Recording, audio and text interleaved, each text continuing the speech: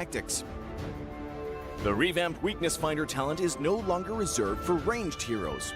This talent is now a viable option for any hero that relies on basic attacks and wants better laning and the ability to slow enemies. The Lethal Ignition talent now deals adaptive damage, making it a prime choice for any hero that has heavy-hitting combos. While the revamped emblem system still uses the existing talents, we have removed the restrictions between emblems and talents, opening up new possibilities for many heroes. We look forward to seeing players discover new ways to play their favorite heroes on their way to becoming a legend.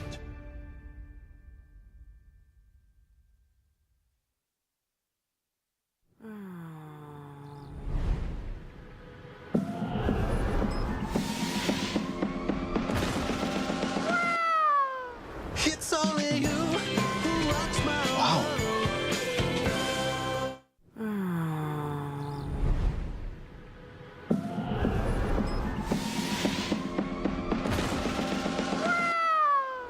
It's only you who rocks my world.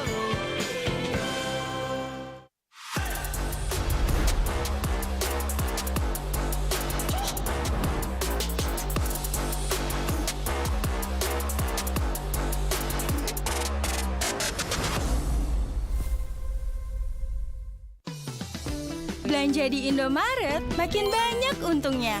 Kumpulkan cashback poin jadi untung terus. Makin sering belanja, makin banyak poin yang kamu dapatkan. Dapat diskon, jadi untung terus. Bayar belanjaanmu dengan poin yang kamu punya. Belanja jadi gratis, jadi untung terus. Dan untung terus dapat banyak promo. Jadi member Indomaret Poinku sekarang. Untungnya non-stop.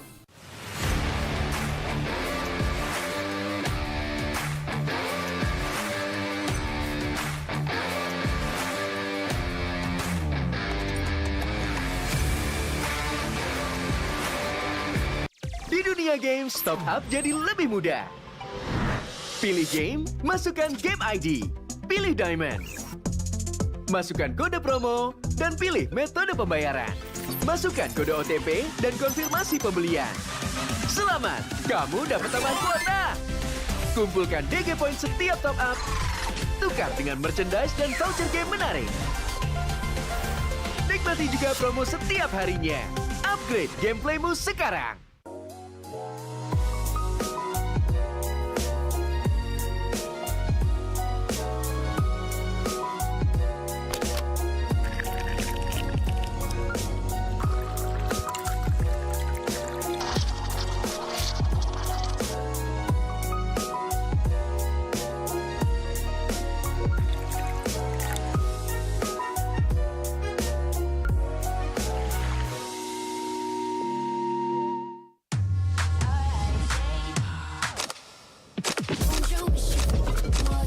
Don't you wish your phone was fun like this? Don't you wish your phone looked more like this? Don't you wish your phone could flex like this? Don't you wish your phone could fit in here? Don't ya? Samsung Galaxy Z Fold 5 and Z Flip 5. Pre-order now.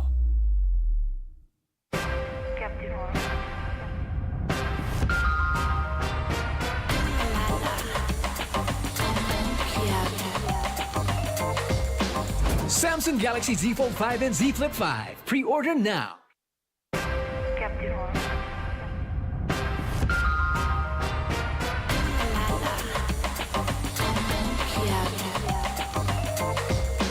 Samsung Galaxy Z Fold 5 and Z Flip 5. Pre-order now.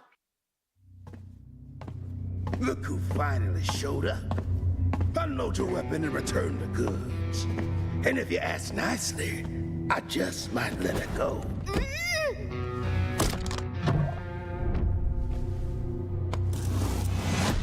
Who said I was returning it?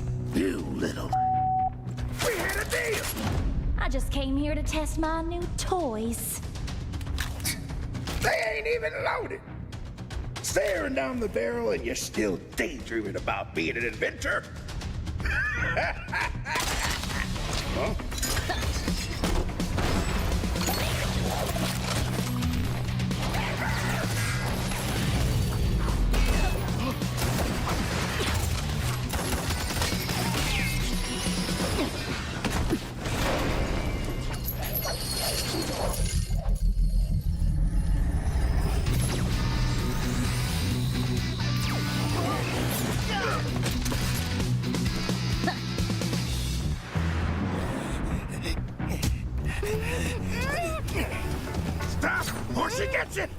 Then you'll have to answer to Eruditio. Eruditio. Well, isn't that perfect? I got a bone to pick with them. So how about I just blast you both? You're crazy. Leave me out of your squabbles.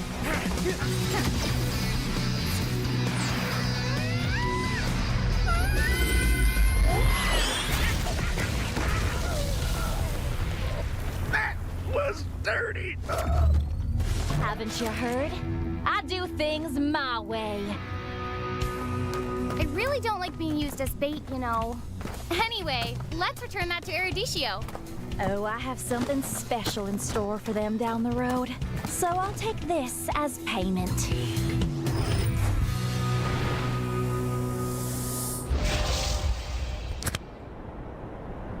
Di dunia games, top up jadi lebih mudah. Pilih game, masukkan game ID. Pilih Diamond. Masukkan kode promo, dan pilih metode pembayaran. Masukkan kode OTP dan konfirmasi pembelian. Selamat, kamu dapat tambahan kuota. Kumpulkan DG Point setiap top up. Tukar dengan merchandise dan voucher game menarik. Nikmati juga promo setiap harinya. Upgrade gameplaymu sekarang.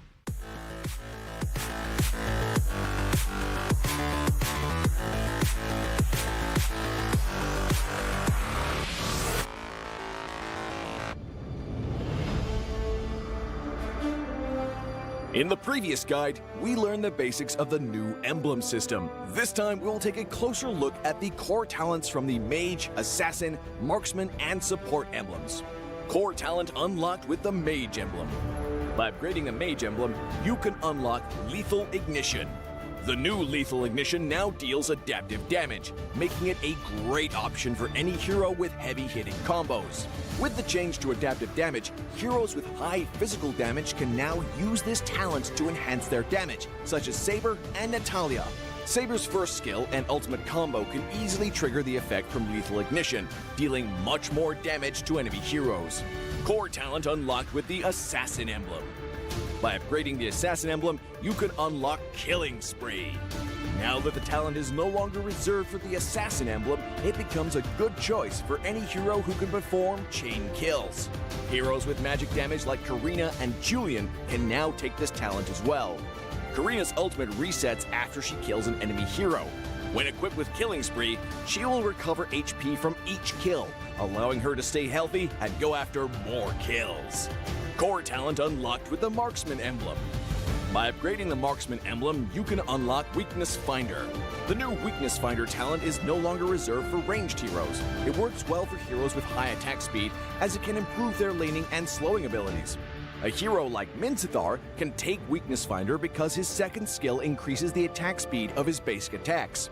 When combined with equipment that can provide more attack speed, he can reliably trigger the slow effect to prevent enemies from escaping. Core talent unlocked with the Support emblem. By upgrading the Support emblem, you can unlock Focusing Mark. The Focusing Mark talent works the same as before. It allows support heroes to increase the damage their teammates can deal to the target enemy. Kaj's ultimate can be used to drag key enemies to his team. When equipped with Focusing Mark, the ultimate will also increase the damage the target takes, allowing Kaj's team to quickly burst down the helpless target. Choose the core talent based on the strengths of each hero to maximize their effectiveness. We look forward to seeing players discover new ways to play their favorite heroes on their way to becoming a legend.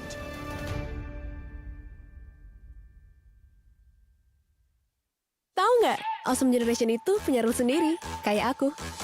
Dalam kondisi apapun, nggak ada lagi halangan. Malah ngebuktiin potensiku. See, that's my rules with Galaxy A Series 5G. Kalau kamu?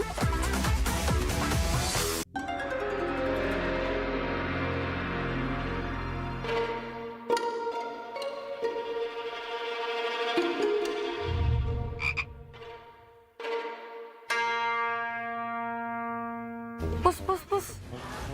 Kamu lagi ngapain? Ini nih lagi push rank pakai Akai. Ikut dong. Double kill. Triple kill.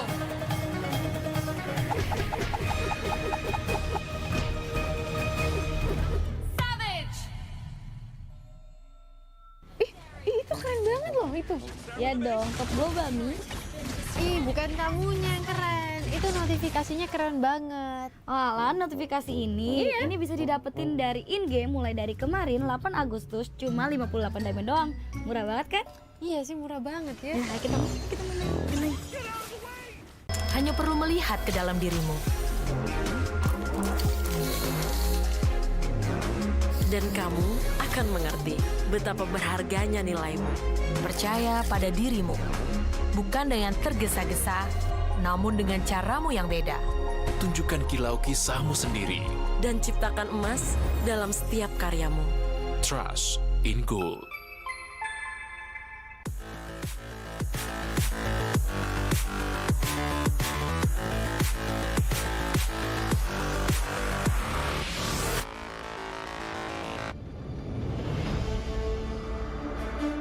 In the previous guide, we learned the basics of the new emblem system. This time, we will take a closer look at the core talents unlocked with the basic common emblem, tank emblem, and fighter emblem. Core talents unlocked with the basic common emblem. By upgrading the basic common emblem, you can unlock 2 core talents, Impure Rage and Quantum Charge. Both are suitable for most heroes. The new Impure Rage talent now deals adaptive damage, making it a good damage-enhancing talent for a variety of heroes, such as Eve, Nathan, and Diggy. Eve is a hero with great poke and control abilities. She can use the extra damage and mana regen from Impure Rage to constantly wear down enemies. The new Quantum Charge talent now restores HP based on the hero's level and not their physical attack bonus, making it viable on more heroes that want HP recovery and mobility, such as Edith, Leslie, Layla, etc. When equipped with Quantum Charge, Edith in both forms can use the movement speed bonus triggered by her basic attacks to keep a safe distance from the enemy and the extra HP regen to stay in the fight. Core talent unlocked with the Tank Emblem. By upgrading the Tank Emblem, you can unlock Concussive Blast. Concussive Blast works the same as before, providing an extra source of AoE damage for high HP heroes, such as Johnson, Baja, and Hilda. Hilda is a high HP hero who can tank a lot of damage when equipped with a full set of defensive equipment. The Concussive Blast talent will not only enhance her survivability, but also boost her damage. Core talent unlocked with the Fighter Emblem. By upgrading the Fighter Emblem, you can unlock Brave Smite. Brave Smite is no longer triggered by inflicting CCs. It now takes effect upon dealing skill damage and is suitable for most fighters and tanks that need more HP regen. Ruby, Lapu Lapu, Tigreal, and similar heroes can choose this talent. Ruby can trigger Brave Smite repeatedly by casting skills, and with her own regen abilities, she'll have even greater durability in teamfights. Choose the core talent based on the strengths of each hero to maximize their effectiveness. We look forward to seeing players discover new ways to play their favorite heroes on their way to becoming a legend.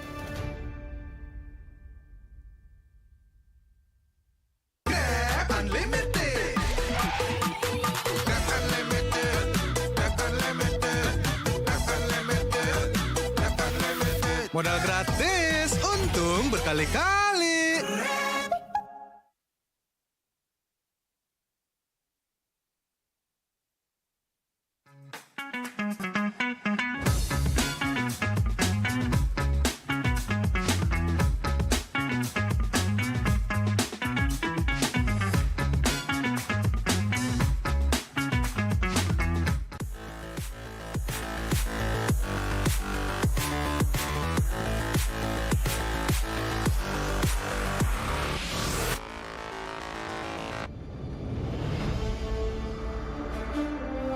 When upgrading your emblems, you will unlock talents at specific levels. Different emblems will unlock different talents. You can choose an emblem by role and use the talents it unlocks directly as your default setup, or you can freely mix and match different emblems and talents to create a custom emblem setup. We're going to show you how to create your emblem setup for your heroes. Emblems. First, let's take a look at the revamped emblem system. There are now 7 emblems in the game, 1 basic common emblem, and 6 role emblems. Different emblems can provide different attribute bonuses. It is recommended to use the emblem that matches a hero's role. Standard talents, Tier 1. After selecting an emblem, you can then choose from 8 standard talents at Tier 1. These talents provide mostly straightforward bonuses to heroes. Of the 8 talents, Thrill and Swift are good on almost any hero, while other talents are more catered to certain roles. Standard talents, Tier 2. At Tier 2, you will also have 8 standard talents to choose from. The Tier 2 talents trigger or work under different circumstances. We still recommend choosing one that matches the role of your hero. But if you're an advanced player, you are free to choose any of the talents to fit your playstyle. For example, if you're playing the core hero on your team and want to focus on gearing up fast, you can choose the Bargain Hunter talent regardless of how your hero deals damage. And heroes who rely on their skills for sustained damage, whether it be a mage or fighter, can use the Festival of Blood talent for more spell vamp. Core talents, Tier 3.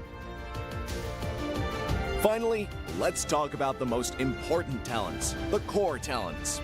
There are 8 core talents available in the game, and each provides a unique and powerful effect. We recommend choosing the core talent to match your hero's role and only use core talents from other emblems for advanced or unconventional tactics. The revamped Weakness Finder talent is no longer reserved for ranged heroes.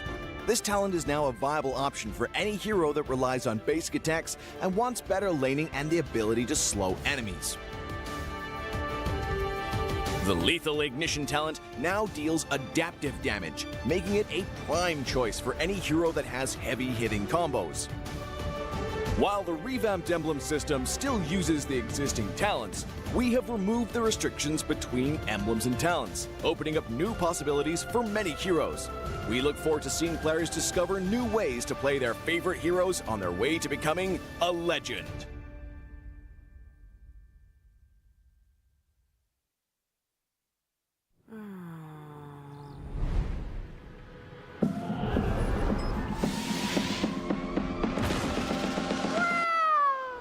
It's only you who rocks my world.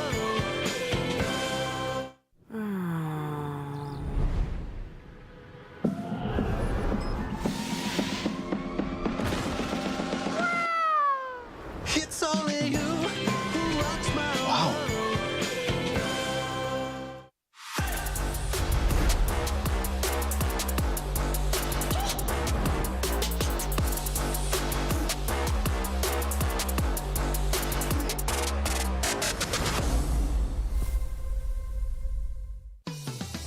Belanja di Indomaret makin banyak untungnya.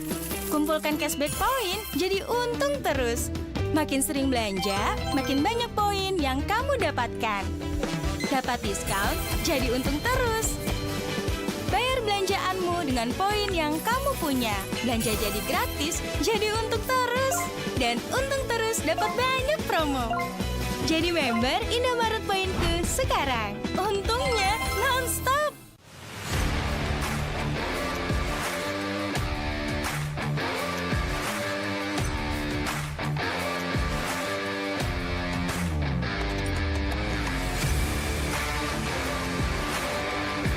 Di dunia games, top up jadi lebih mudah. Pilih game, masukkan game ID. Pilih Diamond. Masukkan kode promo, dan pilih metode pembayaran. Masukkan kode OTP dan konfirmasi pembelian. Selamat, kamu dapat tambahan kuota. Kumpulkan DG Point setiap top up. Tukar dengan merchandise dan voucher game menarik. Nikmati juga promo setiap harinya. Upgrade gameplaymu sekarang.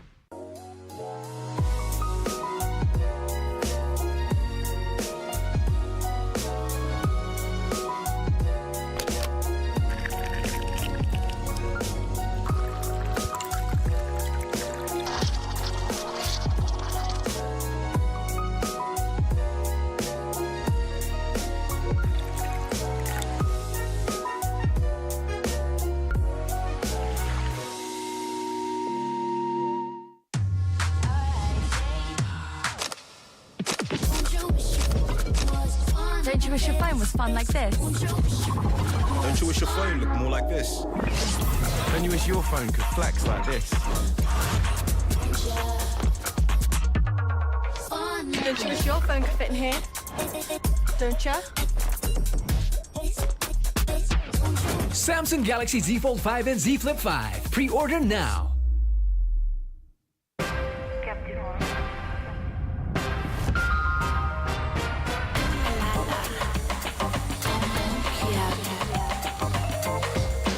Samsung Galaxy Z Fold 5 and Z Flip 5. Pre-order now.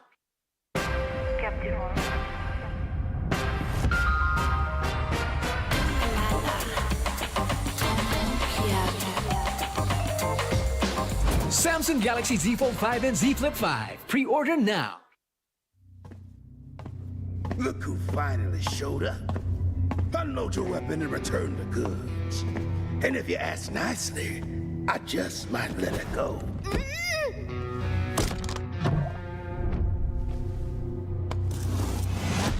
Who said I was returning it? You little...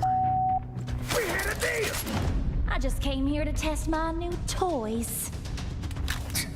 They ain't even loaded. Staring down the barrel and you're still daydreaming about being an inventor? Huh?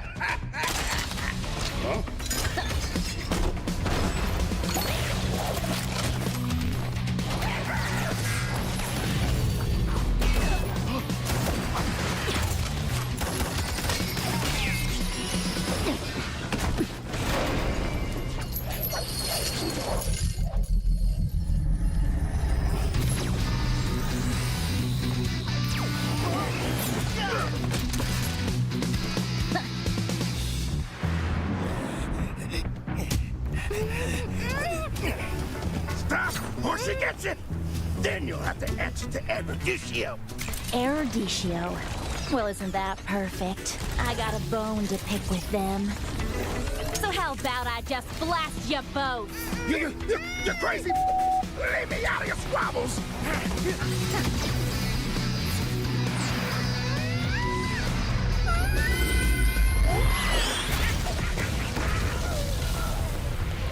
That was dirty. Haven't you heard? I do things my way. I really don't like being used as bait, you know. Anyway, let's return that to Eruditio. Oh, I have something special in store for them down the road. So I'll take this as payment.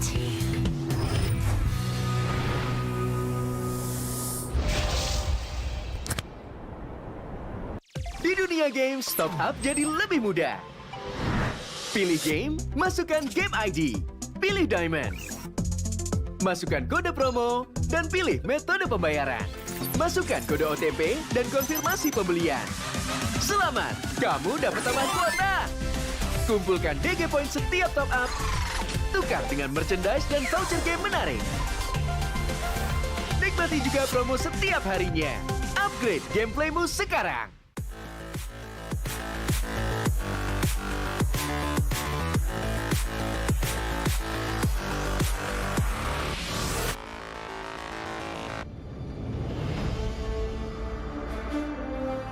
In the previous guide, we learned the basics of the new emblem system. This time, we will take a closer look at the core talents from the Mage, Assassin, Marksman, and Support emblems. Core talent unlocked with the Mage emblem. By upgrading the Mage emblem, you can unlock Lethal Ignition. The new Lethal Ignition now deals adaptive damage, making it a great option for any hero with heavy-hitting combos. With the change to adaptive damage, heroes with high physical damage can now use this talent to enhance their damage, such as Saber and Natalia. Saber's first skill and ultimate combo can easily trigger the effect from Lethal Ignition, dealing much more damage to enemy heroes. Core talent unlocked with the Assassin emblem. By upgrading the Assassin emblem, you can unlock Killing Spree. Now that the talent is no longer reserved for the Assassin emblem, it becomes a good choice for any hero who can perform chain kills. Heroes with magic damage like Karina and Julian can now take this talent as well. Karina's ultimate resets after she kills an enemy hero. When equipped with Killing Spree, she will recover HP from each kill, allowing her to stay healthy and go after more kills. Core talent unlocked with the Marksman emblem. By upgrading the Marksman emblem, you can unlock Weakness Finder. The new Weakness Finder talent is no longer reserved for ranged heroes. It works well for heroes with high attack speed, as it can improve their laning and slowing abilities. A hero like Minzathar can take Weakness Finder because his second skill increases the attack speed of his basic attacks.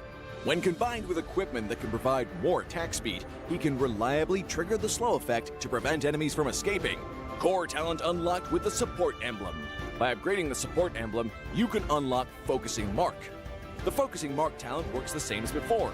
It allows support heroes to increase the damage their teammates can deal to the target enemy. Kaj's ultimate can be used to drag key enemies to his team. When equipped with Focusing Mark, the ultimate will also increase the damage the target takes, allowing Kaj's team to quickly burst down the helpless target. Choose the core talent based on the strengths of each hero to maximize their effectiveness. We look forward to seeing players discover new ways to play their favorite heroes on their way to becoming a legend.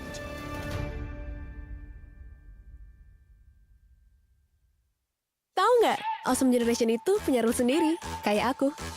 Dalam kondisi apapun, nggak ada lagi halangan. Malah ngebuktiin potensiku.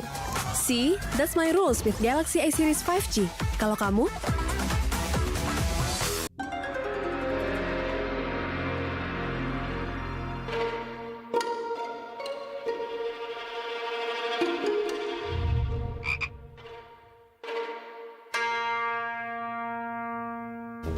Pus.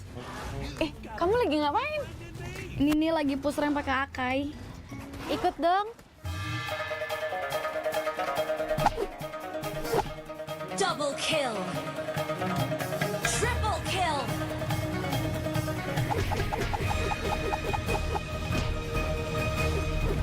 Savage. Itu keren banget loh itu. Ya dong, top global Mi. Ih, bukan kamunya yang keren. Itu notifikasinya keren banget. Alah, notifikasi ini bisa didapetin dari in-game mulai dari kemarin 8 Agustus cuma 58 diamond doang. Murah banget kan? Iya sih, murah banget ya. Nah, kita main. Hanya perlu melihat ke dalam dirimu. Dan kamu akan mengerti betapa berharganya nilaimu. Percaya pada dirimu. Bukan dengan tergesa-gesa, namun dengan caramu yang beda. Tunjukkan kilau kisahmu sendiri. Dan ciptakan emas dalam setiap karyamu. Trust in Gold.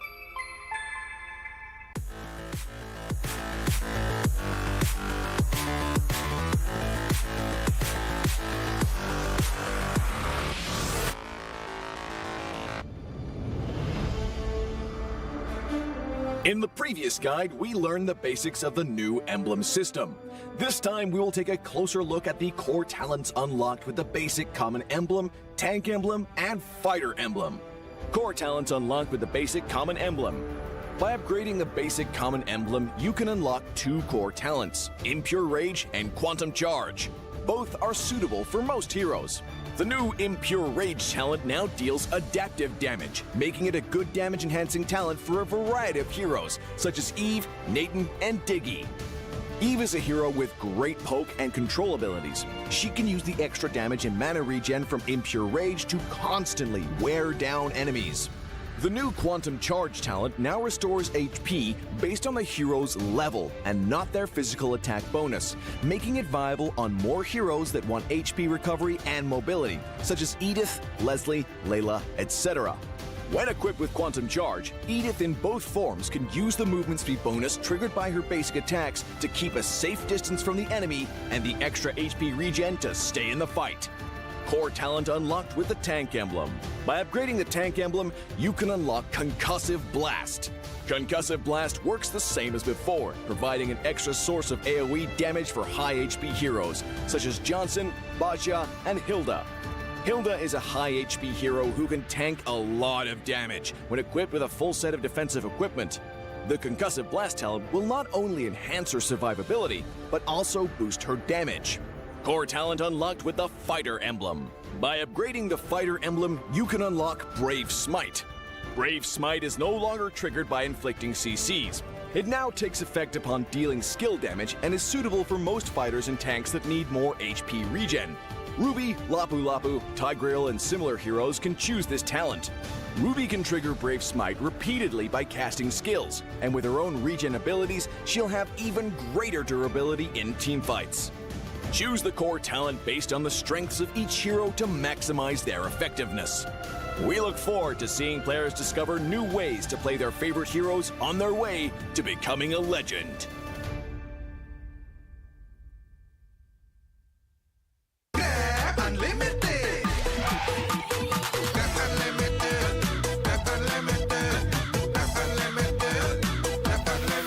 Modal gratis, untung berkali-kali.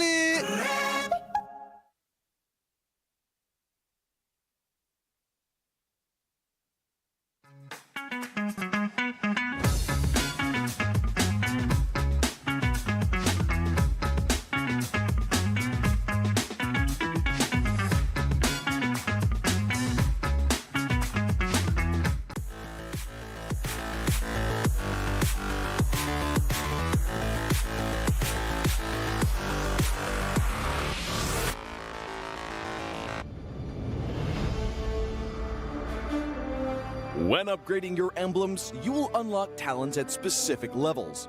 Different emblems will unlock different talents. You can choose an emblem by role and use the talents it unlocks directly as your default setup, or you can freely mix and match different emblems and talents to create a custom emblem setup. We're going to show you how to create your emblem setup for your heroes. Emblems. First, let's take a look at the revamped emblem system. There are now 7 emblems in the game, 1 basic common emblem, and 6 role emblems. Different emblems can provide different attribute bonuses. It is recommended to use the emblem that matches a hero's role. Standard talents, Tier 1. After selecting an emblem, you can then choose from 8 standard talents at Tier 1. These talents provide mostly straightforward bonuses to heroes. Of the 8 talents, Thrill and Swift are good on almost any hero, while other talents are more catered to certain roles. Standard talents, Tier 2. At Tier 2, you will also have 8 standard talents to choose from. The Tier 2 talents trigger or work under different circumstances. We still recommend choosing one that matches the role of your hero. But if you're an advanced player, you are free to choose any of the talents to fit your playstyle. For example, if you're playing the core hero on your team and want to focus on gearing up fast, you can choose the Bargain Hunter talent regardless of how your hero deals damage. And heroes who rely on their skills for sustained damage, whether it be a mage or fighter, can use the Festival of Blood talent for more spell vamp. Core talents, Tier 3. Finally, let's talk about the most important talents, the core talents. There are 8 core talents available in the game, and each provides a unique and powerful effect. We recommend choosing the core talent to match your hero's role and only use core talents from other emblems for advanced or unconventional tactics. The revamped Weakness Finder talent is no longer reserved for ranged heroes. This talent is now a viable option for any hero that relies on basic attacks and wants better laning and the ability to slow enemies. The Lethal Ignition talent now deals adaptive damage, making it a prime choice for any hero that has heavy hitting combos. While the revamped emblem system still uses the existing talents, we have removed the restrictions between emblems and talents, opening up new possibilities for many heroes. We look forward to seeing players discover new ways to play their favorite heroes on their way to becoming a legend.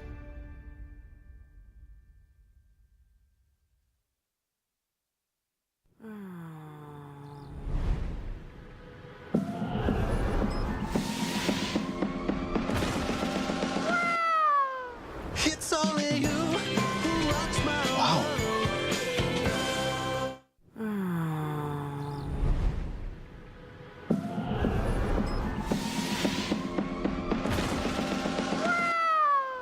It's only you who rocks my world.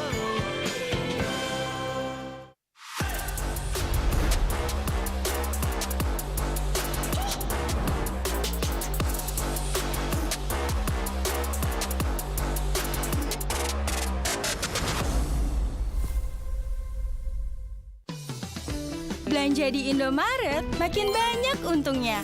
Kumpulkan cashback poin jadi untung terus. Makin sering belanja, makin banyak poin yang kamu dapatkan. dapat diskon, jadi untung terus. Bayar belanjaanmu dengan poin yang kamu punya. Belanja jadi gratis, jadi untung terus. Dan untung terus dapat banyak promo. Jadi member Indomaret Poinku sekarang. Untungnya non-stop.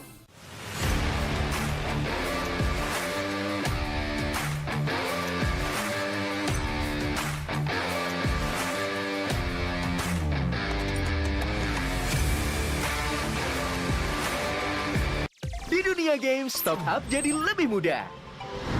Pilih game, masukkan game ID. Pilih Diamond. Masukkan kode promo, dan pilih metode pembayaran. Masukkan kode OTP dan konfirmasi pembelian. Selamat, kamu dapat tambahan kuota. Kumpulkan DG Point setiap top up. Tukar dengan merchandise dan voucher game menarik. Nikmati juga promo setiap harinya. Upgrade gameplaymu sekarang.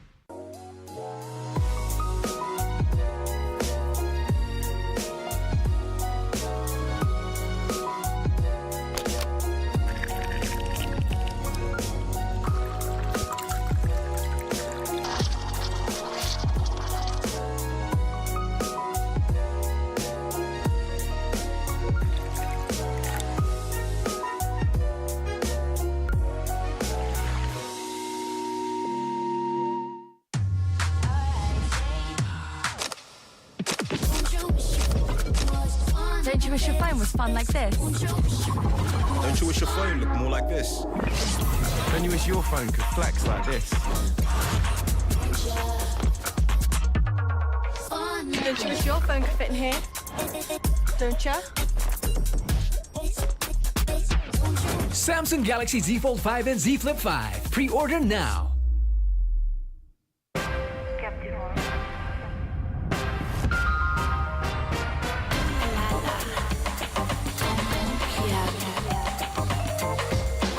Samsung Galaxy Z Fold 5 and Z Flip 5. Pre-order now.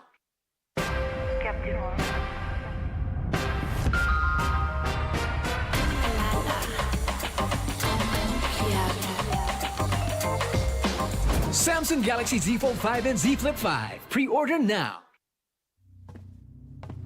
Look who finally showed up.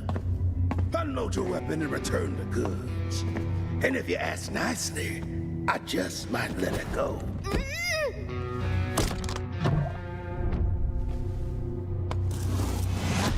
Who said I was returning it? You little... We had a deal! I just came here to test my new toys. They ain't even loaded. Staring down the barrel and you're still daydreaming about being an inventor? Huh?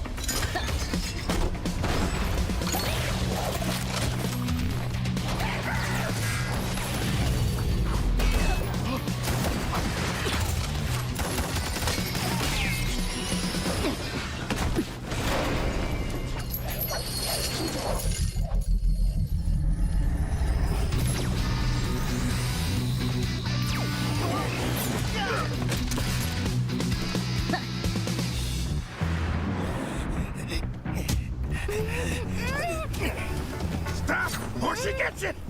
Then you'll have to answer to Eruditio. Eruditio? Well, isn't that perfect? I got a bone to pick with them. So how about I just blast you both? You're crazy. Leave me out of your squabbles.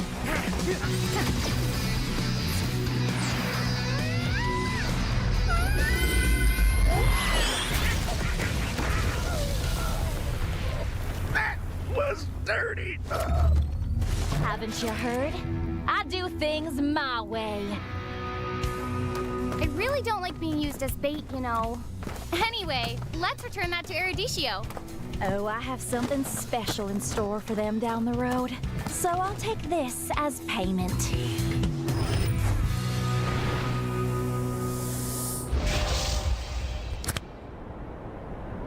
Di dunia games, top up jadi lebih mudah.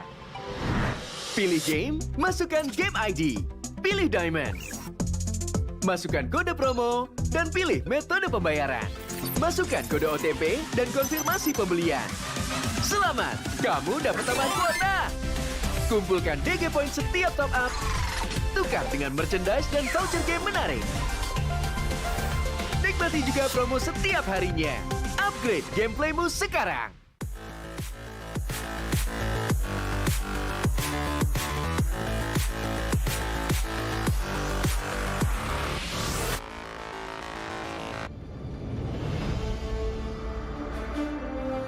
In the previous guide, we learned the basics of the new emblem system. This time, we will take a closer look at the core talents from the Mage, Assassin, Marksman, and Support emblems.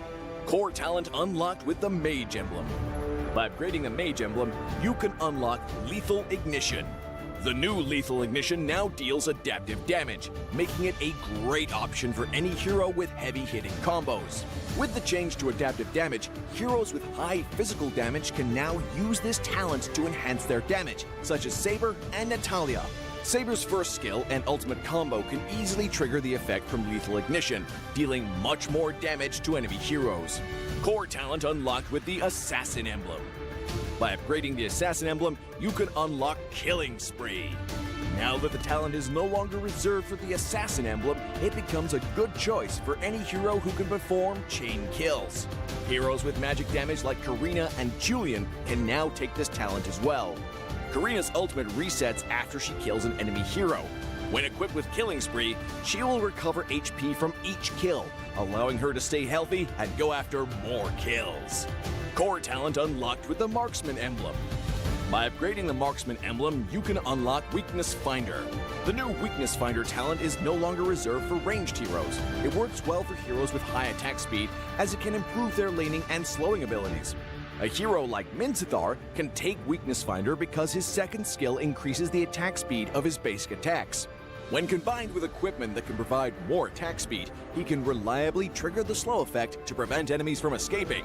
Core talent unlocked with the Support emblem. By upgrading the Support emblem, you can unlock Focusing Mark. The Focusing Mark talent works the same as before. It allows support heroes to increase the damage their teammates can deal to the target enemy.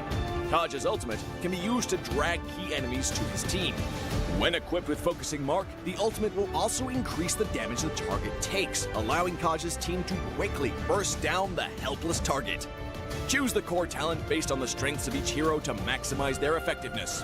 We look forward to seeing players discover new ways to play their favorite heroes on their way to becoming a legend.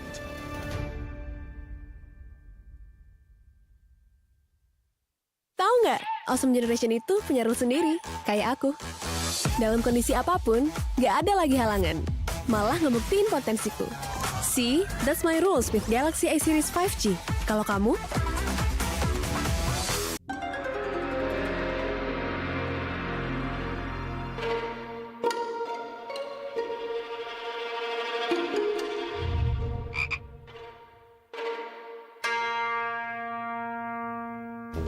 Pus.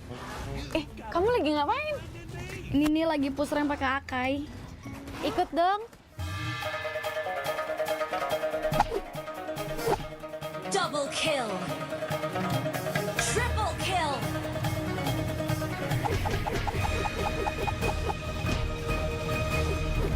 Savage. Itu keren banget loh itu. Ya dong, top global Mi. Ih, bukan kamunya yang keren. Itu notifikasinya keren banget. Alah, notifikasi ini bisa didapetin dari in-game mulai dari kemarin 8 Agustus cuma 58 diamond doang. Murah banget kan? Iya sih, murah banget ya. Nah, kita main. Hanya perlu melihat ke dalam dirimu.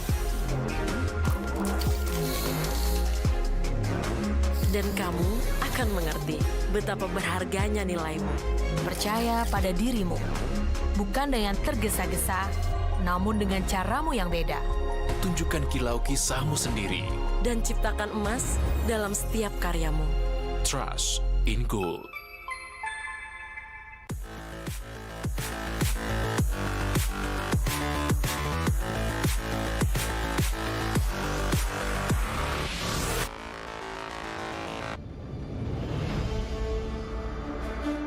In the previous guide, we learned the basics of the new emblem system. This time, we will take a closer look at the core talents unlocked with the basic common emblem, tank emblem, and fighter emblem.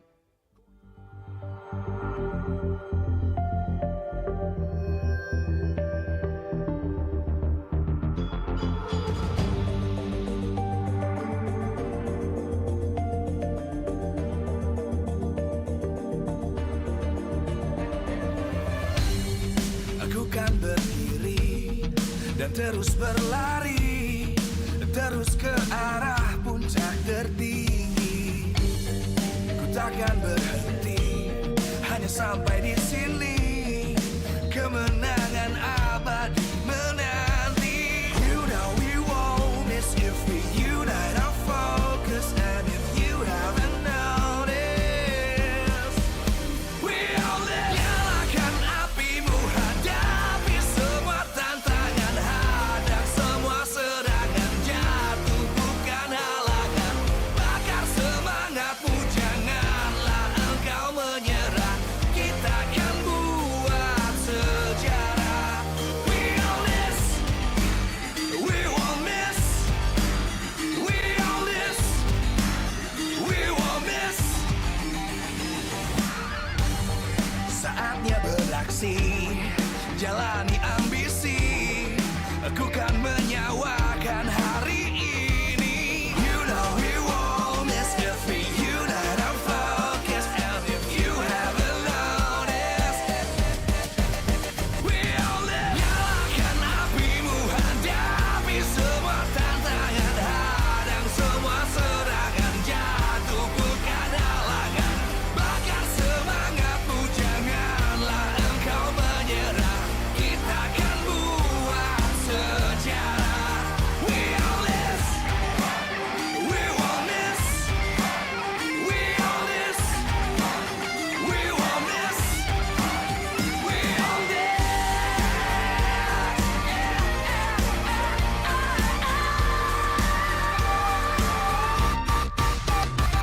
Nyalakan apimu, hadapi semua tantangan, hadang semua serangan, jatuh bukan halangan. Bakar semangatmu, janganlah engkau menyerah. Kita akan buat sejarah. We all miss.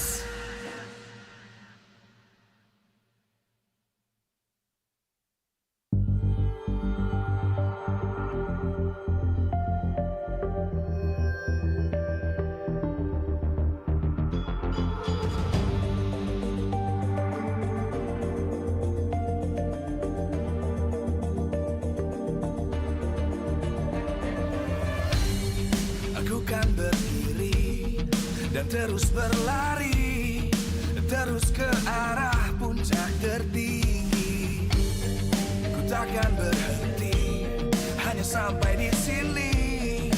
Kemenangan abadi menanti. You know we won't miss if we unite our focus. And if you haven't noticed, we all live. Nyalakan apimu, hadapi semua tantangan, hadang semua serangan, jatuh bukan halangan. Bakar semangatmu, janganlah engkau menyerah. Kita akan buat sejarah. We all miss, we won't miss. We all miss, we won't miss. Saatnya beraksi, jalani ambisi. Aku kan menyawakan hari ini. You know we won't miss if we unite our focus. And if you haven't noticed, we all live. Nyalakan apimu, hadapi semua tantangan, hadang semua serangan, jatuh bukan halangan.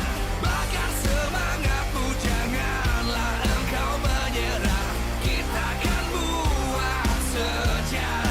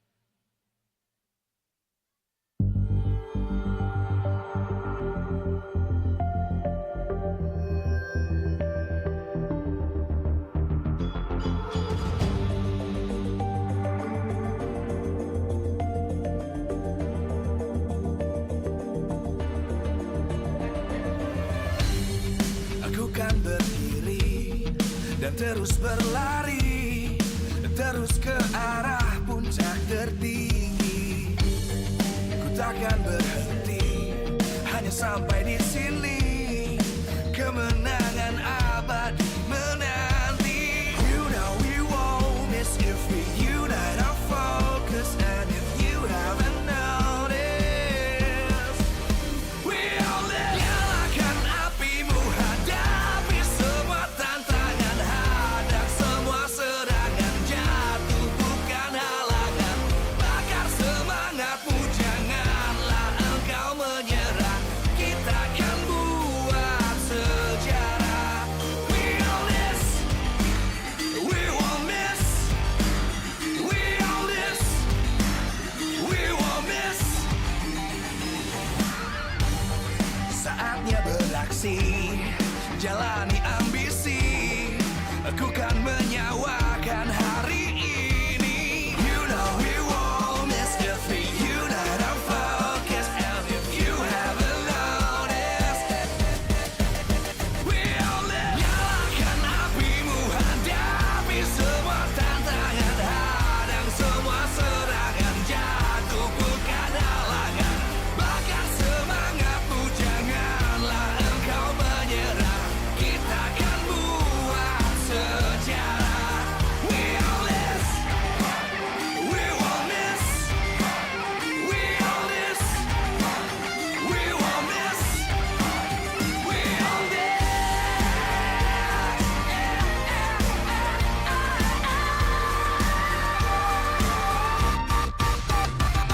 Nyalakan apimu, hadapi semua tantangan, hadang semua serangan, jatuh bukan halangan. Bakar semangatmu, janganlah engkau menyerah. Kita akan buat sejarah. We all this.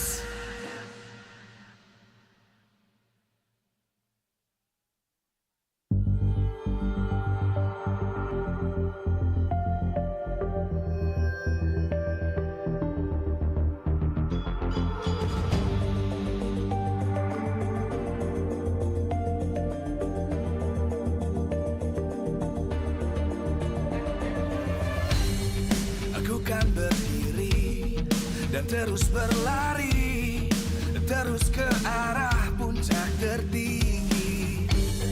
Ku takkan berhenti, hanya sampai di sini. Kemenangan abadi menanti. You know we won't miss if we unite our focus. And if you haven't noticed, we all live. Nyalakan apimu, hadapi semua tantangan, hadang semua serangan, jatuh bukan halangan. Bakar semangatmu, janganlah engkau menyerah. Kita akan buat sejarah. We all this, we won't miss. We all this, we won't miss. Saatnya beraksi, jalani ambisi. Aku kan menyawakan hari ini. You know we won't miss if we unite our focus. And if you haven't noticed, we all live. Nyalakan apimu, hadapi semua tantangan, hadang semua serangan, jatuh bukan halangan. Bakar semangatmu, janganlah engkau menyerah. Kita akan buat sejarah.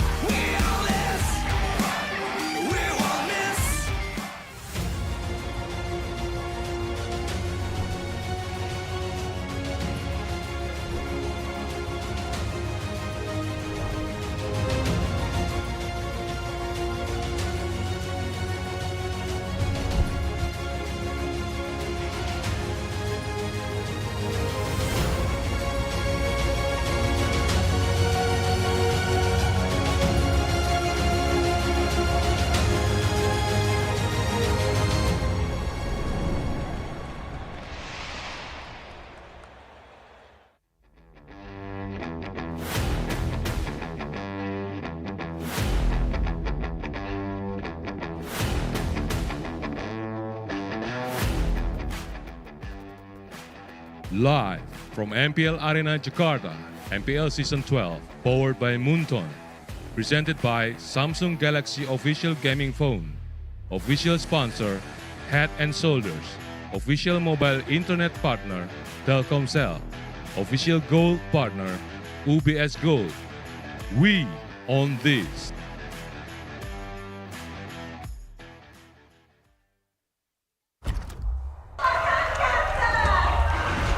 Ladies and gentlemen, boys and girls, welcome back to MPL ID Season 12, where dreams happen. And here we are in the 4th week, the last day here at day number 4. And on the caster desk, it's me, Eterna, alongside with Connie, as well as it's Mirko. It's no longer Arashi. A lot of people interchange you. And I just want to make it really clear that this is Mirko. Not Arashi. All right.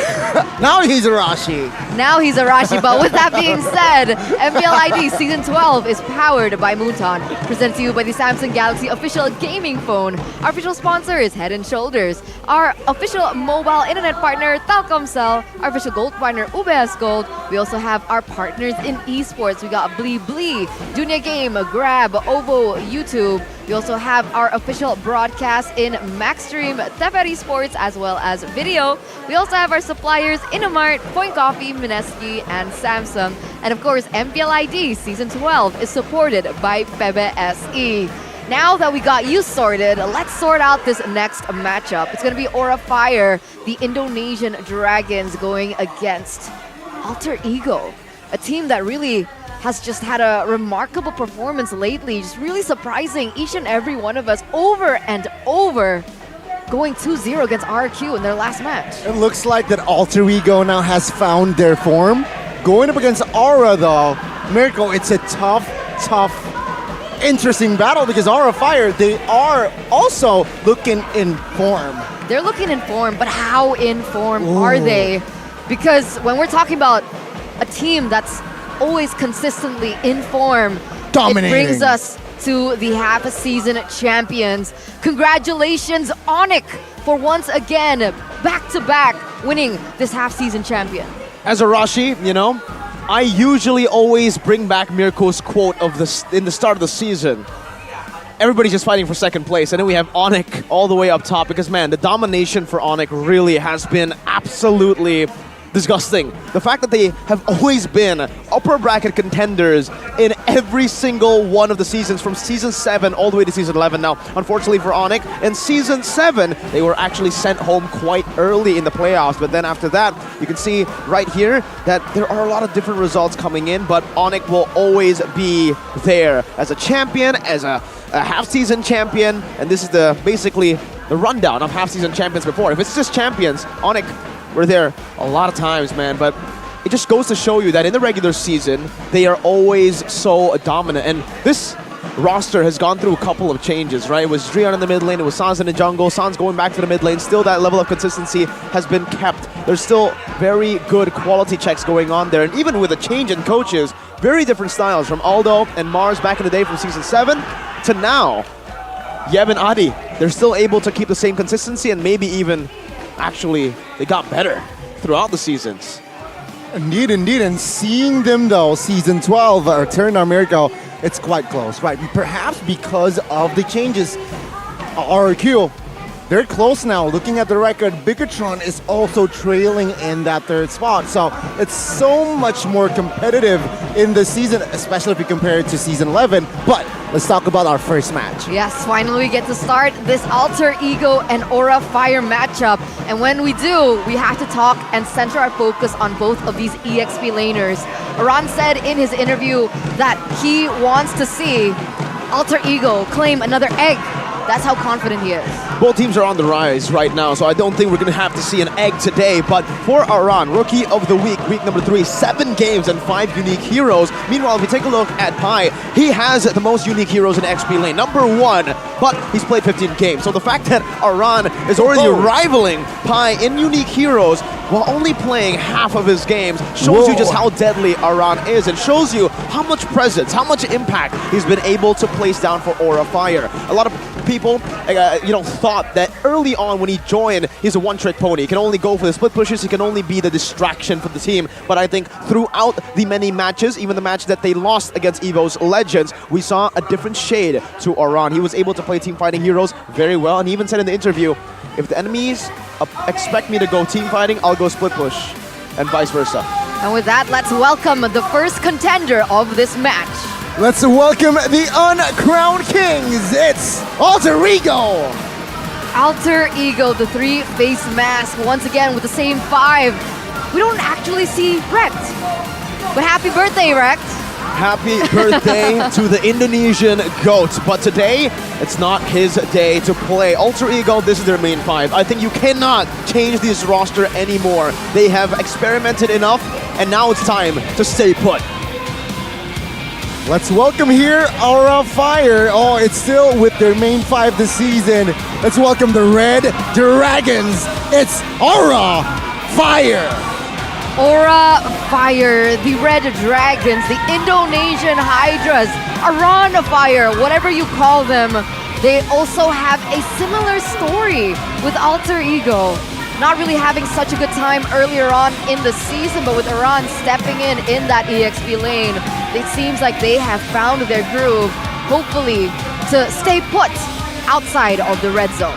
There are a lot of similarities between the two. For Aura, the rise came in the form of Aran joining. They always were very consistent in the early game, but in the later stages, Kimura just got caught way too many times. So with Aran joining, it brought a level of stability and even flashiness that they were able to utilize completely. But here, we have St. DeLucas with Palevi and Cassius with Nafari, the brains behind the bronze of their team. Yeah, let's not forget that other than Aran stepping in, we also finally had St. DeLucas stepping in for Aura Fire. And their drafts have been a little bit more spicy. It's not the Aura Fire that we know and love before, when you couldn't really guess who was going where, we couldn't really understand the first phase, always keeping us on our toes, but this time they understand Aura Fire's power picks, and they understand the flexibility usually lies with the EXP laner. And with that, let's take a look at the keys to victory for Alter Ego. It's right here. The keys to victory presented to you by the Samsung Galaxy Z series, adaptive to Aran's playstyle. Now for Alter Ego, we've seen a blueprint already. Luckily for Alter Ego, Fluffy was able to completely nullify Aran by adapting to his playstyle. When he wants to split push, he will go and cut. He will try to mirror Aran's movement precisely. And the other thing that Alter Ego have been able to utilize is Rassi's heroes as a flex pick. We started Season 11. Remember, when Rassi joined in this roster, Rassi was a one-trick pony. He can only play the healers, the reactive roamers. Whenever you put him on a Cho, even a Grok, he will always fail. But this season, he's really put in enough work to get that going. And with his hero pool being so dynamic, the fact that we have seen 0 weaknesses from him, it just shows you that they can utilize this into the second phase of the drafts to make Aura, the team that we once knew for chaotic drafting, now be the one on the receiving end. Finally, right? Finally. Because it felt like a little bit too limited when Rekt was in that roaming position. Exactly. And seeing the growth coming in from Rassi, I mean, his Novaria and his Cho has been really crazy and really good for Alter Ego. But what does Aura need to do to win this? Firstly, they need to prioritize Kabuki. Whenever Kabuki gets off of the heroes like the Claude and the Beatrix, it doesn't do well. They don't do well as a team. They still centralize around Kabuki as the main carry in the mid to late stage. They can carry through Van, but they'll always have to shift their focus towards Kabuki. And again, this is a problem for Aura. If they do not prioritize Kabuki's heroes in the first phase, we can see exactly what happened yesterday. Alter Ego can replicate what they did to RRQ. And now for the second one as well, optimizing Flex heroes and Aran's gameplay. Flex heroes have been in this team for quite a while now, but this time it's a bit different. It's not as flex as before, but they are able to make most out of a very shallow hero pool. Arlet Novaria, they can still flex the Arlet to the XP lane, and that's exactly what they need to try. And also Aran, this man, he will be the win condition that they will circulate around in the early to mid. Back to the first point though, Miracle Eterna. What do you think about this? Kabuki, I think he's very similar to Skylar, right? Yep. Playing the only Claude and Beatrix. Now, if the approach from the side of Alter Ego is the same, banning out Claude and Beatrix in that first phase, what will Kabuki do? It's a big question mark, exactly. I mean, for a lot of different analysts and even me myself, I've said that Kabuki is kind of like Skylar Light. He plays exactly the same heroes, but not to the level of Skylar. But let's move on first to the XP laners here, because these two members were definitely the stars in their performances before.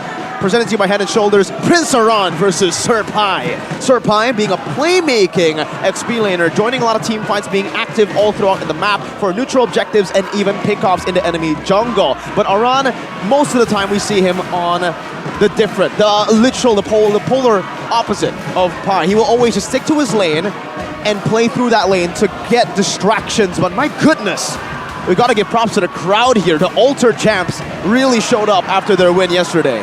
I mean, in the interview, they did mention, you know, we're going to 2-0 another team, aka Aura Fire. Bring two buses. Yeah, exactly. So please bring 2 buses. And I think we did get 2 buses. The fans are actually in a circle right now chanting for Alter Ego. So there's a lot of support coming through for Aura Fire as well as Alter Ego. And it just makes this match much more intense, especially with the backgrounds of the EXP laners. And with that, ladies and gentlemen, let's welcome you to the drafting phase of game number 1 between both of these teams. Alter Ego seem to have blue side, Aura with the red, Fredrin, Paquito, Claude. Gonna be the choice of the ban here for Alter Ego. Very interesting way of going at this, because they're eliminating Flex, they're eliminating hero picks for Aran, as well as, like you mentioned earlier on, Kabuki. But that does still leave the Beatrix out though, so it's one of power hero for Kabuki as well. Let's see how will Alter Ego tackle this, right? Aura Fire though, what will they ban here? A lot is still in the bag. Joy, even Valentina, perhaps the Faramis is also an approach. So Aura Fire taking their time, but what do you think? The main criticism, I think, for Alter Ego has been Celiboy on the Assassins, but I think in this week particularly, he's been able to shut up a lot of the doubters, and that's why we're seeing the Vanny and the Joy banned out. But similarly to yesterday, I think giving the Kadita is a bit more expensive compared to banning out the Ling, which was what RQ tried to do. So the Kadita will be taken off, taking a very, very powerful hero off the hands of Udil. Can we take a look at this comment first though? Rasi, depending on my king, whether he play well or not, because you know, Prince and King is bigger, right? So if the king can win the lane against Aran, we should win easily. I think a little background needs to be explained here. Aran is known as Prince Aran, which is what he's referring to. And yeah, I guess there's just beef again between both of these teams. Aura Fire, though, very quick with their decision-making, with the Edith as well as the Lancelot being their first choice. Personally, I thought Aura Fire, they might pick up the Beatrix now, seeing that Beatrix is open, but no, they prio this Edith. Is it a flex EXP roam, or it's more towards roam now that Rossi is in play? I think it should be more to roam here for Aura Fire. We haven't seen Aran on something like an Edith before, and it just doesn't suit his playstyle. So with the Lance and Edith, they've secured 2 very good mid-duo components here towards that trio mid. And Alter Ego will try to contest it, and this is the reason they didn't go for the Beatrix ban. They know that the Irithel is a good matchup against the Beatrix. Might as well force a Brody pick from the enemy team. If you go for Beatrix, you're going to be punished. If you go for Brody, that's not your comfort. And Aura says, we'll pick neither. We'll go for the Yeve instead, signifying again, trio mid control. Do you think it's possible that Kabuki might not pick up a marksman here? Maybe. Maybe, right? I mean, that also... We've seen that. Yeah, why? They do not secure Kabuki in the first phase. Kabuki's hero in the first phase. And seeing that Yeve pick though, somehow I dislike it, right? Sure, it's good going up against Irithel, but going up against Terizla, somehow very vulnerable. Creates you a target. I think against this Irithel, it's going to be amazing. But again, like you mentioned, Gani, that is something that Alter Ego will try to punish even more now. And the fact that Aura have gone for, I would say, quite a greedy route in the first phase, not picking up their marksman, especially considering we haven't really seen a lot of heroes picked up by Kabuki. Now they're going to nail him down. Beatrix and Claude both taken away. The blueprint that they used to go up against Skylar in RRQ, now they are replicating that against Aura. But for Aura, they're taking away all the utility from Alter Ego. It seems they like it when Celiboy is on the utility compared to the Assassins, which is a contradiction of what we've been talking about for the past 3 weeks. I mean, technically, his Hayabusa did perform really well yesterday. So I understand the level of respect that Aura Fire is giving Selly Boy, but Ling, question mark. For Alter Ego, again, like you mentioned before, it is going to be the Brody being taken away, a little more of a limit towards Kabuki, but with the choice of bans coming through, I still think that maybe Kabuki might go for an MM, as we do have a comment here from Iran. A message for Alter Ego, get ready for another egg. There you go, right? They're expecting that this will go in their favor, 2-0, but what do Aura Fire go for now? Do they secure a hero for Kabuki first or for Iran? Might as well go for Iran here, I feel like is the wisest choice. But no, they went in and countered the Terizla. Carry. And it's safer in a way, right? You can pick up Purify. Yeah, true. It is safer against in a way, Terizla. but in lane, right? But in lane, yeah. The Beatrix gets countered. I mean, it's not countered, but it's a bad matchup for the Beatrix. The Brody, okay, you do pretty well. But the carry, yeah, you're going to get bullied here. And if Aura Fire are not able to utilize their trio mid to help Kabuki out, it's over. So it'll now be on Aran to get a hero who can pressure and maybe distract, right? He needs to have a winning matchup here against a Terizla. I'm thinking maybe something like a Khalid or maybe something as, well, if Sheffin says it, ballsy as a Badang. Something like that can actually still be utilized here. Oh my goodness! Cho and Helkert. Yeah, never mind. No utility for Selly Boy. He doesn't want to grow up. He doesn't want to be man. He wants to be boy. Well, looking at the situation right now with Alter Ego picking up the Helgert, it makes sense, right? Very weak backlines. If you see Carry, if you see Yves as well. And I feel like Edith can't really cover. It will overwhelm the Edith to cover the backliners from the side of Aura Fire. So I guess there's two choices here, Xborg or Khalid. But even both of these heroes, they don't necessarily have the point and click CC that is required, but if he wants to try and win that lane, he goes for Xborg. There you go. So there it is, ladies and gentlemen, the final drafts of both of these teams in game number 1. I don't know. Oh my god. It doesn't feel like Aura Fire have many tools to work with. It's all a matter of execution here, it seems like. It does definitely seem like it is going to be a battle of execution here for both of these compositions. Alter Ego are utilizing exactly what they were able to utilize in game number 1 against RRQ. It's a composition that wants to attack from different angles and a composition that will force a front to back from Aura Fire to back away. But again, for Aura Fire, they have Van on the Lancelot to secure a lot of the neutral objectives in the early game to weather out the storm of Alter Ego a bit better than RRQ did yesterday. So again, it's 50-50. I feel like Aura and Alter Ego both have amazing compositions that they can utilize to win this game. Let's hope that both of them can execute it properly, because in the line of dawn, man, anything can happen. With that being said, ladies and gentlemen, let's welcome you to the land of dawn for game number 1, Alter Ego and Aura Fire. Let's get it, let's see. Well, spell check, Mirko. Udo brings out a Purify here. Interesting, not a lot of crowd control in the composition of Aura Fire. Why is Udo insecure? Well, he needs to be a bit careful here up against High. Someone who has a lot of lockdown. And remember, Udo, he needs to be the center of the damage in the early to mid. And with an Irithel pick, you are very weak in these early to mid team fights. So if it's not the Valentina who does damage or who can get out of the lockdown, then it will not really work. And it's already happening here. Look at that early game. High getting chunked. Yeah, I agree. And in addition to that, you can see that Iran's spell just really reflecting him as an XP laner. He goes for a sprint in order to rotate a lot quicker and perhaps in that 1v1, dodge Terizla's skills. And now if we take a look at the emblem, the rest of it, it's actually a bargain hunter for Udil. Something we don't really see a lot from Valentinas. We've seen a lot of different variety of picks here for the Valentina. We've seen Weapon Master early on, but the bargain hunter here basically, it just shows you that Alter Ego wants Udil to be that mid lane presence in the mid game, really. They are going to center around his damage here so that he can get more snowballing items quicker, and then he can facilitate Selly Boy's initiation in the back. for an assassin to work like this, like a Hellcurt, you need a lot of distractions, and the main distraction for Alter Ego needs to be damage, so I get what they're going for. It's interesting though, right? Because in that particular situation, realizing that you lack in range compared to Yves, you might want to go for the tenacity, but here we go. Dark Knight falls and will claim the first blood for Alter Ego Esports. Van caught mid-rotation. Oh, and here it is. That's going to be the first turtle given over to Alter Ego. What is this going to mean for Aura Fire in that mid-game? That means it's going to be a bit tougher to weather out that storm. Their composition relies on their carry, technically, to get ahead, but now... Good penalty zone, but Udil's damage there was not enough to take Aran down. He survives.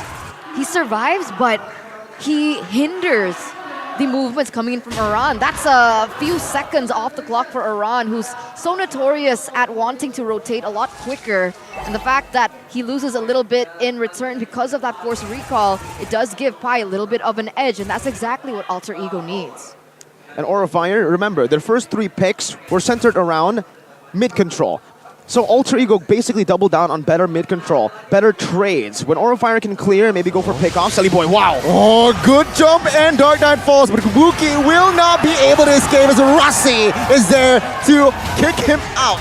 High will flicker out of the way. Good setups. Dark Knight falls twice, 2 kills.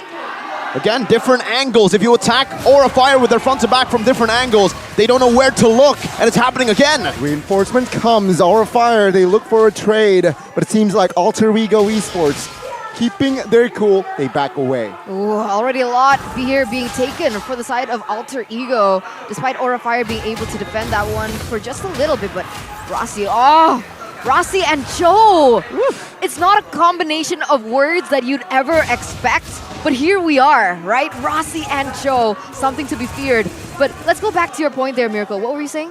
Basically, for Aura Fire, again, the whole game plan here is to weather out this early game from Alter Ego and get to a point in the mid to late game where Kabuki and Sin has their items. Now, with Kabuki and Sin having their items, their solid front line, Aran on the Xborg and High on the Edith will definitely be enough to win out in these fronts and backs. But if this happens... Good Dark Knight falls again. This is what you want when you play your Hellcurt. Every time you pop that Dark Knight falls, you get either assist or kill. Definitely something traded back here. And with that being said, Van is actually the first one towards the turtle. Let's see his level 7 as compared to Celebu at level 8.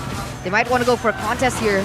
Alter Ego, do they want to do this? It's a 4v3. Good wave dragon on towards Kabuki. Van though will find the turtle. Kabuki will be taken out. Last inside, and he popped. Finds a Rossi. Around with a double, but it seems like Nino will be caught in the sun. He finds the kill with Udil. But Nino survives. Zin with the flicker will not be able to find the kill, but Arad is there to burn him down. A stop, drop, and roll. That's a 3-for-3 trade. Alter Ego lose 3 members, Aura Fire lose 2, but they also claim the turtle. Who is it worth it for?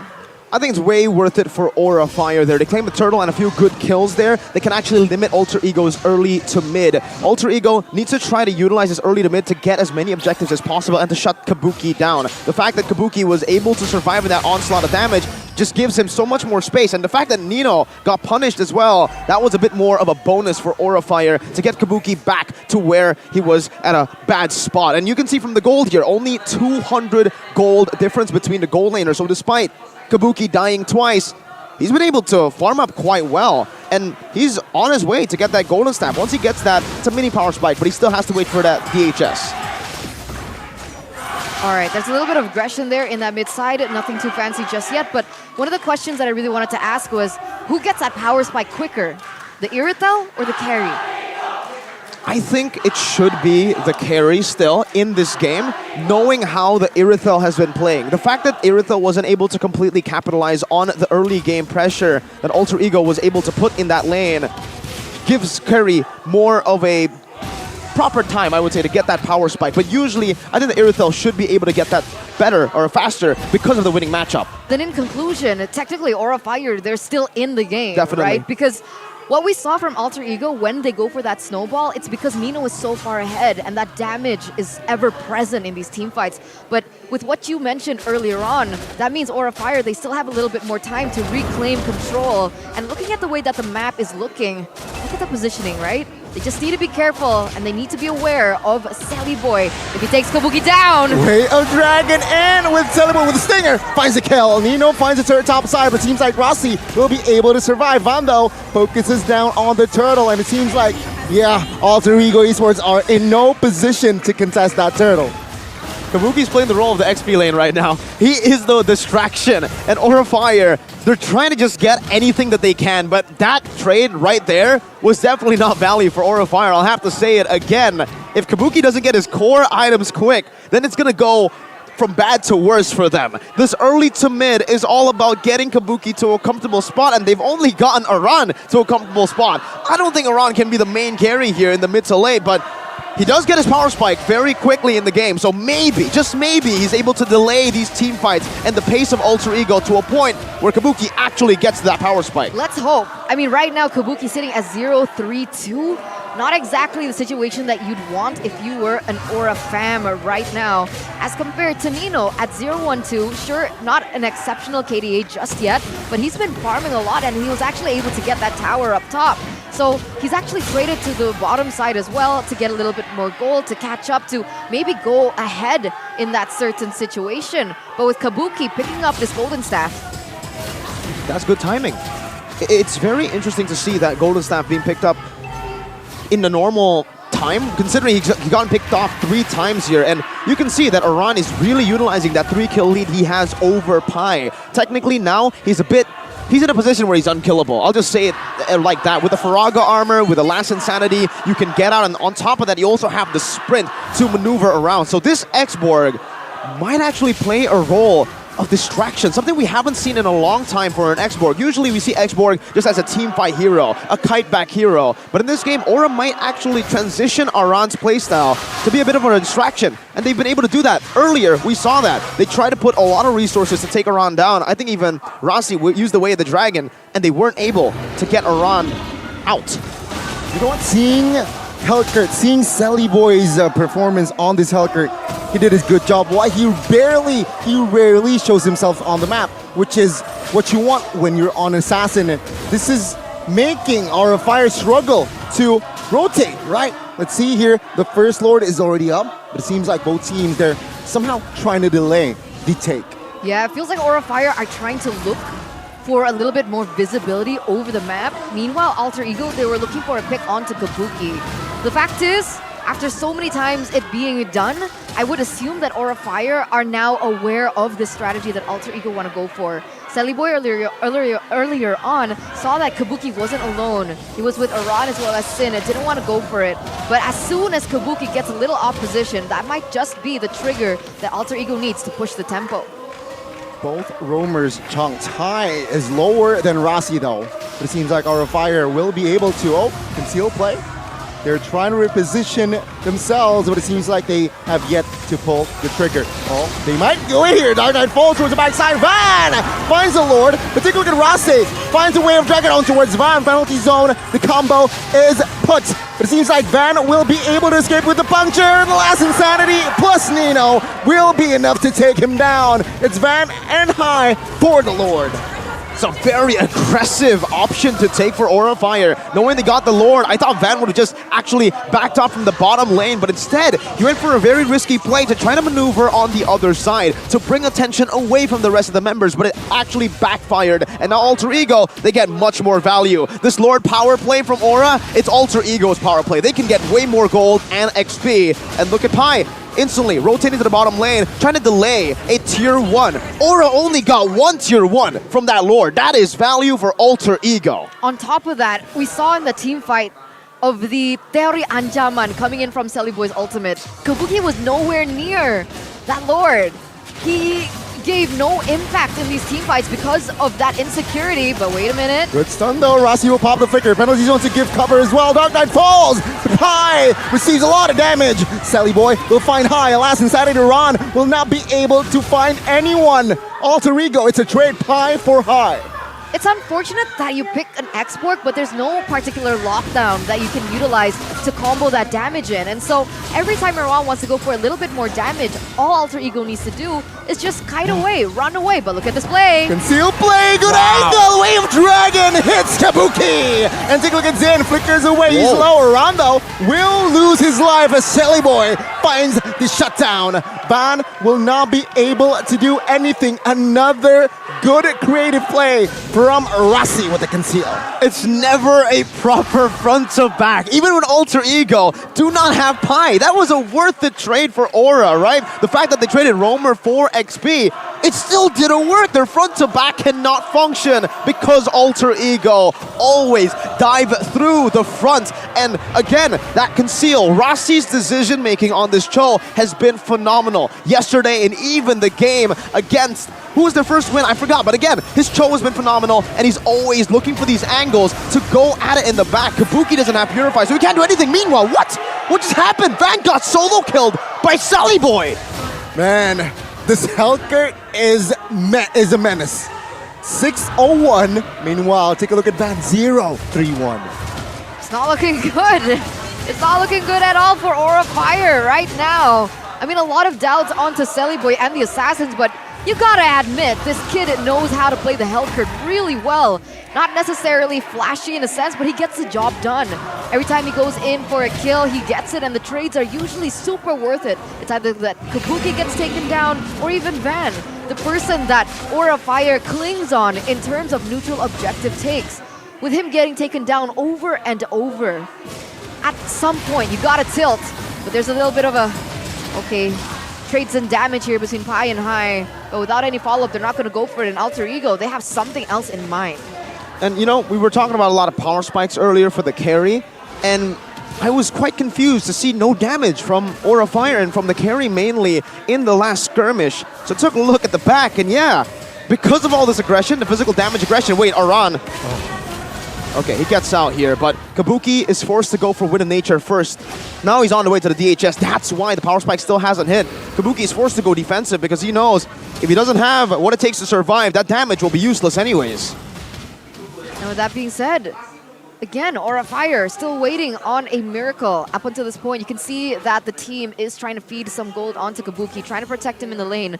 But meanwhile, Alter Ego, Nino, he's even nowhere near this team fight. He's focusing on giving a little bit more pressure and towards the top side to put Iran in a difficult position. He has to force to go to the top side. Can't, oh God, no! Van a little too offside, no cover. High will find a man, but it seems like Van will be taken out by Sally Boy. High has to give his life as well, as two members from Aura Fire will not be in this Lord fight. Beautifully played by Alter Ego. This Lord dance is just absolutely beautiful from Alter Ego. We saw it yesterday against RRQ, the way that they were able to use forced errors across the board. Alter Ego were threatening that top lane with a slow push consistently, and that was Nino mainly. The fact that he was able to rotate made Iran go back and forth. The actual front line for Aura Fire, it just gave them the green light to go all in on the Lord. And heck, go all in on Van first. They never take anything that's too risky, but they always make maneuvers that are risky in the setups to get to that point. And it looks like Pai's looking for something risky as well. He actually traded his boots. Oh, William Dragon on towards High. The damage will be more than enough to take him down as Sir Pai grabs a kill. Van though looks for a trade on towards Razi. Will he get it? Oh my God! Van survives, but at the backside, Pai falls. Nino will secure the kill, and it seems like it's 1-4-3. Aura Fire, can they defend this? I don't know. Only two members are left, Aran and Sin. Oh, the Lord is still healthy, and Alter Ego Esports will secure the base. 1-0 for Alter Ego. 1-0 for Alter Ego. One more to give what Aran wanted to give Alter Ego, an egg. Man, Alter Ego leading the series with such a clutch team fighting, decision and making, coming in from Rossi with the playmaking as well, the follow-up, just everything really aligned for Alter Ego and the way that they wanted to approach this match. It didn't just align, it was much better than just an alignment, right? Because everything went to plan. Kabuki, you need to get this man low, you need to shut him down. They did that quite easily in the early game. Stop him from initiating the power spike. Despite his amazing farming, he was still just 200 gold behind a Nino, despite all the ganks. No worries, we'll target Sully Boy even, not Sully Boy, Kabuki even more. Rossi was always able to find a position to gank and maneuver across the board on the back, and it just feels like this combo, Dark Knight Falls and the Jeet Kune Do. You don't know what's coming, literally, especially with the Jeet Kune Do flicker. You don't even see the Cho up until you already get kicked. Once you get kicked, it's over as a carry. You need to be free hitting in these skirmishes, and he's never given the option to free hit. And again, for Alter Ego, we got to take a look at their draft as well, because they had proper early to mid with a winning 3-man duo in the mid lane, but they had that late game insurance in Nino for sure. Hit the power spike a bit later to the game, but there's no problem. They had all the time in the world to take it there. And when Nino got online, bro, he just ran Aura down. The crits, man. I think I'm convinced that Alter Ego, their first 5 matches, they're just rolling.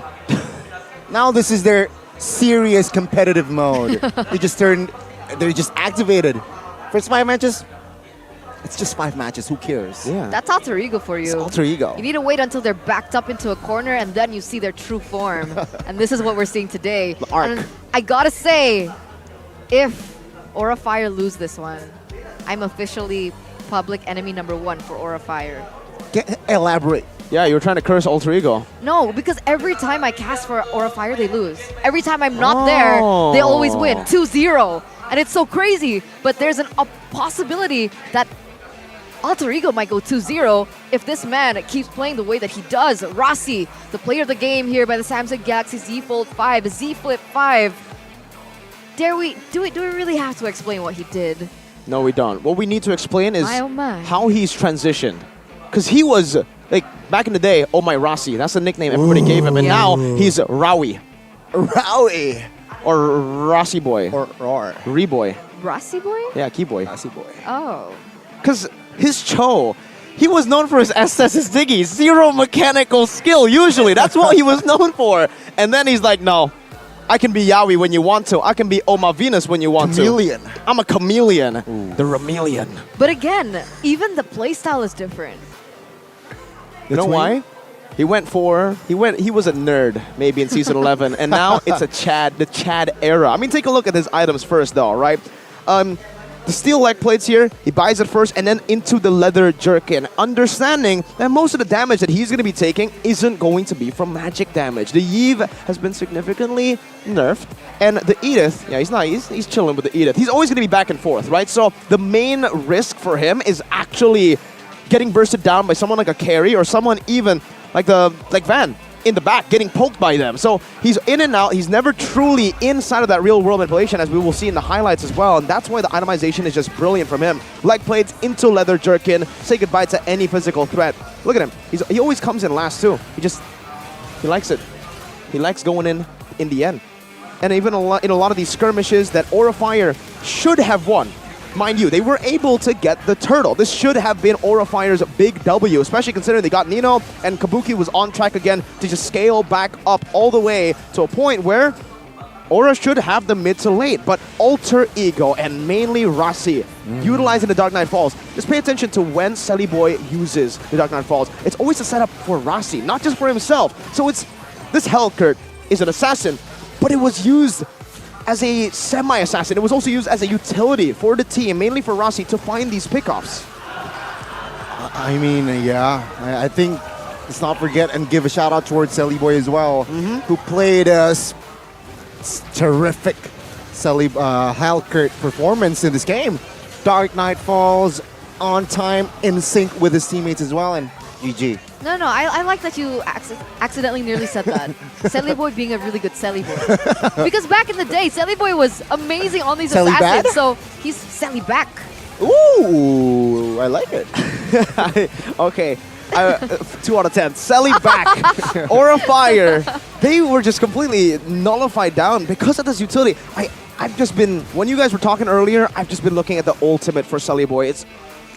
He is nowhere near the team fights at times, and he just pops into Dark Knight Falls to give Mr. Cho, Mr. Rowie, Mr. Arashi? Mr. Rashi, or Rossi. Mr. Rossi. His real name is actually Arasi, so Really? Just not with an H. Ooh. It's with a Y. Rasi. So it's A and then Rasi. Yeah. Okay, I see a Arasi. resemblance. You see a resemblance, even in the glasses choices, but Uh-huh. for the itemization choices, it couldn't be further apart. Arashi likes to go mage, he goes for the Chad Roam, and I want to point out Sully Boy here because, yeah, with the Sea Halberd too, okay, the Sea Halberd isn't just utility, you get a lot of damage too, but the utility is there, man. That's why Hai was just always in a spot where he couldn't regen, he couldn't use the Primal Wrath sustain at all. And also, Peep Pai's shoes, right? Rapid boots. He understands the decrease of slow movements coming from Yves and Xborg. Very important shoe as well, perhaps. I agree with that, but also the fact that you're confusing me, Mirko. But yeah, back to that point about the shoes. He actually bought it, I think, in the last few minutes. No, it was like minute 14. Okay. Right after they had that Lord fight and they were going into Aurifire's base. Okay. And I was assuming it's because he wanted to chase down the Yves. Or he wanted to have a better time in the siege because obviously the Yves still had her ultimate. Yeah. And so he could kind of maneuver around it and get that proper penalty zone. But that's what I was assuming. And your assumption, I think, was right. I think the way he was utilizing the rapid boots towards the end, and also that bargain hunter turned out to be a very good bargain deal for Udil. He was able to get those item power spikes so fast into the game.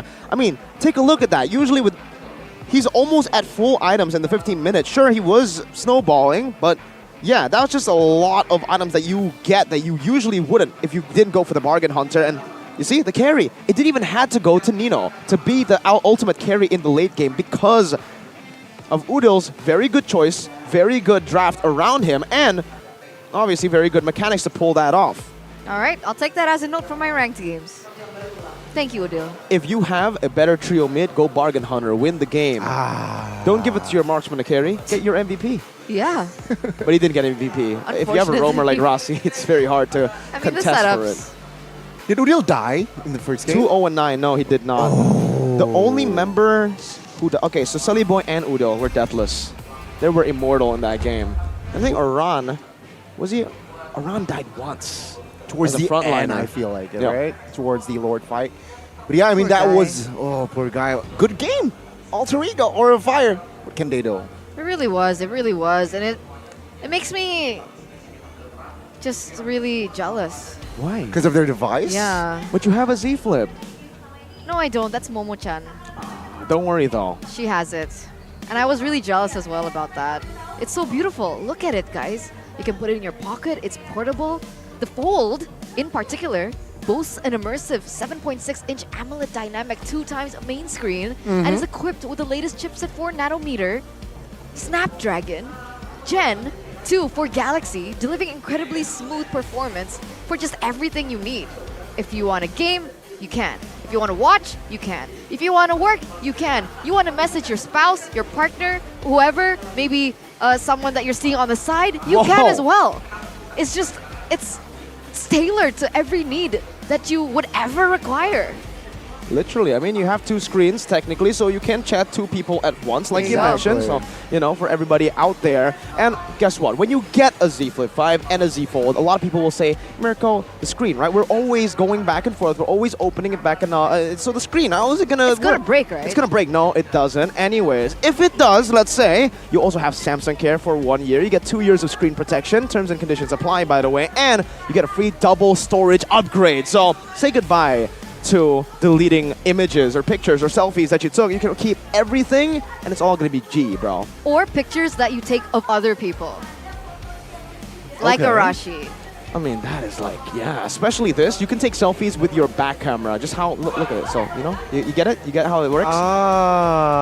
There's a screen in the back camera so you can see yourself and take selfies with crisp, clean precision. Say goodbye to old front-facing cameras. Dude, that's literally like a really big problem I'm facing right now. Yeah. Every time I take a selfie, Of it's course. so like grainy. And you're telling me that you can selfie from the... You know Whereas why? it's been, I'm just more jealous now. You're probably using another phone, not Samsung. So upgrade Samsung, because your phone that's not Samsung, it's garbage. Throw it out the window. Garbage. Samsung Galaxy, guys, check it out. Z Flip 5 and Z Fold 5. Whichever you like. Specs, chef's kiss. Chef's kiss. Not chef's kiss, chef's kiss. Chef's kiss. Just to make it a little bit more specific. Exactly. Not Shefin's kiss, but maybe Arashi's kiss yesterday. Oh my god. The Brody kiss. It's so funny. But yes, ladies and gentlemen, it turns out here in Indonesia, Jakarta, we are near our Independence Day. It's coming on the 17th of August, but there is going to be special things that you guys can enjoy in week 5 of MPL ID Season 12, where you can do free face painting, all right? You can get an award for Best Independence Outfit. There's a competition for that. There's a Gatot. What? Gatot and Kadita 1v1 showdown. Exactly. I'm the Gatot. And she's the Kadita. No, Godiva is. Oh. Godiva's gonna cosplay as Kadita. There's also an MGL photo challenge and an esports production career talk show. Just so many activities that you guys can enjoy there. So week 5 is next week. Next week, yes. Next week.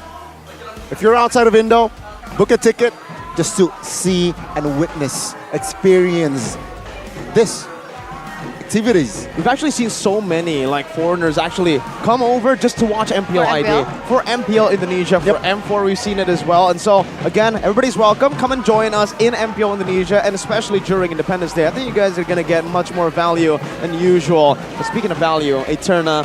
Yeah? Man. That purple hair of yours, it's gone, and now it looks much better. Are you using Head & Shoulders? I am. How did you know? Is it the confidence? Because it's not purple anymore. Oh, I thought it's because of the confidence that I get. Because, with Head & Shoulders, 100% confidence, because you get to wipe out all that messy, itchy, gross, wet dandruff. And then you get confidence. Ew. I want the hair cam to be here. Then it'll go to Gani. Because his hair looks fine, my guy. Have you been taking tutorials from Tigreal? I've been wearing the Tigreal edition, yes. You've been wearing it. Is it on you right now? It is on me right now. Oh! I think it's on her as well. I mean, look at that hair. No split ends, a beautifully black. She's got all that. There you go. That's just the answer. It's the Gato one, so it's not the Tigreal. Our assumption was wrong, but still. Oh, wait.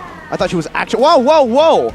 Might actually take yeah. A little shower, that's fine. A little shower in that's the arena. That's normal. We see that a lot in the arena. True. Oh my god. She's going all in. You gotta respect dedication, man. Whoa.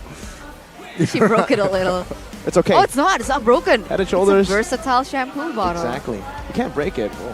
What happened earlier, Connie? She likes to hide it. She's going all out, bro. Who wouldn't go all out for Head & Shoulders though, right? Arashi would go all out for Head & Shoulders. He would. Maybe Sheffin too. Oh, everyone on the caster desk definitely. We use a lot of Head & Shoulders. And now, again, let's get back to the topic here at hand. Just Aura Fire versus Alter Ego. The two A's here battling the rise from an XP laner and the rise from a patch. So far, I think the rise from the patch has been a bit more efficient here. It seems Aura have actually lost, or they lost right after winning against Bigatron and Onyx, so their win streak is gone. By the way, not true. Happy. Oh, wait. Happy birthday, Rex. Birthday boy. Happy birthday, 27. Rex. Damn. What's wrong with 27? Nothing. It's just he's so young. He's accomplished so much in the scene, and I didn't expect him to be 27. I thought he'd be older, man. He won M1. Exactly, he won 2 MPL Indonesias. Man. The Indonesian GOAT. He's practically a baby though, right? 27, very young, but future looks so bright. Yeah, he's a lot of businesses as well. Wait, really? Yeah. Yeah. His merch. Merch. He's so accomplished at such a young age. I want to be that rich when I'm 27, and I think Sir Pai does want to do that as well. Everyone, I think. For Sir Pai. I don't think just Pai in particular. But for Sir Pai, that's his dedication. It's right in front of him every day. He wakes up, he sees a successful man, and that's why maybe Alter Ego have gotten the motivation. They wake up and see the world champion every day. Now they're like, damn, I want to be a world champion. You know what? You're right, man. Seeing their performance specifically after the patch. Who? Aura? Alter Ego. Oh. Because back to his point, he said Aura hasn't won, and I'm like, no. They won 2-0 against Geek. Get your facts straight. No, but their win streak is gone. Yeah. Fine. All right. All right. I'll just go stand in a corner. It's okay, Eterna. But anyway, let's get into the drafting phase, ladies and gentlemen, for game number 2. Once again, no swap in sides. Alter Ego still on blue, Aura still on red. But I want to see if there's going to be any changes towards the bans, perhaps from Aura Fire, because I feel like Alter Ego in game number 1, they played it quite intelligently. Banning out the plot in the first phase, yep, that's exactly the route that they're going for. But now, Aura Fire, they have a chance to change that last ban, and they go for the Terizla. And now the Kadita is wide open for the taking. Is that wise? That is a huge question. Considering Rasi plays also a mean Kadita. He's mean on the Cho, he's also mean on the Kadita. But it seems like Alter Ego not straightforward here, still discussing about the options perhaps. I think Kadita should still be the priority here to go for the first pick. We've seen what it can do yesterday. And guess what? It's still flex. Udil and Rossi can utilize it really well. We've seen MVP performances from both of these mid-duo players for Alter Ego. So, yeah, if it's not the Kadita, though, do you think they're going to I don't know if they want to prioritize the Irithyll like they did yesterday, knowing that Aura did not go for it. Yeah, Kadita still heavily prioritized. They just took their time with it, you know? And here, Aran. There's a comment from him. 3 offlaners to watch out for in Season 12. Sariza, got him. Boots, done. And now it's Pi, but Sir Pi, that's why he's Sir. Why? Because he's a knight. He doesn't go out without a fight. I see. Okay. And neither does Aura. They're going to be securing a good hero for Kabuki in the first phase, picking up that Beatrix alongside still with the Edith. Okay, they really like to see that it seems like you're securing a hero favorably towards High. But now, this is what we expected from game 1 to pick up the Beatrix. Alter Ego, will they go for the same route? Irithyll going up against the Beatrix, it favors the Irithyll, and there you go. But without Terizla though, will they secure a hero for Pi? I'm looking at other options here. Perhaps they can secure a jungler. Oh maybe. no. A safe jungler. Oh yeah, so they take away the flex potential. Yeah. Yep, they take it away early on. But that's what I choice. really wanted to talk about, right? The fact that, you know, there's so many options for Pi to go for, honestly. Yeah, Pi and Rossi have a very deep hero pool. Again, remember the statistic, we saw 9 unique heroes in 15 games. And for Aura, technically Aran has just added another unique hero into his hero pool with that export. But it is going to be the Farsa, a signature pick for Mr. Sin in the mid lane. This was the pick that gave him so much power. Remember, in Snapdragon to qualify for the Challenge Finals, and even in Hero against Bigatron. It's an interesting choice. I understand that it's a power pick for Sin, but utilizing the Farsa into the dive potential of the Kadita, super risky. Not to mention that if you want to go for range, Valentina can always just take that Feather Airstrike away. So this is a vulnerable Farsa. It's a sitting duck Farsa, and he needs a little bit more help to cover. And to add to that, I think Aura Fire, they need to ban the Kufra and Cho in the second phase, but no, they're trying to limit Pi. I feel like Wei Kufra, Wei Cho, huge pick-off, right? Beatrix, Farsa, very weak backlines, very vulnerable towards that crowd control that Kufra or Cho has, and Rossi can play both heroes. Exactly. So I think with the Kadita already picked up, they do not want to go for any more roamer bans. Yeah, maybe a jungler and an XP laner. With a glue ban here, it does signify that they want to just take away a lot of the presence that Pi has in that lane. Maybe give Aran a good matchup for the Khalid. I think the Khalid would work great here. You need a little bit more damage when it comes down to going up against squishy heroes like Alter Ego. Fight fire with fire, right? They want to burst, we can burst as well with Khalid, with that Raging Sandstorm. But another option to go for would be the complete opposite. Fight fire with water. Sustainability might be an option to go for here, though it is a bit risky. Picking up a Uranus might work. Yeah, I completely forgot the Kadita was picked as well. So let's see here. What are the options left? Perhaps they can ban another hero from Pi. Does an Esme ban work? Uranus ban also? But actually, Aura Fire can pick up the Uranus themselves. Yeah, that's why. I'm not really sure about those side lanes because of that. Because we're not really sure exactly what Aran wants to utilize in the EXP. Can't really think of the counters to something that we don't see just yet, but the Hellcurt is going to be respected away by Aura Fire, realizing that this time around it could be even more dangerous for Aura Fire with the Farsa and the Beatrix in the back line. They are looking to protect it. Alter Ego. Another respect ban towards Van, perhaps? Maybe the Martis if they want to, try to respect it away. But I think Aura Fire... Okay, they banned out the Novaria. This is actually going to be good for Aura Fire if they want to pick up something like an Assassin in the jungle. Why the reason... I think it's mainly because they want to use the Kadira. Novaria can really stop that presence, but yeah, I think the Edith, they still expect it to be flex. I don't think it's committed just yet. We don't know if Aran can play. We've never seen it. Doesn't match his playstyle, but it is still a flex pick that they can use. Remember, Hai is a very good Novaria player. They'll go for the Martis as expected. I actually wanted him to go for something like a Haya to deny Sully Boy because this game is an amazing Hayabusa game. Farsa and Beatrix? Yikes. Well, you're right. Seeing the composition, it does seem like it's a good Hayabusa ban. It's a bad Hayabusa game. But combined with Hayabusa, what will it go with? Someone for Pi. What's a good hero? What's a tanky unit here? I'm looking at Uranus. Uranus for Pi? They need more dive though, I think. So, Yuzong? I think Yuzong would be a good option. I miss seeing Yuzong. I hope it's a Yuzong. Or Lapu. Lapu Arlet is an option. Let's see. It's going to be the Yuzong. There you go. Finally, let's jungle. go. Wow. Hylos. Wow. Is this actually Hylos jungle? Yeah. They need frontliners. So, I think so, yeah. Wait. I think you look at the Hylos and you're like, there's no way it goes jungle, but there's no way it's a Yuzong, Irithel, Valen, or Kadit. Well, Valen, maybe. Could be a Yuzong. No. No, we can't.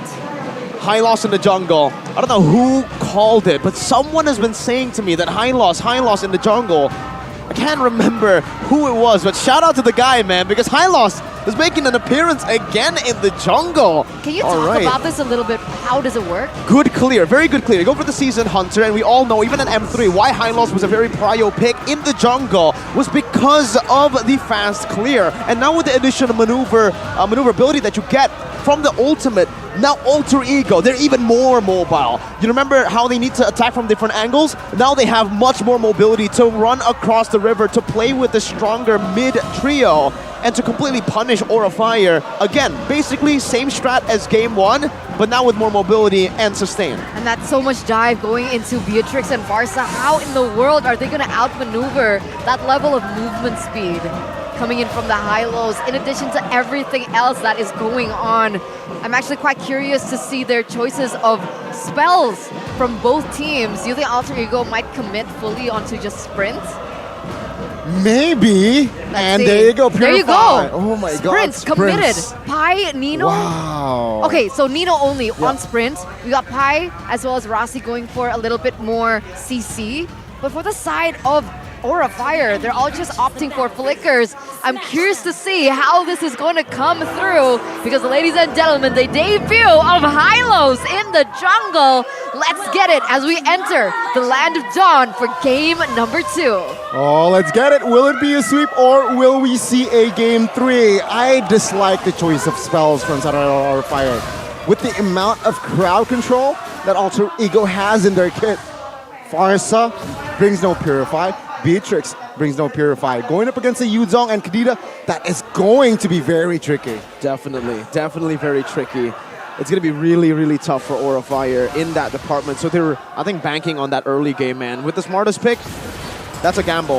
If they are able to control the early game, then they'll win, and then they can just snowball. But Alter Ego have a pretty good mid lane trio here, and you can only see it again happening to Hai. He's getting bullied. And look at Silly Boy, very fast in the jungle, kind of matching the Martis quite well. And this is due to the emblems here, the Quantum Charge choice and the basic common emblem. So a big problem for the Hylos is usually the mana.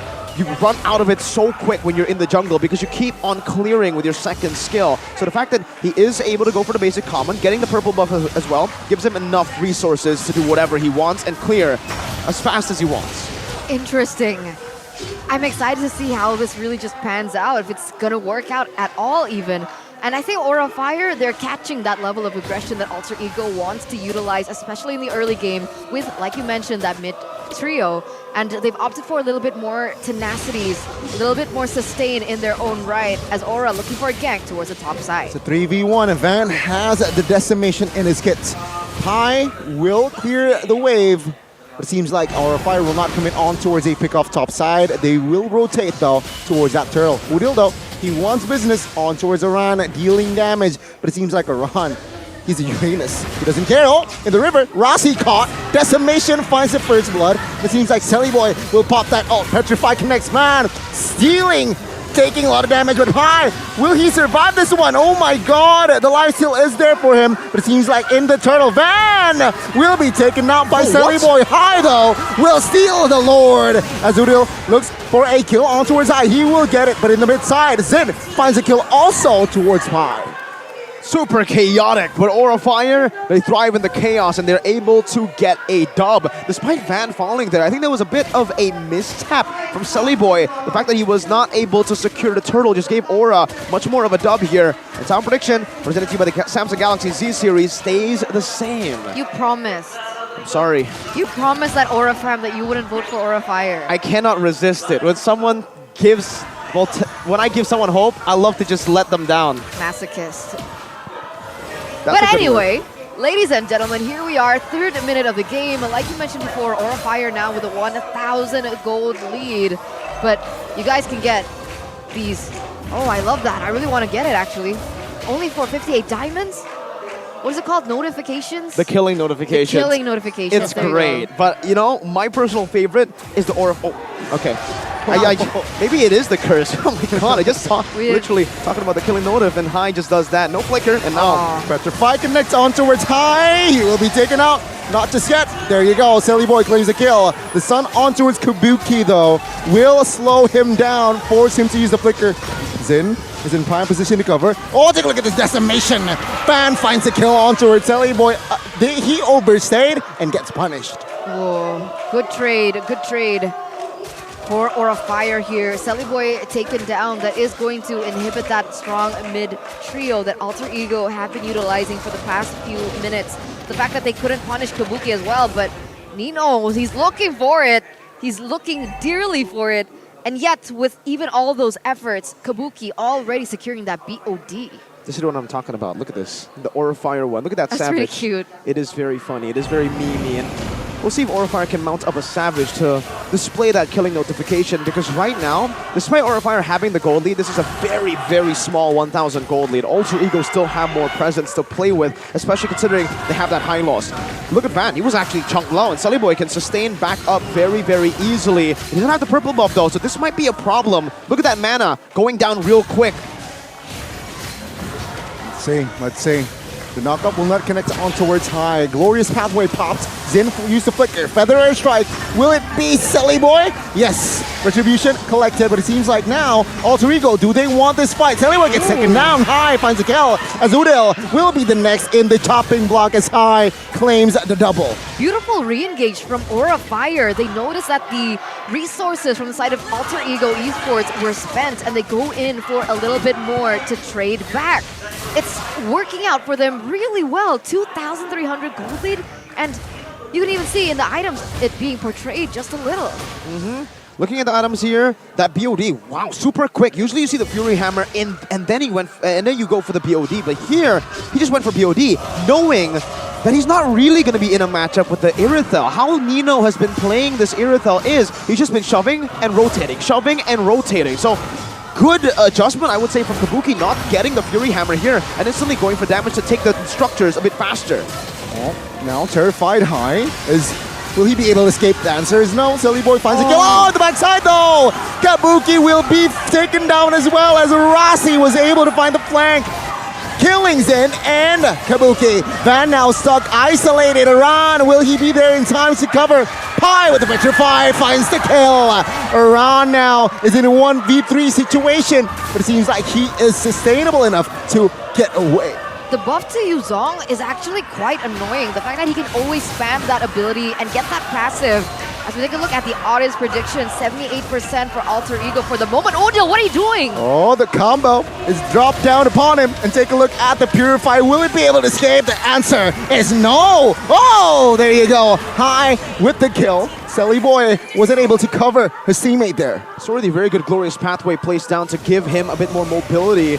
But now, what Alter Ego needs to be careful of is the pick-off composition that Aurofire can utilize. Not just the pick-off, but also the poke. So Alter Ego, they win in straight all-ins, and maybe even in a 5v5. But if they get poked down before the fight, wait a minute, Pi versus Kabuki. Oh, no petrify though. And Kabuki will be forced to use the flicker. But it seems like now the last hurdle. Oh, Kabuki missed his chance. Zin pops his flicker. Rondo opening vision. Taking damage, but there are strike pops as well. Pi does not care. Pops the black dragon form. Let's see, will it scatter the members of Aura Fire? Meanwhile, Selly Boy will comfortably take the turtle. And it seems like Aura Fire does not want business as Van is quite low. Van is taken down. Pi with the kill. Around now, soaking damage. The purple buff will be invaded as Nino is free hitting, almost takes Around down. But it seems like it's enough. Aura Fire will lose a member as well. What in the world? I'm so confused. What happened there? Alter Ego utilized the forced errors once again. It's Alter Ego playing all across the map, not just in the turtle pit. There's another attempt of a burst down to Uran, who's still immortal in this game, 0-0 and 4. But the way Alter Ego have always been able to secure these neutral objectives from the past in Season 11 as well is through the side lane pressure, through Pi and Nino. The fact that Alter Ego always have these members around for these neutral objectives, and the fact that these members are always ahead of their counterparts on the enemy team gives them so much more pressure. Look at the Yu Zhang. One Black Dragon form, utilize it when he has that Black Dragon form. So that's why they need to fully commit onto it, and that's why they already started the turtle before the Black Dragon form was committed. It's all about timing when you utilize the Yu Zhang, and Alter Ego have kind of perfected that here. Aura Fire, again, like we mentioned, they had a gold lead they've been having a gold lead for a very long time, but it's a minuscule 1,000 gold lead. It is so small to the point where I don't even think it's a gold lead. It's just there for display.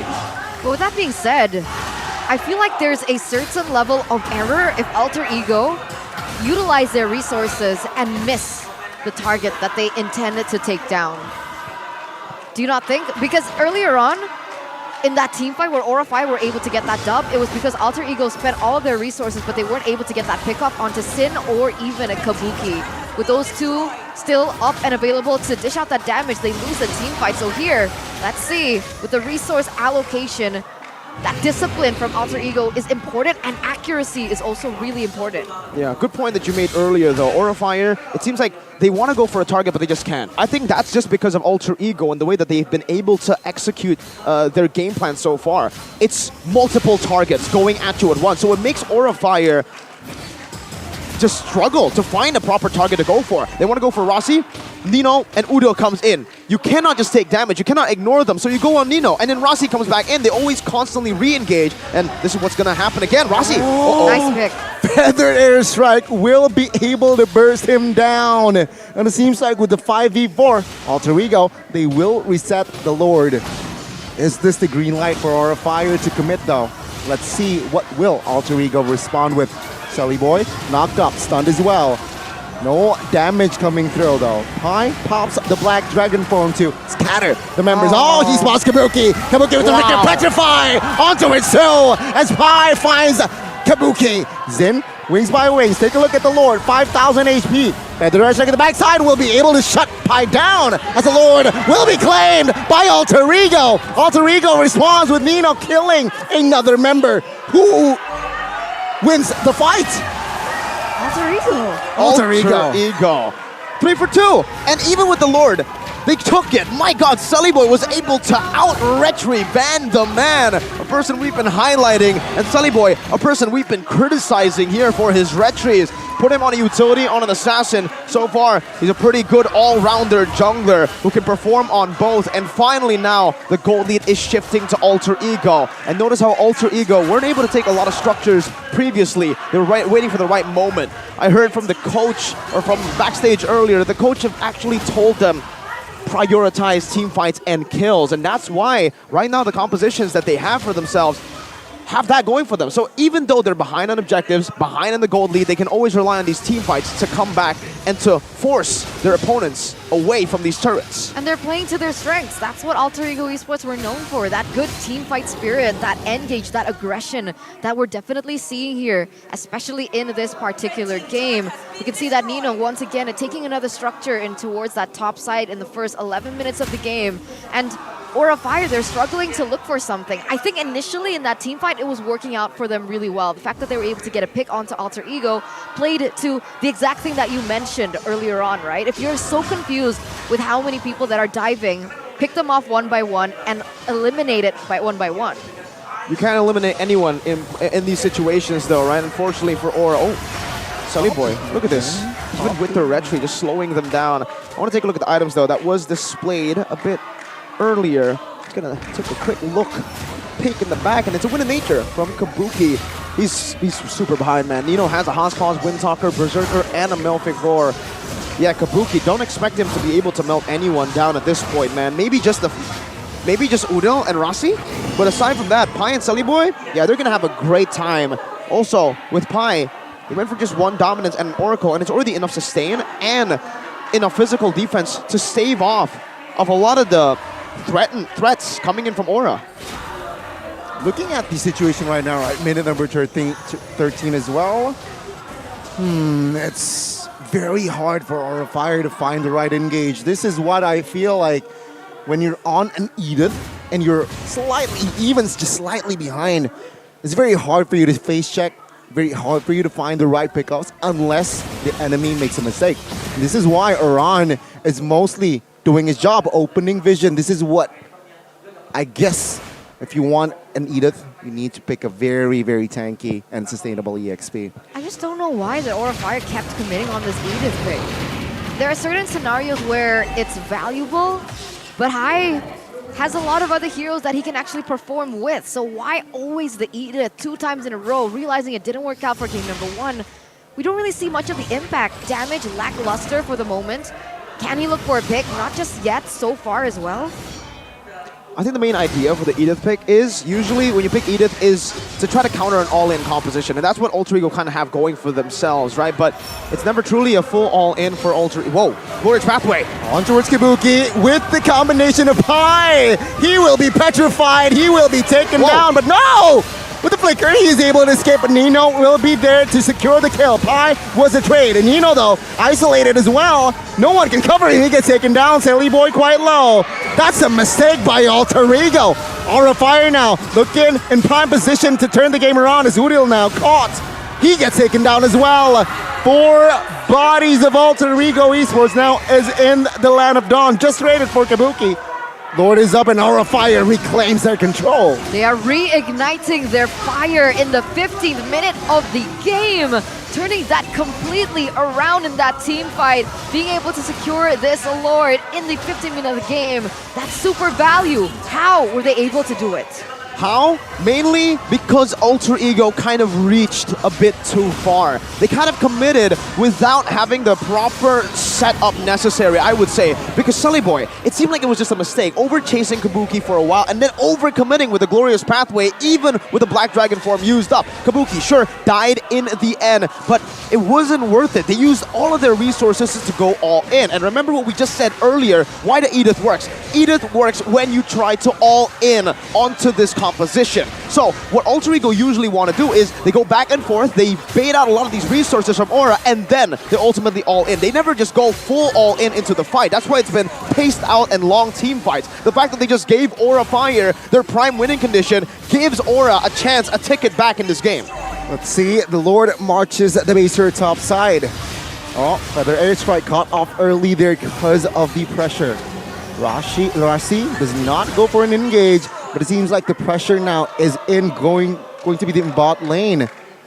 Iran is cutting the lane as well. Alter Ego Esports still holding on with 3 base turrets. Yeah, they're still going in for the siege. Rossi unable to find that pick earlier on. Kabuki and Sin were able to see it really well, but it all depends on his creativity. He was able to find that creativity on the Cho, and he's looking for it again on the Kadita.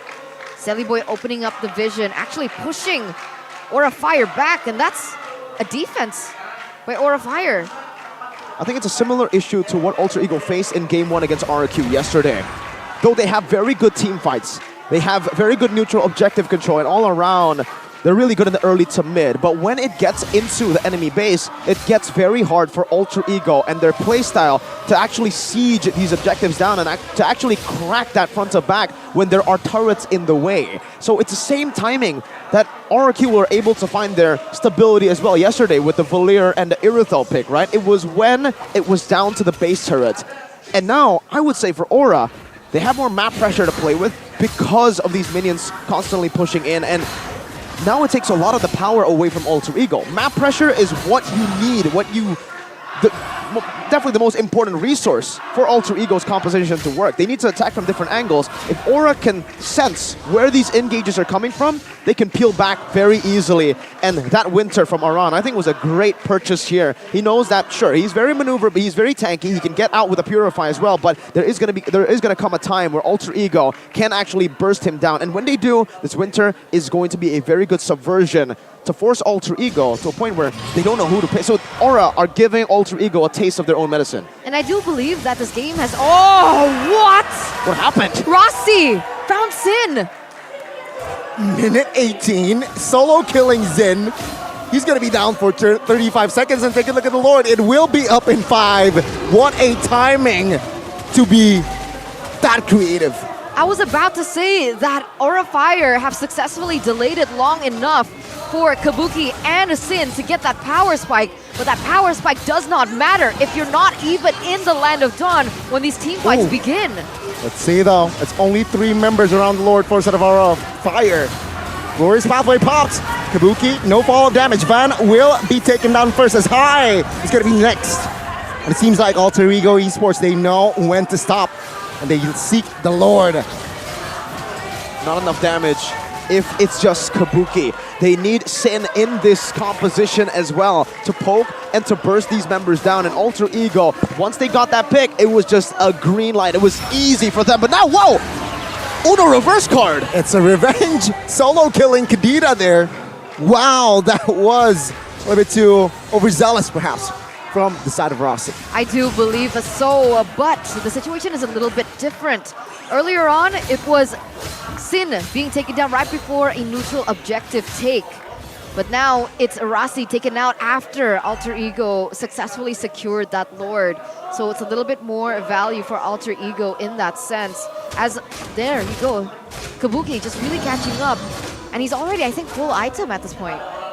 Everyone is full items, I think, for now. And Nino has actually sold his boots for he changed it to DHS earlier, and now he changed it again to DHS. I forgot what he just changed it to earlier, but yeah, they're just juggling their items at this point. But again, it is value for Alter Ego. Lord, always value for the team that gets the Lord. But remember, for Aura, playing within their base is great for their front to back. Early Black Dragon form. Take a look at the damage, though. He gets taken down instantly with the decimation as well. Sally Boy will be taken out as well. Take a look at the backside, though. Aran now looking for a flank. Udil and Nino. There. Rossi. Oh, Rossi finding a good. Oh, good winners. Surunchen. Petrified though will connect. Flicker will be popped as well. But the cover will be enough to take Rossi down now. 3 members of Alter Ego Esports down. But Aura Fire, what can they do now? Nothing. That was a beautiful Winter Truncheon. I agree with you. It's looking a little bit difficult, especially because of the fact that Aran was able to secure that inhibitor turret from Alter Ego in that top side when Alter Ego were taking that Lord earlier. And with that, it looks like Aura Fire, they're looking for the siege into the base, but without a minion, doesn't look like they're going to be able to get that inhibitor turret in that mid side. It's a stalemate, and I told you, right, when Alter Ego gets the Lord, it's value for Alter Ego, but for Aura, that's where their composition works best, in the turret. So Alter Ego gets punished, not just by 5 heroes, but additionally a base turret. And you guys, well, you know, both these teams are getting punished. You guys can treat yourself, you know, get a little bit of positivity in your life. Chance to get up to 1,288 diamond deduction. It's a really nice skin. Have you seen it? Have you bought it? I got the Xavier one. It's so nice, right? Damn, beautiful. But what's not beautiful is this current situation for both of these teams. They're working hard. They're using a lot of brain cells. Ladies and gentlemen, this is a 21-minute game already. We pushed it to 30 yesterday. Let's see if the same thing is going to happen again today, because both of these teams, they don't want to go down here. Alter Ego, they need all the points that they can get to get out of the red zone, but here we are. Aran, is this an overstanding move? The damage will be enough. He has Immortal though. Pathway, Immortal lost. Zin, feather to the backside. High will be taken down first as Aran now trying to survive but can't. The backside, Telly Boy finds his son on towards Kabuki. He has Immortal, finds the kill as well, but he will lose his Immortal. Take a look at the mid side though. Zin will be solo kill practically. No, he has Immortal as Kabuki was taken down. Wings by wings will be popped as it is going to be Zin and Fan defending for Aura Fire. Oh, wait! Oh, Nino! No way! Good solo kill there by Zin as now Odil caught. Retribution pops as well. Van with the cover. But it seems like now Van, what is his game? He will retreat here. Why would Nino do that? Oh my god, it's a risky play to take, and I think they can't end because of that. He could have played with the team. Pi would have had a Black Dragon form to utilize in the mid lane, or when they push, yeah, right now. They would have had proper timings, I would say. Nino tried to go for a big play to just seal the deal, but that was a big mistake, and it might actually give Aura Fire another chance to win.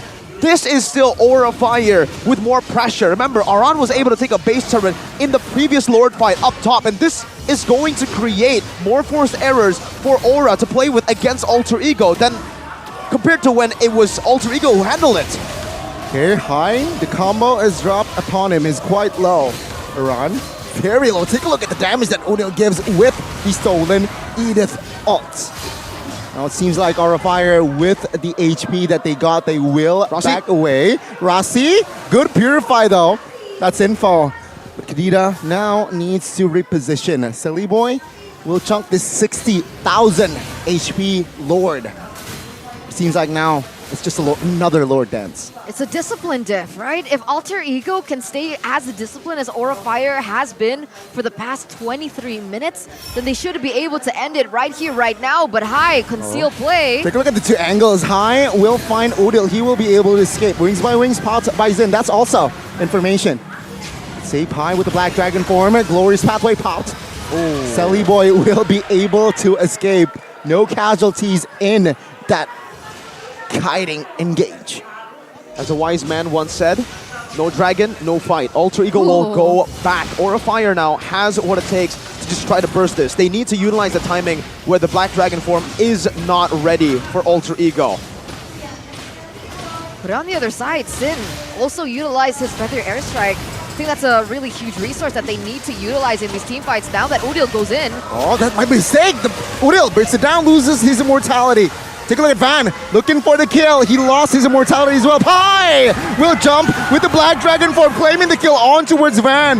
Is looking for it for Zin and Kabuki as Aran is isolated in the front side. He gets taken down, and with no retribution in hand, Alter Ego Esports will 99% claim this Lord. They did it again.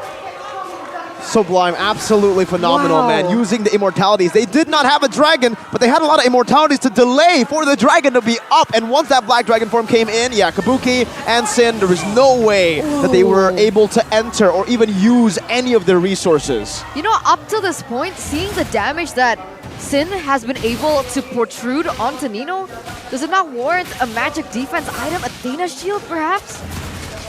For Nino, Sir Nino. I don't think so. It's fine. Like, you have enough mobility to get out. And the thing is, Sin can never hit Nino in an actual team fight because the Black Dragon form just zones Kabuki and Sin. That's why the front to back that Aura Fire are creating can only work in the base.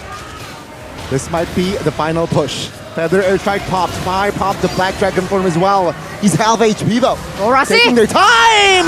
Kabuki caught by Rossi! And take a look at the collapse now. Edith loses immortality. Aran desperately trying to cover the base as Rossi claims a double. Aran gets taken down. Silly Boy! Alter Ego! With the clean sweep against the Red Dragons. Wow. Like another wise man once said, when you hit rock bottom, the only way is up.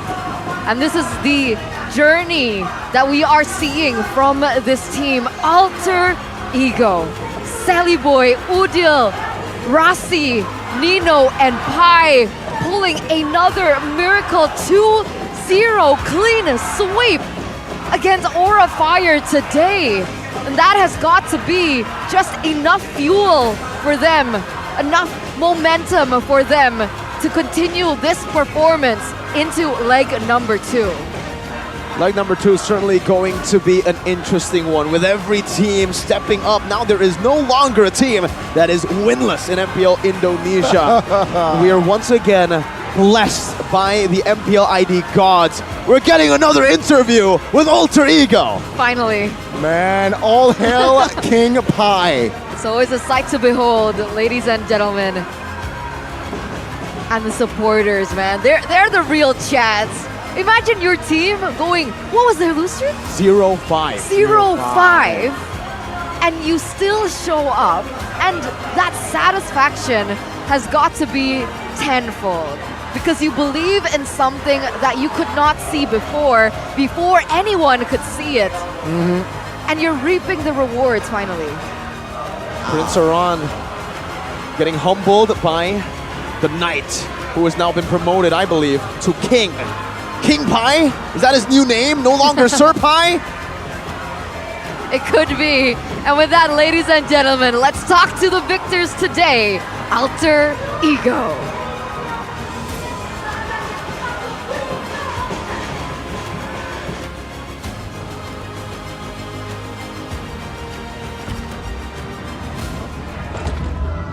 Begitu memukau Alter Ego 2-0 di minggu ini habis bersih. Semua yang mereka lawan berhasil mereka ratakan. Alter Ego 2-0 lagi. Gimana bisa sih 2-0? Tapi cukup sulit tadi ya di game, apalagi game terakhir. Gimana bisa nih 2-0 terus? Cukup sulit sih. Sulit buat Aura soalnya main berempat doang. Yang satu kemana? Yang satu kan urusin minion. Dibiarin aja ya? Iya. Jadi kalian udah tahu nih, 4 lawan 5 menang 5? Menang 5. Oke. Jadi dari kalian sendiri, ngelawan Alter Ego hari ini adalah penutupan. Apakah sesuai dengan ekspektasi kalian melawan Aura yang seperti ini? Sesuai sih ekspektasi, walaupun rada hard game ya game 2, cuman emang sesuai ekspektasi kita bakal 2-0. Bakal 2-0, udah ekspektasi? Iya. Udah tahu gitu kayak, wah udah, feeling banget nih. Udah, mahal. Bentar, dari mana nih? Kenapa kalian bisa yakin banget 2-0 dan terbukti 2-0? Apa yang kalian sudah ketahui selain tadi 4 doang? Ada apa lagi nih dari aura yang udah kalian baca? Nggak ada sih, yang mengerikan kan Prince Aran kan. Cuman mengerikannya buat minion aja jadi kita nggak takut. Serem, nggak takut ya? Mahal ya? Mahal. Apalagi namamu udah bukan Serpai dong tapi King Serpai. Tapi tetap respect buat Aran. Semangat terus pokoknya buat anak baru tetap nurut aja sama orang tua. Tetap nurut ya, dia mengakui kalau dia orang tua ya. Mengakui loh. Dan tapi kalau kamu ngeliat Aran seperti apa sih? Mungkin sebagai EXP lane yang baru banget di MPL. Buat debutnya lumayan bagus lah ya. Sebagai anak baru terus debut. Keren lah, pokoknya dia keren lah. Sosok yang baru juga. Baru debut tapi udah berani. Enggak gitu. Nih parah nih. Jelly Boy, boleh denger loh. Diam-diam mau provok. Iya, Jelly Boy jangan. Bagus lah buat debutnya lah, nggak banyak anak baru kayak Aran bisa seperform Aran. Makanya itu yang gua yang kesel. Gua kan debut nggak bagus. Ya, berat tapi ya. apa? Tapi bohong. Bener. Bohong, Mbak. Kacau banget nih orang, kacau. Ya? Jangan dengerin Bude, sama aku aja interviewnya. Bener. Ini kacau banget. Udah disemangatin juga, kamu tadi udah semangatin Aran Ya. berarti ya? Dan ini adalah leg yang pertama, mungkin leg kedua apa yang kamu harapkan dari Aran? Bisa balas dendam sama ngebacotin aku aja sih Bude. Pengen ya, Iya. minta dia. Oke, ini akan menjadi perlawanan yang menarik untuk leg kedua. Di leg yang pertama mereka berhasil 2-0 dan 3 match di minggu ini. Tapi ada yang menarik juga dari pick-pickan kalian. semua yang ada di sini pasti udah pada takut. Ini rank, kemarin udah ada Saber Roam, udah ada Gold Mid Lane. Hari ini High Loss Jungle, Telly Boy. Halo, dari mana High Loss datang? Emang khusus aja kayaknya disiapin buat lawan Fun, bukan Aura, lawan Fun. Khusus untuk Fun, kenapa harus High Loss untuk Fun? Harus di ospek sama hero lama, kan anak baru kan dia, jadi nggak tahu hero lama. Oh bener juga ya, masih harus kenalan sama High Loss dulu loh. Dan tentu saja dengan pick-pickan yang menarik juga kita akan melihat siapa yang paling menarik dari match ini. Player of the match dari Alter Ego. Siapa? King Pai. Udah teriak-teriak doang ya di sini ya. Langsung aja cek ya, apakah Pai? Akankah Telly Boy? Oh Pai, langsung let's go kita cek bersama-sama player of the match. Gak ada. Oh Rasi loh. Rasi. Ini MPL nilainya dari mana sih? Bertanya-tanya ya? Iya penilaiannya dari mana dah? Telly Boy harusnya bukan Rasi ya? Harusnya Iri ya. Adanya Iritel, Nino nanti ya. Rasi, kamu boleh pakai Chow dan juga Kaditamu itu dua hero yang menurut Bude signaturemu untuk season ini loh. Dilepas Rasi, apakah karena dua hero itu? Ya. Iyain aja ya? Ya. Atau gimana sih cara kamu untuk mastering dua hero ini secepat itu? Gak tahu. Gak tahu. Mahal. Jangan. Tapi menurutmu kamu MVP bukan di match ini? Player of the match-nya kamu bukan? Seharusnya Prince Aran sih, cuman dia kalah kan. Jadinya. Gak bisa. Oh oke. Seharusnya Prince. Soalnya Bude dia kemarin bilang mau kasih telur kita kan. Iya. Oh iya juga. Kalian yang kasih. Apakah itu adalah motivasi kalian? Mau dikasih telur kalian lebih berbaik hati untuk memberi? Betul. Oh, berbaik hati memberi gimana? Emang ada Aran di game tadi? Ada. Nggak kelihatan soalnya di team fight. Oh, Bude, coba cek di kantongnya apa ya, ada Aran nggak? Ada. Loh. Kan gue yang dikantongin. Dikantongin ya. Mahal.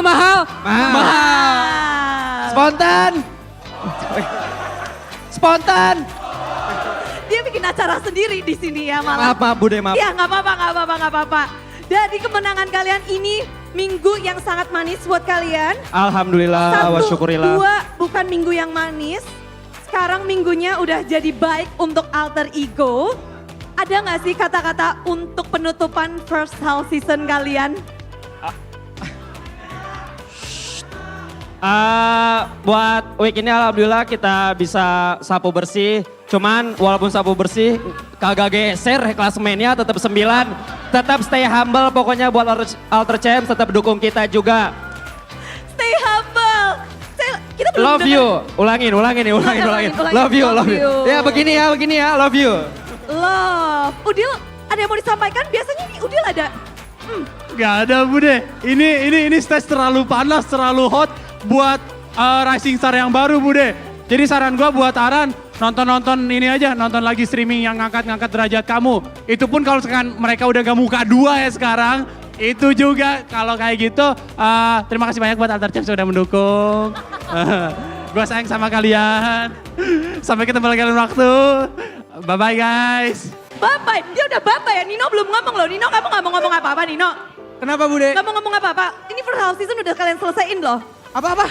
First half season udah kalian selesaiin. Ada yang mau kamu sampaikan untuk mungkin next-nya, half season selanjutnya? Wah nggak ada sih Bude. Tim lain lagi ngeliat kalian banget sih. Wah Alter Ego bisa 2-0 semua ya. Wah nggak tahu Bude. Ya saran gue jangan pernah nantang gue sih. Kenapa kalau nantang? Ada beberapa yang nantang gue. Jangan. Ada. Kalau nantang gimana? Mahal. Ya tahu sih akibatnya kayak gimana kan. Serem ya? Nggak tahu sih, biar mereka aja yang lihat gitu. Oke. Apa yang akan kita lihat ya di leg yang kedua di half season untuk Alter Ego. Alter Sam sekali lagi kasih tepuk tangan untuk Alter Ego.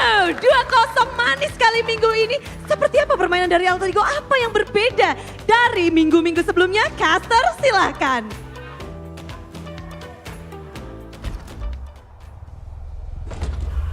That was so chaotic. Wow. That was so chaotic. I don't even know how to begin to translate that. Everything was just so chaotic. Do we try to translate it? I don't think we should. We should just give a moment of silence Okay. for that amazing interview. Okay, I hope their win streak oh. continues. Okay. You ruined it, Gun. What? Moment of silence for Alter Ego's amazing interview, man. Gotta give him respect.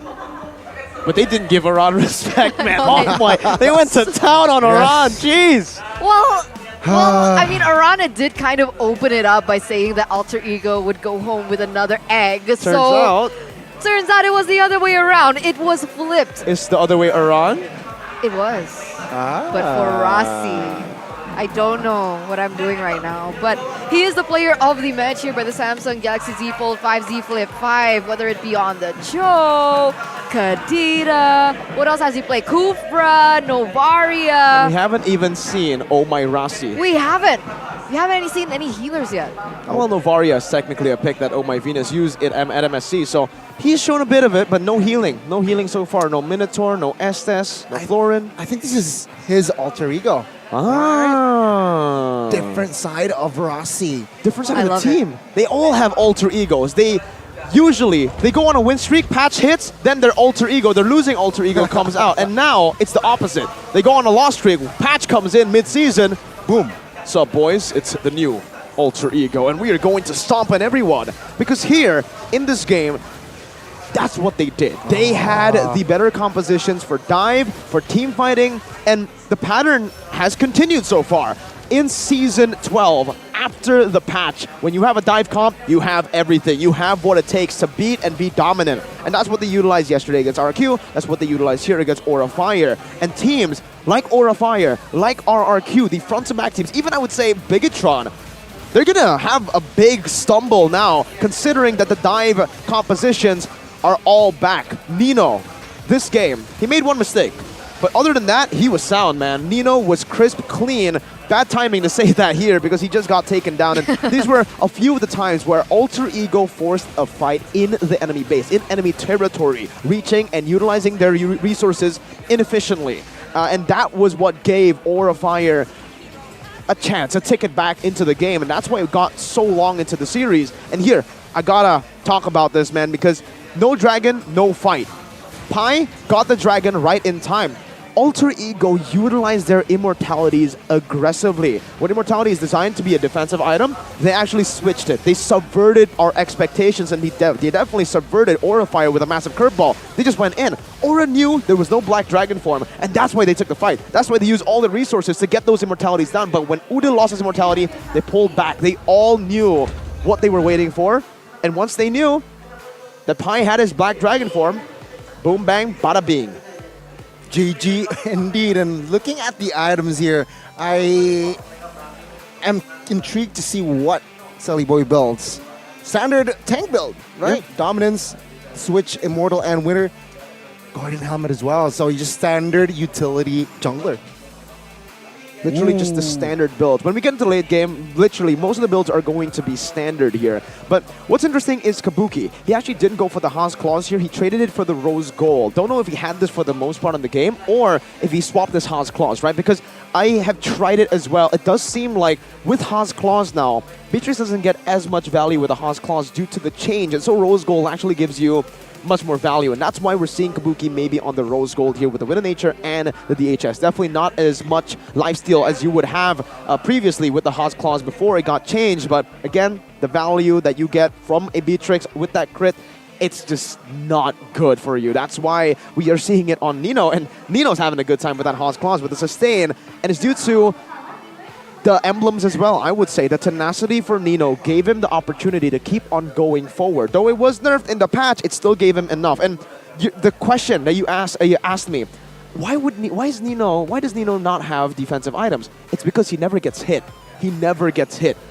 Alter Ego's front to back, it's still a front to back, but it's a dive front to back. They move towards the enemy team, and for Aura, they need to stand in place to deal damage. Farsa pops in a Feather Airstrike, it'll never hit Nino, because whenever he pops it, Pai's ready to stop it, and that gives Nino so much room to sprint, basic attack. That's all he needed to do.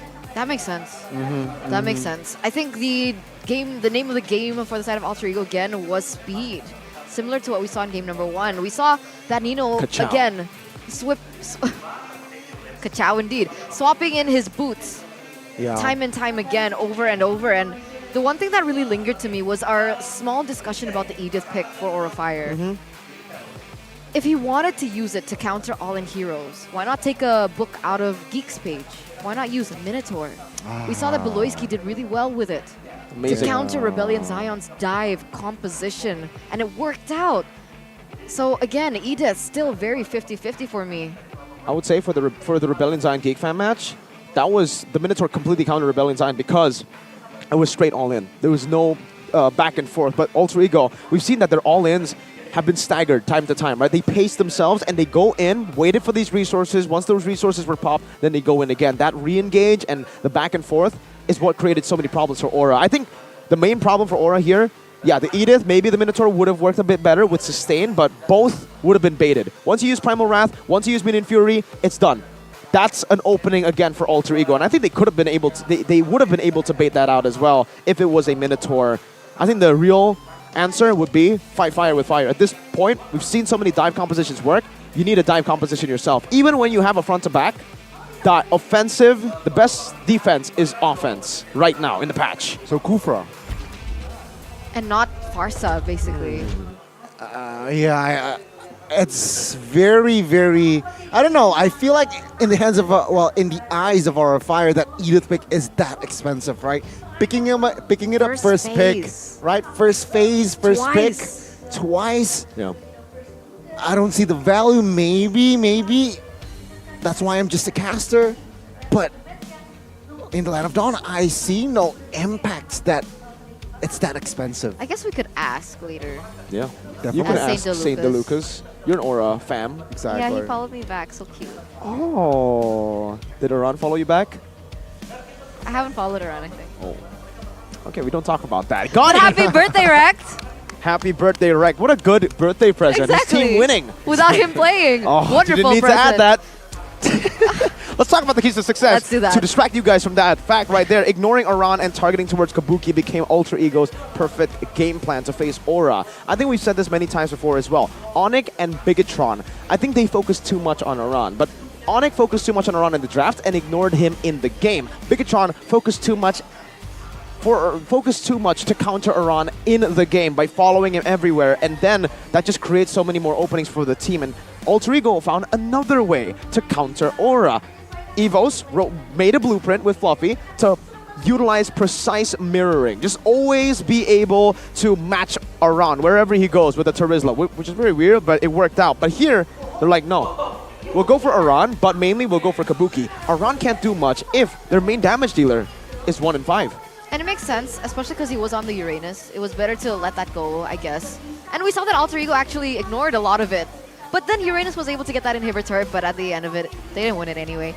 But you know what you can win? You can win value, ladies and gentlemen, because Dunia Games as well as Telkomsel, they have a collaboration with every in-game vouchers or items that you purchase. You guys can get free 3 gigabytes of quota. So extra savings, additional quota. Hurry up and buy it at duniagames.co.id or through the Dunia Games app. Or you guys can come over to the venue here at Exo Hall in Jakarta, Indonesia, and check out the booth for yourself. Ask Mr. What was his name yesterday again? Rahmat.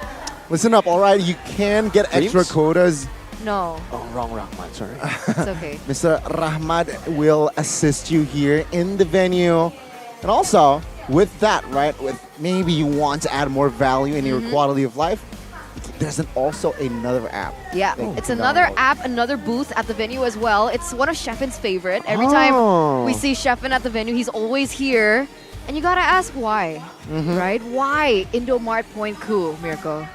Why? Is that even a question? What a question, Aeterna. Well, if you want to avoid retry Indomart, which is something that kind of happened to Van earlier, maybe you can take him to Indomart Point Coup. Download the Indomart Point Coup app, because every time you use or you shop anything from Indomart, whether it be groceries or even Point Coffee, you guys can get special deals from free products to discount. And while you're at it, just get Point Coffee, bro. I mean, what are you doing with your life if you're not drinking Point Coffee? Exactly. Mirko, I can't drink caffeine. Matcha. Mirko, I can't drink matcha. Tea. Exactly. Well, yeah. I can't drink tea. Hey, there's a lot of different there's a things lot. here, okay? I Even can't name min- everything, Eterna. Sorry. Even they sell even mineral water, okay? Wow. So, I guess we can't No enjoy excuse. that, but if you guys who can drink coffee, you guys need to head over and check it out. Why? Because Point Coffee is a specialty coffee that is made to order concept that serves you fresh quality coffee made with 100% Indonesian coffee and made by professional baristas, professional, international, global baristas, ladies and gentlemen. Even he is enjoying it. You're not enjoying it because you're enjoying something else. I know. You're enjoying that UBS Gold. There it is. Invest in UBS Gold X MPL ID like Goni at Season 12 because the price is only starting from 500,000 rupiahs. You guys can invest and you get a free MLBB skin. If you guys want to check it out, where do they go, Goni? you know what? They can go to ubslifestyle.com, UBS Lifestyle e-commerce, or Blibli UBS Lifestyle. So check it out if you maybe want to upgrade your finance. Upgrade your finance game, man. Gani, he's a grown man. He needs to invest so that he can retire. All good. When he's an old man, he's gonna sell his gold. Yep, he can enjoy that while he's retired, but he can also think about what he can do Next week. next week. Exactly. What are you gonna do next week? Week 5. What, Gani? What are you gonna do? I am going to be a Gatot Kaca. He's referring to the Gatot The 1v1 and the showdown. Kadira 1v1 Exactly. showdown. Who's the Kadira? Godiva. Godiva. So Godiva versus Goni. That's something I'd watch. GG. Gani v Godita. But aside from that, there's also other things, right, Eterna? I don't need to just watch Gani versus Godiva. No, but that's already the best thing. What else could you ask for? Well, there's an esports production career talk show for all your careers back at home that maybe you might be more interested in compared to two guys going at it against one another, and also an MGL photo challenge. And don't forget, best independence outfit. You guys can come in here with the cosplays of the old times, you know, like Sukarno, our first president, or you can just come in with Batik maybe. Or even, again, Gatot Kaca. Yeah, I want a face paint. you can get it for free. I want to have a little Indonesian flag on my cheek. I think we all have to do that. Can we do that? For sure. All right, let's ask. We might not be allowed to. Are we allowed to? Well, that's We'll why we ask, have a we'll break. ask. That's why we have a break. And there you go, ladies and gentlemen. We are going to be right back to see the last match of week number 4. Who is it going to be? It's Dewa RQ and Dewa. And with that, stay tuned. We love you. We'll see you after. Don't See go you. anywhere.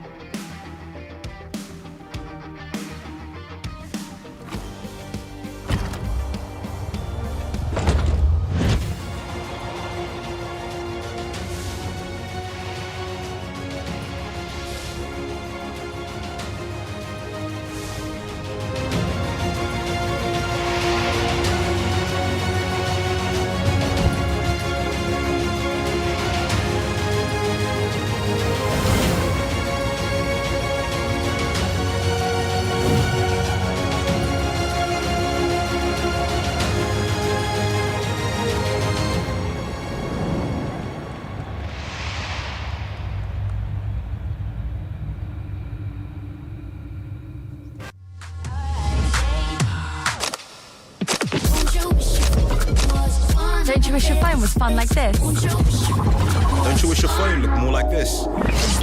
Don't you wish your phone could flex like this?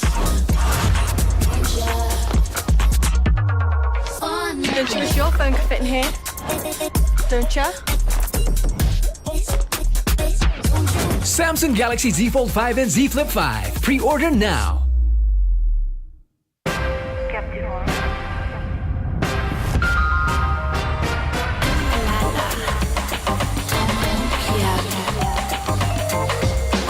Samsung Galaxy Z Fold 5 and Z Flip 5. Pre-order now.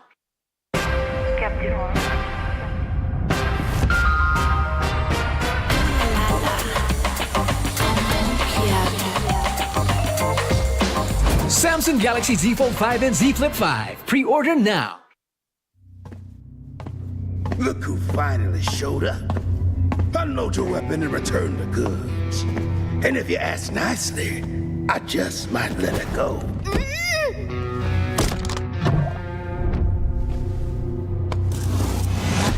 Who said I was returning it? You little...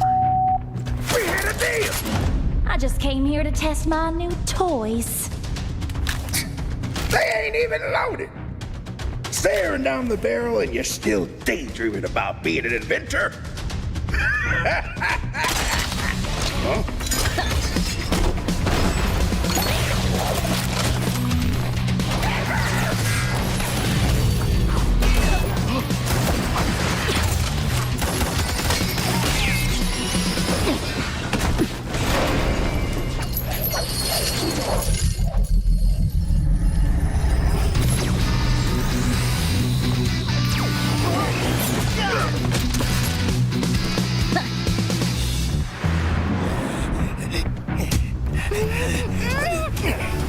Stop, or she gets it!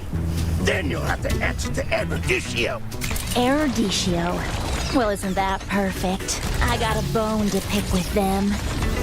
So how about I just blast you both? You're crazy! Leave me out of your squabbles!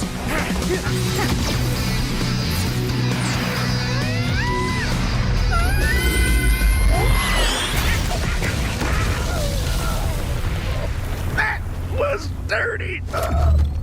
Haven't you heard? I do things my way.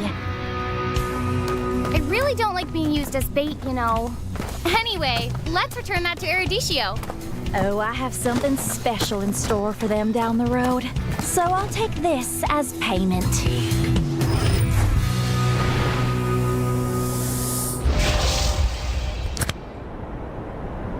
Di dunia games, top up jadi lebih mudah. Pilih game, masukkan game ID. Pilih Diamond. Masukkan kode promo, dan pilih metode pembayaran. Masukkan kode OTP dan konfirmasi pembelian. Selamat, kamu dapat tambah kuota. Kumpulkan DG Point setiap top up. Tukar dengan merchandise dan voucher game menarik.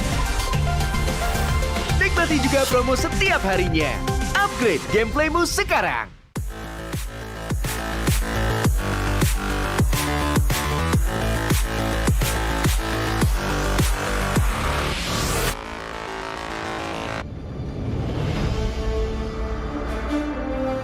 In the previous guide, we learned the basics of the new emblem system. This time, we'll take a closer look at the core talents from the Mage, Assassin, Marksman, and Support emblems. Core talent unlocked with the Mage emblem. By upgrading the Mage emblem, you can unlock Lethal Ignition.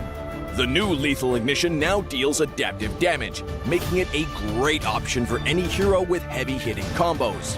With the change to adaptive damage, heroes with high physical damage can now use this talent to enhance their damage, such as Saber and Natalia.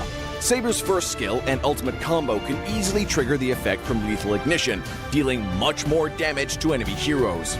Core talent unlocked with the Assassin emblem. By upgrading the Assassin emblem, you can unlock Killing Spree. Now that the talent is no longer reserved for the Assassin emblem, it becomes a good choice for any hero who can perform chain kills. Heroes with magic damage like Karina and Julian can now take this talent as well. Karina's ultimate resets after she kills an enemy hero. When equipped with Killing Spree, she will recover HP from each kill, allowing her to stay healthy and go after more kills. Core talent unlocked with the Marksman emblem. By upgrading the Marksman emblem, you can unlock Weakness Finder. The new Weakness Finder talent is no longer reserved for ranged heroes. It works well for heroes with high attack speed, as it can improve their laning and slowing abilities. A hero like Minzathar can take Weakness Finder because his second skill increases the attack speed of his basic attacks. When combined with equipment that can provide more attack speed, he can reliably trigger the slow effect to prevent enemies from escaping. Core talent unlocked with the Support emblem. By upgrading the Support emblem, you can unlock Focusing Mark. The Focusing Mark talent works the same as before. It allows support heroes to increase the damage their teammates can deal to the target enemy. Kaj's ultimate can be used to drag key enemies to his team. When equipped with Focusing Mark, the ultimate will also increase the damage the target takes, allowing Kaj's team to quickly burst down the helpless target. Choose the core talent based on the strengths of each hero to maximize their effectiveness. We look forward to seeing players discover new ways to play their favorite heroes on their way to becoming a legend.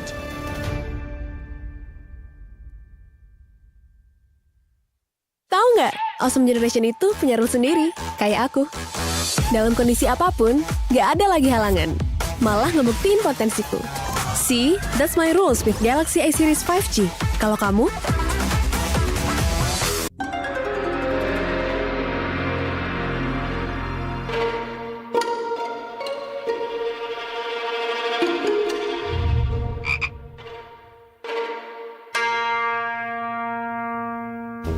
Pus.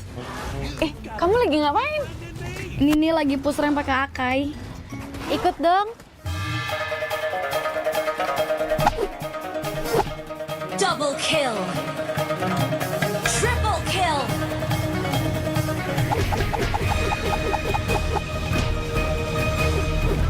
Savage.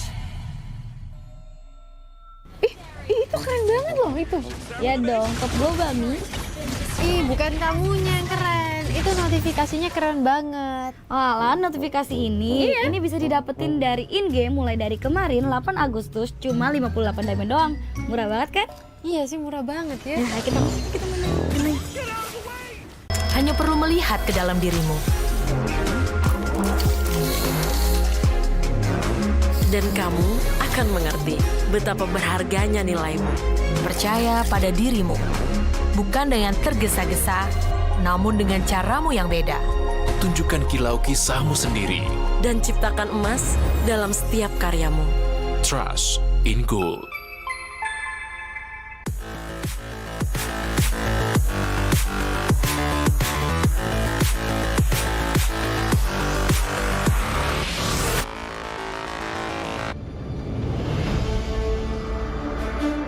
In the previous guide, we learned the basics of the new emblem system. This time, we will take a closer look at the core talents unlocked with the basic common emblem, tank emblem, and fighter emblem. Core talents unlocked with the basic common emblem. By upgrading the basic common emblem, you can unlock 2 core talents, Impure Rage and Quantum Charge. Both are suitable for most heroes. The new Impure Rage talent now deals adaptive damage, making it a good damage-enhancing talent for a variety of heroes, such as Eve, Nathan, and Diggy. Eve is a hero with great poke and control abilities. She can use the extra damage and mana regen from Impure Rage to constantly wear down enemies. The new Quantum Charge talent now restores HP based on the hero's level and not their physical attack bonus, making it viable on more heroes that want HP recovery and mobility, such as Edith, Leslie, Layla, etc. When equipped with Quantum Charge, Edith in both forms can use the movement speed bonus triggered by her basic attacks to keep a safe distance from the enemy and the extra HP regen to stay in the fight. Core talent unlocked with the tank emblem. By upgrading the tank emblem, you can unlock Concussive Blast. Concussive Blast works the same as before, providing an extra source of AoE damage for high HP heroes, such as Johnson, Baja, and Hilda. Hilda is a high HP hero who can tank a lot of damage when equipped with a full set of defensive equipment. The Concussive Blast talent will not only enhance her survivability, but also boost her damage. Core talent unlocked with the Fighter Emblem. By upgrading the Fighter Emblem, you can unlock Brave Smite. Brave Smite is no longer triggered by inflicting CCs. It now takes effect upon dealing skill damage and is suitable for most fighters and tanks that need more HP regen. Ruby, Lapu Lapu, Tigreal, and similar heroes can choose this talent. Ruby can trigger Brave Smite repeatedly by casting skills, and with her own regen abilities, she'll have even greater durability in teamfights. Choose the core talent based on the strengths of each hero to maximize their effectiveness. We look forward to seeing players discover new ways to play their favorite heroes on their way to becoming a legend.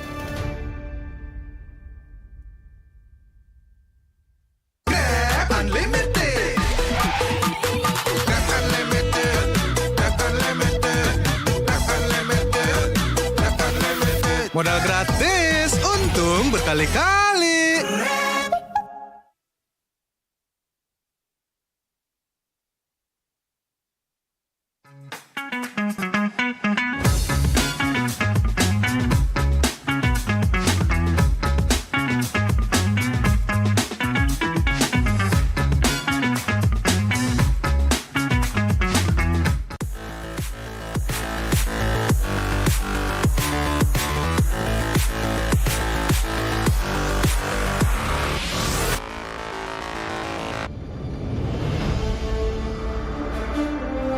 When upgrading your emblems, you will unlock talents at specific levels. Different emblems will unlock different talents. You can choose an emblem by role and use the talents it unlocks directly as your default setup, or you can freely mix and match different emblems and talents to create a custom emblem setup. We're going to show you how to create your emblem setup for your heroes. Emblems. First, let's take a look at the revamped emblem system. There are now 7 emblems in the game, 1 basic common emblem and 6 role emblems. Different emblems can provide different attribute bonuses. It is recommended to use the emblem that matches a hero's role. Standard talents, Tier 1. After selecting an emblem, you can then choose from 8 standard talents at Tier 1. These talents provide mostly straightforward bonuses to heroes. Of the 8 talents, Thrill and Swift are good on almost any hero, while other talents are more catered to certain roles. Standard talents, Tier 2. At Tier 2, you will also have 8 standard talents to choose from. The Tier 2 talents trigger or work under different circumstances. We still recommend choosing one that matches the role of your hero. But if you're an advanced player, you are free to choose any of the talents to fit your playstyle. For example, if you're playing the core hero on your team and want to focus on gearing up fast, you can choose the Bargain Hunter talent regardless of how your hero deals damage. And heroes who rely on their skills for sustained damage, whether it be a mage or fighter, can use the Festival of Blood talent for more spell vamp. Core talents, Tier 3. Finally, let's talk about the most important talents, the core talents. There are 8 core talents available in the game, and each provides a unique and powerful effect. We recommend choosing the core talent to match your hero's role and only use core talents from other emblems for advanced or unconventional tactics. The revamped Weakness Finder talent is no longer reserved for ranged heroes. This talent is now a viable option for any hero that relies on basic attacks and wants better laning and the ability to slow enemies. The Lethal Ignition talent now deals adaptive damage, making it a prime choice for any hero that has heavy hitting combos. While the revamped emblem system still uses the existing talents, we have removed the restrictions between emblems and talents, opening up new possibilities for many heroes. We look forward to seeing players discover new ways to play their favorite heroes on their way to becoming a legend.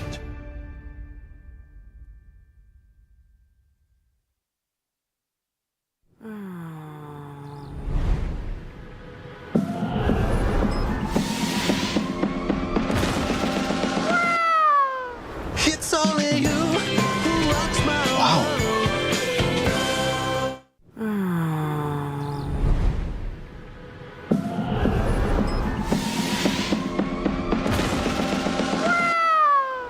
It's only you who rocks my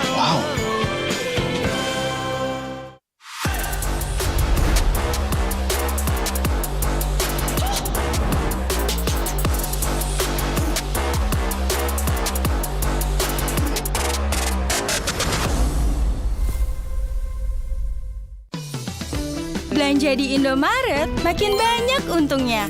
Kumpulkan cashback poin jadi untung terus. Makin sering belanja, makin banyak poin yang kamu dapatkan. Dapat diskon, jadi untung terus. Bayar belanjaanmu dengan poin yang kamu punya. Belanja jadi gratis, jadi untung terus. Dan untung terus dapat banyak promo. Jadi member Indomaret Poinku sekarang. Untungnya non-stop.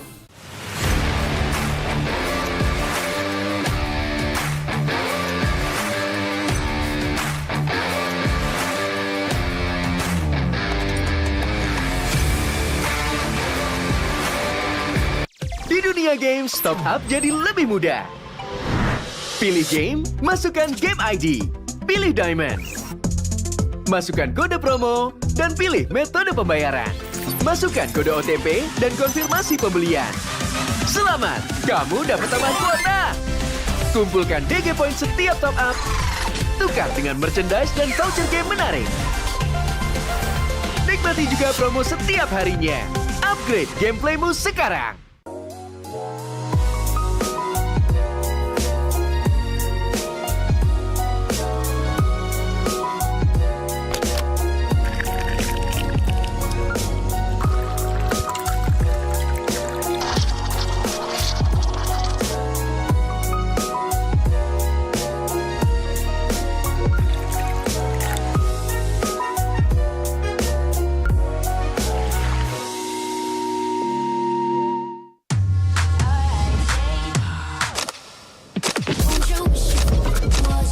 Don't you wish your phone was fun like this? Don't you wish your phone looked more like this? Don't you wish your phone could flex like this? Don't you wish your phone could fit in here? Don't you? Samsung Galaxy Z Fold 5 and Z Flip 5. Pre-order now.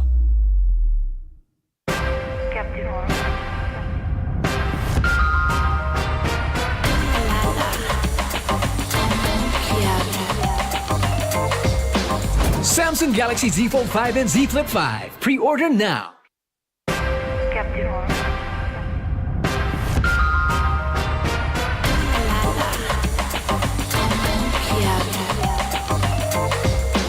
Samsung Galaxy Z Fold 5 and Z Flip 5. Pre-order now.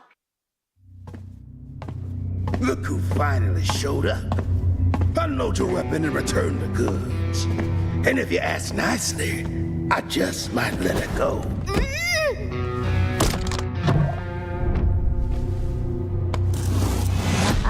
Who said I was returning it? You little... We had a deal! I just came here to test my new toys. They ain't even loaded. Staring down the barrel and you're still daydreaming about being an inventor? Huh?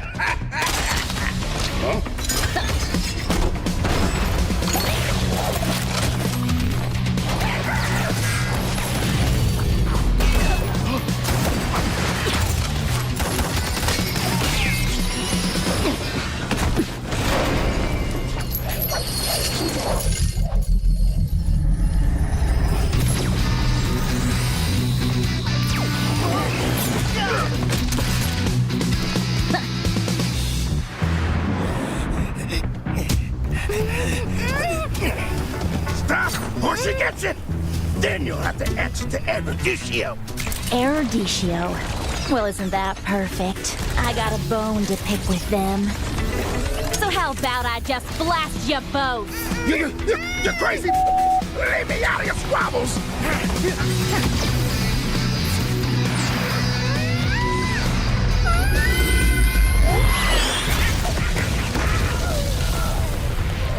That was dirty. Haven't you heard? I do things my way. I really don't like being used as bait, you know. Anyway, let's return that to Eruditio. Oh, I have something special in store for them down the road. So I'll take this as payment.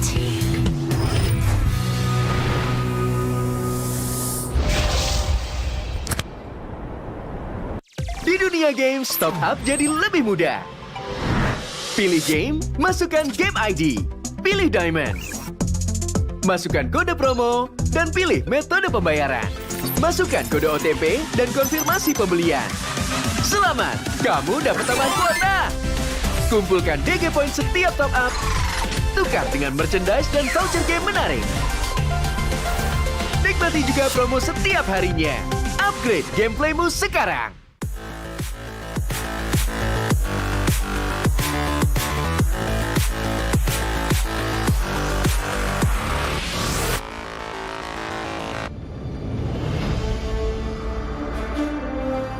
In the previous guide, we learned the basics of the new emblem system. This time, we'll take a closer look at the core talents from the Mage, Assassin, Marksman, and Support emblems. Core talent unlocked with the Mage emblem. By upgrading the Mage emblem, you can unlock Lethal Ignition. The new Lethal Ignition now deals adaptive damage, making it a great option for any hero with heavy-hitting combos. With the change to adaptive damage, heroes with high physical damage can now use this talent to enhance their damage, such as Saber and Natalia. Saber's first skill and ultimate combo can easily trigger the effect from Lethal Ignition, dealing much more damage to enemy heroes. Core talent unlocked with the Assassin emblem. By upgrading the Assassin emblem, you can unlock Killing Spree. Now that the talent is no longer reserved for the Assassin emblem, it becomes a good choice for any hero who can perform chain kills. Heroes with magic damage like Karina and Julian can now take this talent as well. Karina's ultimate resets after she kills an enemy hero. When equipped with Killing Spree, she will recover HP from each kill, allowing her to stay healthy and go after more kills. Core talent unlocked with the Marksman emblem. By upgrading the Marksman emblem, you can unlock Weakness Finder. The new Weakness Finder talent is no longer reserved for ranged heroes. It works well for heroes with high attack speed, as it can improve their laning and slowing abilities. A hero like Minthithar can take Weakness Finder because his second skill increases the attack speed of his basic attacks. When combined with equipment that can provide more attack speed, he can reliably trigger the slow effect to prevent enemies from escaping. Core talent unlocked with the Support emblem. By upgrading the Support emblem, you can unlock Focusing Mark. The Focusing Mark talent works the same as before. It allows support heroes to increase the damage their teammates can deal to the target enemy. Kaj's ultimate can be used to drag key enemies to his team. When equipped with Focusing Mark, the ultimate will also increase the damage the target takes, allowing Kaj's team to quickly burst down the helpless target. Choose the core talent based on the strengths of each hero to maximize their effectiveness. We look forward to seeing players discover new ways to play their favorite heroes on their way to becoming a legend.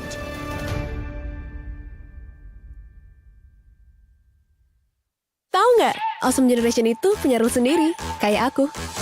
Dalam kondisi apapun, nggak ada lagi halangan. Malah ngebuktiin potensiku. See, that's my rules with Galaxy A Series 5G. Kalau kamu?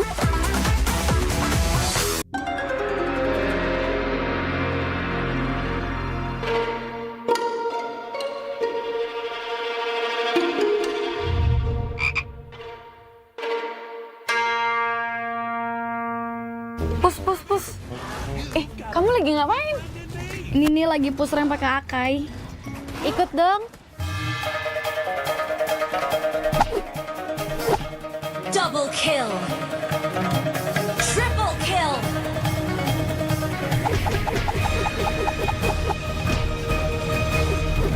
Savage. Itu keren banget loh itu. Ya dong, top global Mi. Ih, bukan kamunya yang keren. Itu notifikasinya keren banget. Alah, notifikasi ini bisa didapetin dari in-game mulai dari kemarin 8 Agustus cuma 58 diamond doang. Murah banget kan? Iya sih, murah banget ya. Nah, kita main.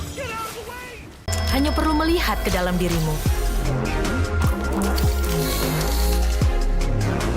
Dan kamu akan mengerti betapa berharganya nilaimu. Percaya pada dirimu. Bukan dengan tergesa-gesa, namun dengan caramu yang beda. Tunjukkan kilau kisahmu sendiri. Dan ciptakan emas dalam setiap karyamu. Trust in Gold.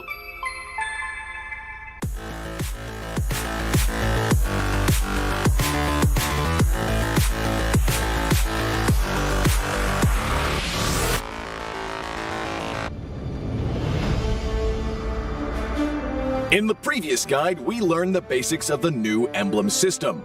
This time, we will take a closer look at the core talents unlocked with the basic common emblem, tank emblem, and fighter emblem. Core talents unlocked with the basic common emblem. By upgrading the basic common emblem, you can unlock 2 core talents, Impure Rage and Quantum Charge. Both are suitable for most heroes. The new Impure Rage talent now deals adaptive damage, making it a good damage-enhancing talent for a variety of heroes, such as Eve, Nathan, and Diggy. Eve is a hero with great poke and control abilities. She can use the extra damage and mana regen from Impure Rage to constantly wear down enemies. The new Quantum Charge talent now restores HP based on the hero's level and not their physical attack bonus, making it viable on more heroes that want HP recovery and mobility, such as Edith, Leslie, Layla, etc. When equipped with Quantum Charge, Edith in both forms can use the movement speed bonus triggered by her basic attacks to keep a safe distance from the enemy and the extra HP regen to stay in the fight. Core talent unlocked with the Tank Emblem. By upgrading the Tank Emblem, you can unlock Concussive Blast. Concussive Blast works the same as before, providing an extra source of AoE damage for high HP heroes, such as Johnson, Baja, and Hilda. Hilda is a high HP hero who can tank a lot of damage when equipped with a full set of defensive equipment. The Concussive Blast talent will not only enhance her survivability, but also boost her damage. Core talent unlocked with the Fighter Emblem. By upgrading the Fighter Emblem, you can unlock Brave Smite. Brave Smite is no longer triggered by inflicting CCs. It now takes effect upon dealing skill damage and is suitable for most fighters and tanks that need more HP regen. Ruby, Lapu Lapu, Tigreal, and similar heroes can choose this talent. Ruby can trigger Brave Smite repeatedly by casting skills, and with her own regen abilities, she'll have even greater durability in teamfights. Choose the core talent based on the strengths of each hero to maximize their effectiveness. We look forward to seeing players discover new ways to play their favorite heroes on their way to becoming a legend.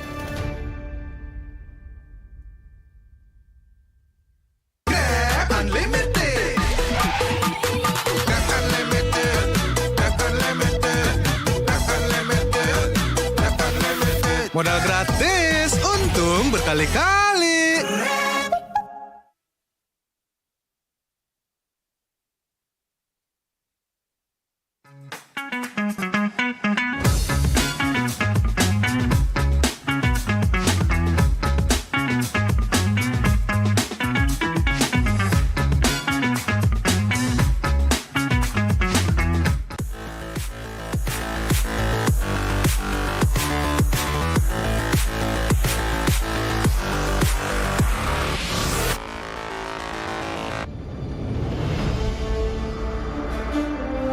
When upgrading your emblems, you will unlock talents at specific levels. Different emblems will unlock different talents. You can choose an emblem by role and use the talents it unlocks directly as your default setup, or you can freely mix and match different emblems and talents to create a custom emblem setup. We're going to show you how to create your emblem setup for your heroes. Emblems. First, let's take a look at the revamped emblem system. There are now 7 emblems in the game, 1 basic common emblem, and 6 role emblems. Different emblems can provide different attribute bonuses. It is recommended to use the emblem that matches a hero's role. Standard talents, Tier 1. After selecting an emblem, you can then choose from 8 standard talents at Tier 1. These talents provide mostly straightforward bonuses to heroes. Of the 8 talents, Thrill and Swift are good on almost any hero, while other talents are more catered to certain roles. Standard talents, Tier 2. At Tier 2, you will also have 8 standard talents to choose from. The Tier 2 talents trigger or work under different circumstances. We still recommend choosing one that matches the role of your hero. But if you're an advanced player, you are free to choose any of the talents to fit your playstyle. For example, if you're playing the core hero on your team and want to focus on gearing up fast, you can choose the Bargain Hunter talent regardless of how your hero deals damage. And heroes who rely on their skills for sustained damage, whether it be a mage or fighter, can use the Festival of Blood talent for more spell vamp.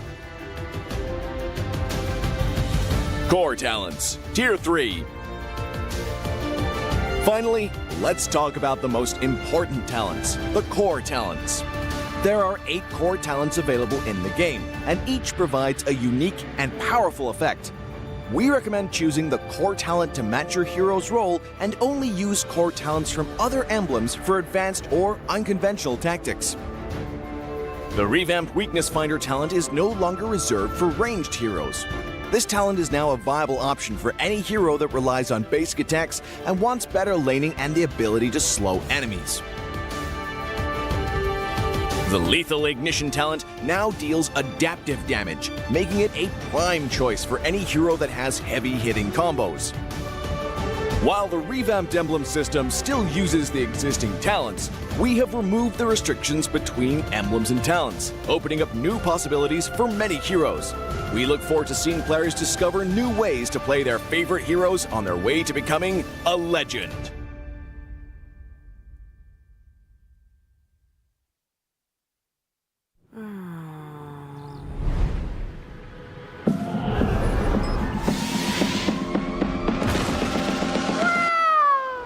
It's only you who rocks my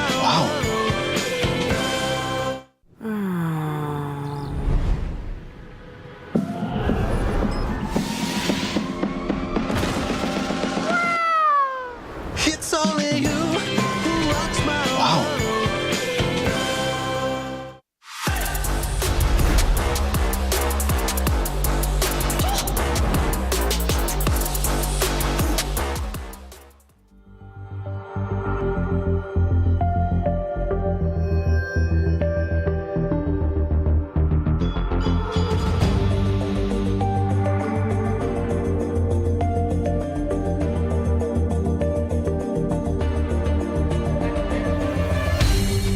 Aku kan berdiri dan terus berlari, terus ke arah puncak tertinggi. Ku takkan berhenti, hanya sampai di sini. Kemenangan abadi menanti. You know we won't miss if we unite our focus. And if you haven't noticed, we all live. Nyalakan apimu, hadapi semua tantangan, hadang semua serangan, jatuh bukan halangan. Bakar semangatmu, janganlah engkau menyerah. Kita akan buat sejarah. We all this, we won't miss. We all this, we won't miss.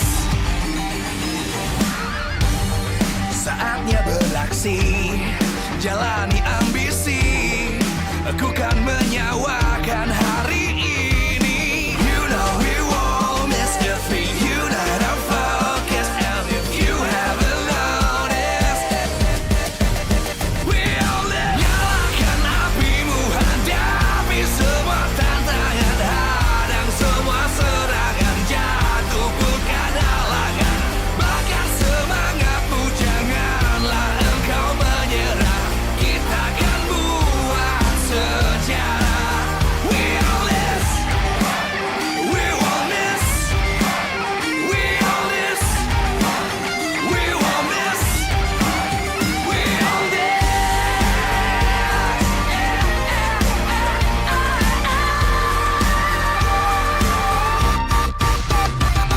Nyalakan apimu, hadapi semua tantangan, hadang semua serangan, jatuh bukan halangan. Bakar semangatmu, janganlah engkau menyerah. Kita akan buat sejarah. We all this.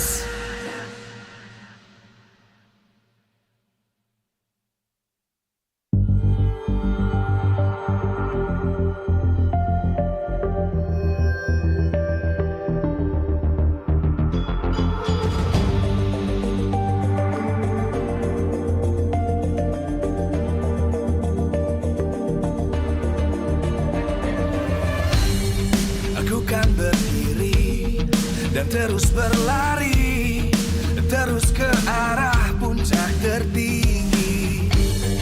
Ku takkan berhenti, hanya sampai di sini. Kemenangan abadi menanti. You know we won't miss if we unite our focus. And if you haven't noticed, we all live. Nyalakan apimu, hadapi semua tantangan, hadang semua serangan, jatuh bukan halangan. Bakar semangatmu, janganlah engkau menyerah.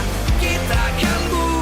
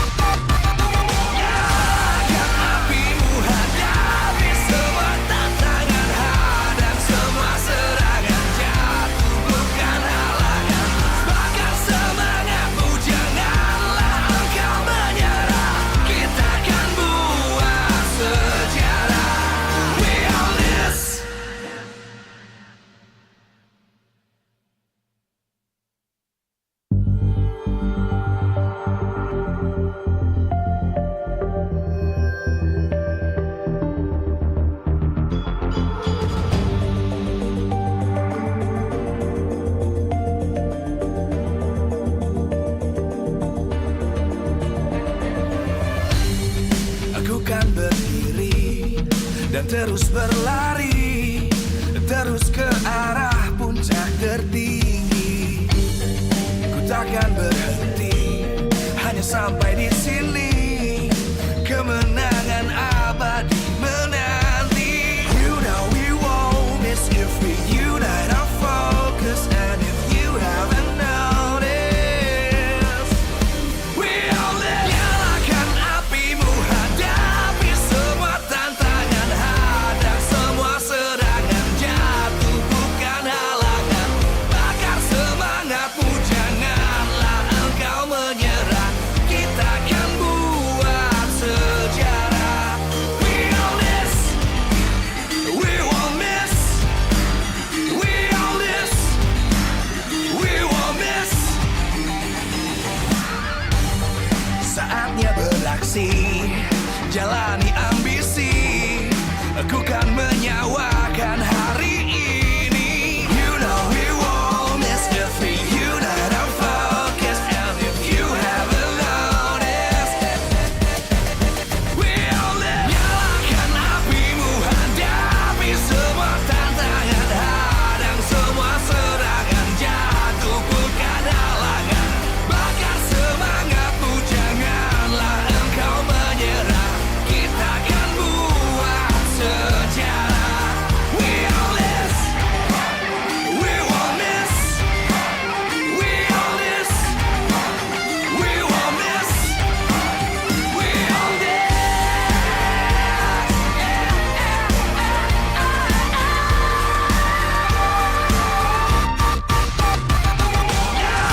Nyalakan apimu, hadapi semua tantangan, hadang semua serangan, jatuh bukan halangan.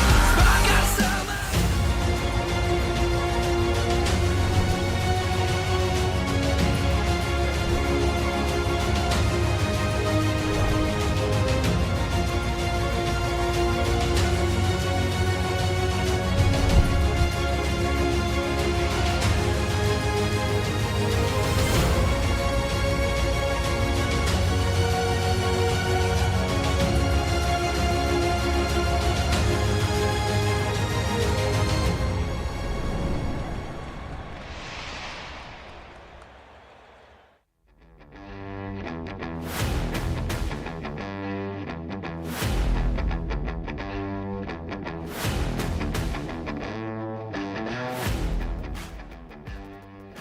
Live from MPL Arena Jakarta, MPL Season 12, powered by Moonton.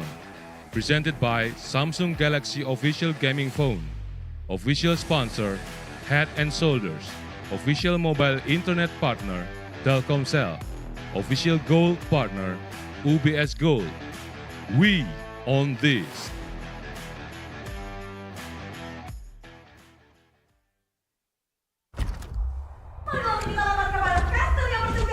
The Kings of Kings going head-to-head with the United Gods here in the last match of week number 4 as we welcome you to MPL ID Season 12 with RRQ, Dewa United. Not really sure what we're going to be able to expect, especially after just the entirety of it this week being out of all our expectations, to be honest. I mean, Leg 1 in general is just so competitive, especially when you look at the records, very close among, 5 to 6 teams? Wow. Yeah, everyone's all tied up, and it really does matter what the results of this match is. But with that being said, we would like to thank our sponsors. MPL ID Season 12 is powered by Moonton, presented to you by the Samsung Galaxy official gaming phone, our official sponsor, Head & Shoulders, our official mobile internet partner, Telkomsel, our official gold partner, UBS Gold. We also have our partners in esports, Blibli, Dunia Game, Grab, Ovo, as well as YouTube. Our official broadcast is Maxstream, TVR Sports, as well as video. We have our suppliers, Innomart, Point Coffee, Mineski, and Samsung. And MPL ID Season 12 is supported by PBSE. Thank you, PBSI or PBSE, for supporting us. But again, last match of Leg 1. After a win streak comes a lose streak.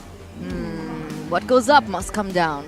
Not for Onyx, but yes, for RRQ. It does seem like that is the case here. But remember, they still have a second lineup that they have yet to show in MPL Indonesia Season 12. A lot of hard, veterans here with Lemon Roar. playing all the way from Season 1. A veteran, regular season MVP for Season 4 and Season 6. And, of course, Bang Sin, veteran player since MPL Indonesia Season 3, a key pillar to RRQ's success in the previous seasons. And don't forget, the new member who's fresh, right out of Rebellion Zion, secured playoffs with Rebellion Zion, the only time Rebellion made it to the playoffs in his debut in MPL Indonesia Season 9. That's how much of an impact he had with his mechanical playstyle. That actually is quite similar to Aran, but he doesn't act as just a distraction. He's just a dual god. He goes for 1v1s across the board. And now the big question is, everybody has their replacement except for one member. Fairsik, no replacement. And this is where maybe the problem lies.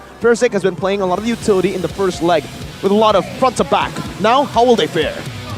That's the question, right? So, without further ado, let's welcome the gods, the apostles of God. It's Dewa United Esports. Dewa United. Very curious to see what exactly they have in store for us today, because they entered MPL ID Season 12 with a bang, being able to defeat all these veterans here at MPL ID Season 12 as rookies. But now their performance shaky, up and down.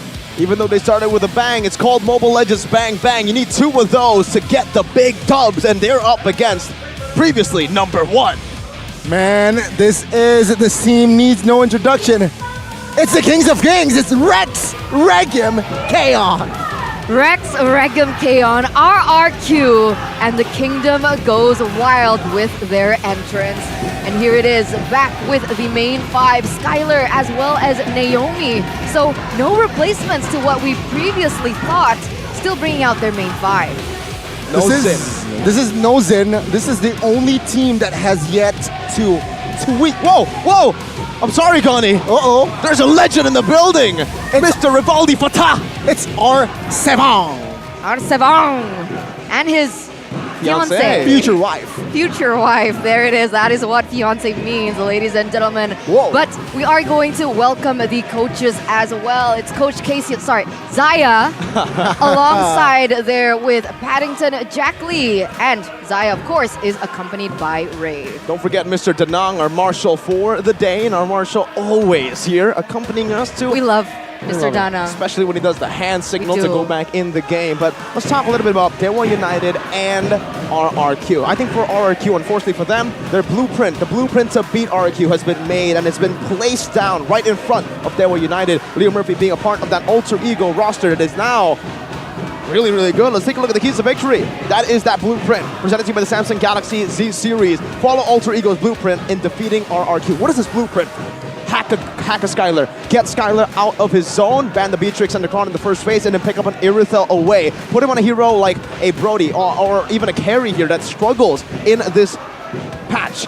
Winning with the dive comp for Dewa. Again, this is more of an adaptation that they need to utilize, because for Dewa, I think if you see their previous matches from week 1 all the way to week 3, it's always been dive composition. So this is what can enhance them even more. The patch should be in favor of them, knowing that they're very aggressive and always punish Naomi when his presence is visible. Something that we saw from Alter Ego, one of the keys to victory that they were able to use with their blueprint as well was eat Naomi. Just take him out of the map whenever you see Naomi on the map. Whenever he proves to be overextending, just even a bit, you need to punish him.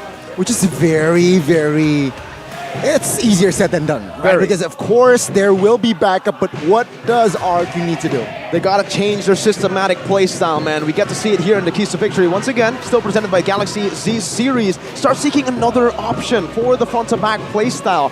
The main key to success in week 1 all the way to week 3 has been to play front-to-back with Clay and Skylar, drawing a perfect front line to play for that back line, waiting for people to engage onto you. But now, knowing the patch and knowing how versatile it is, the dive comps have been rising in terms of prio. Stop playing systematically, be more adaptive. They need to be adaptive. It just seems like they have been playing very template. Fairsik on the utility, they get that going, they get the mid lane going, and then they rotate across the map to get Skylar ahead. And that has happened in every single one of their wins and even their losses. When they tried to adapt yesterday, it didn't work, but they've had a whole day now to try to adapt and try maybe to force Dewa to a divey dive, a fire to fire matchup.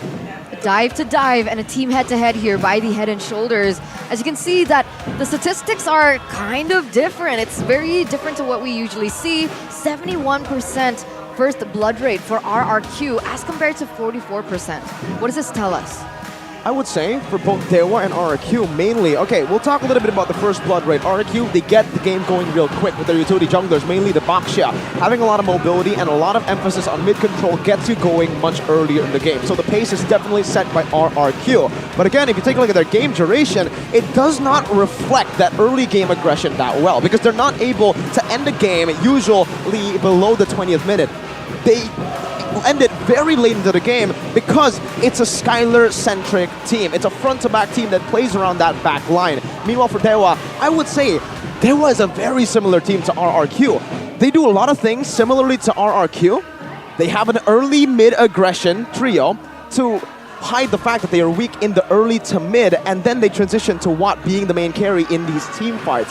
RRQ does it a bit better, but Dewa does it with a bit more flashiness. That means more dive. And again, this patch, dive equals to win. This patch, front to back, equals to not so much success. Which is a very interesting, why this match is very interesting, right? To see similar playstyles, thank you. Cute. Similar playstyles going up against each other. But then again, Skylar, I feel like his movements, his rotation is somewhat all the 5 members of RRQ has been predicted. They have a certain template, especially when they have yet to change the lineup. So again, RRQ, they need to evolve their gameplay.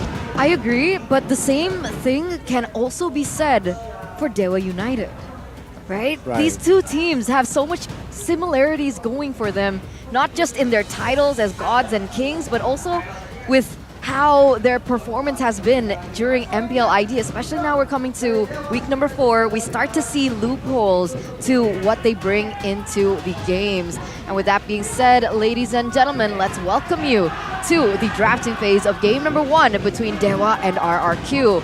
Dewa on the blue side, RRQ on the red. And up front, we already see Dewa trying to eliminate RRQ's main threat, which is Skylar. Claudia being taken away.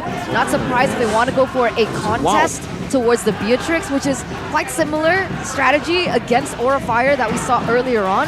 But other than that, Uranus, Paquito also gone. Fair sick. Fanny, Joy gets taken out. That's peculiar.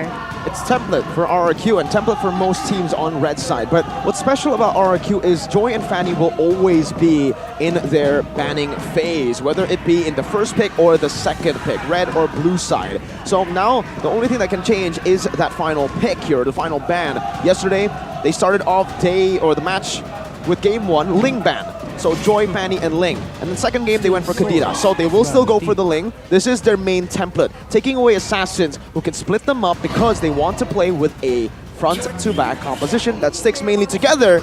Not Beatrix, not Kadira, Terizla. Which shows perhaps why the Uranus was banned, right? Very good matchup going up against Terizla. And Terizla, it seems like in Dewa United's hands, it's that expensive. But then again, leaving the Kadira to potentially Naomi or Clay, is that worth it? Well, it's a power pick for Dixon, right? In particular, he's performed really well on the Terizla. So on top of the fact that now Terizla has been quite dominant in the EXP lane, this is also a specialty that we see from the performance of Dixon. The fact that it has a lot of presence in that 1v1 laning phase, as well as in the team fights later on. The only thing that you can kind of say as a disadvantage towards the Terizla is its movement speed. So RRQ can definitely take advantage of it, but they don't. RRQ doing an RRQ thing that I have seen since SPS. Always a Fredrin pick in the first phase. Always. It's very good flex into Banana as well, but mainly I think it just puts in a place for them to stay stable. Fairsick on the Fredrin will always be stable. Whether they're behind or whether they're ahead, he can always just be utility.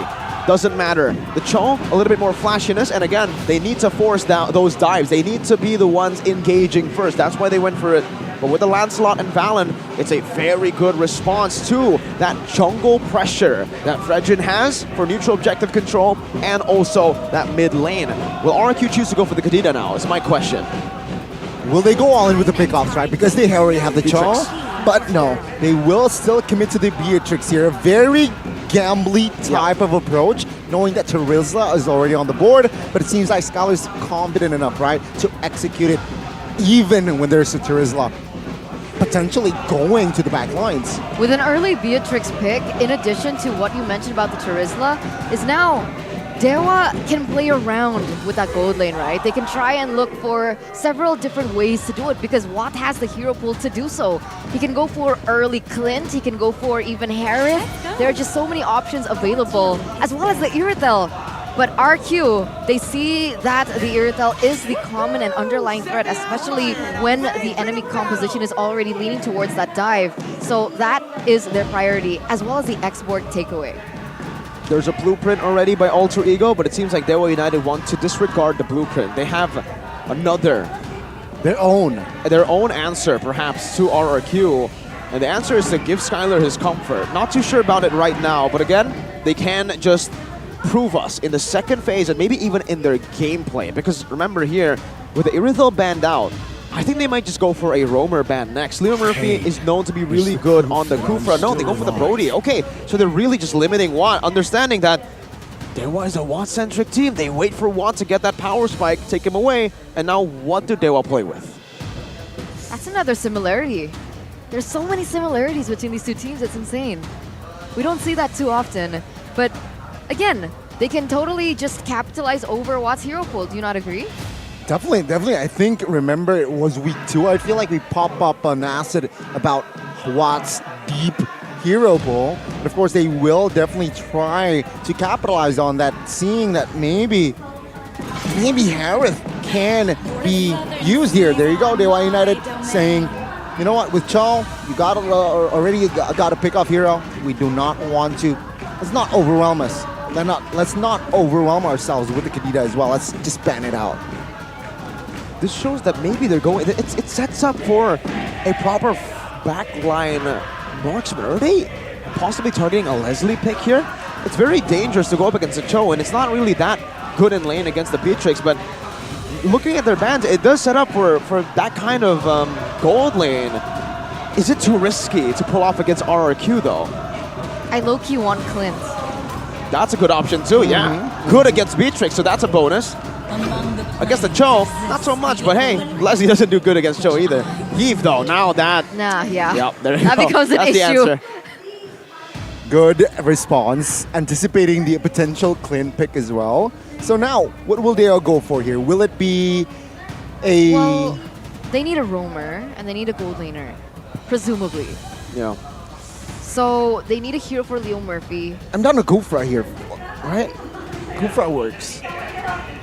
I think go something for a bit more bold. Something like an Atlas would be very, very good for them too against the Beatrix if they really want to just catch the Beatrix, knowing that the Kufra is good, but the Cho can outmaneuver him, or go for the old reliable Kaja that we usually see banned away from Leo Murphy. And now it's the gold lane here. Clint, for what? He played Moskov in MPL, but he goes for the Clint. Okay.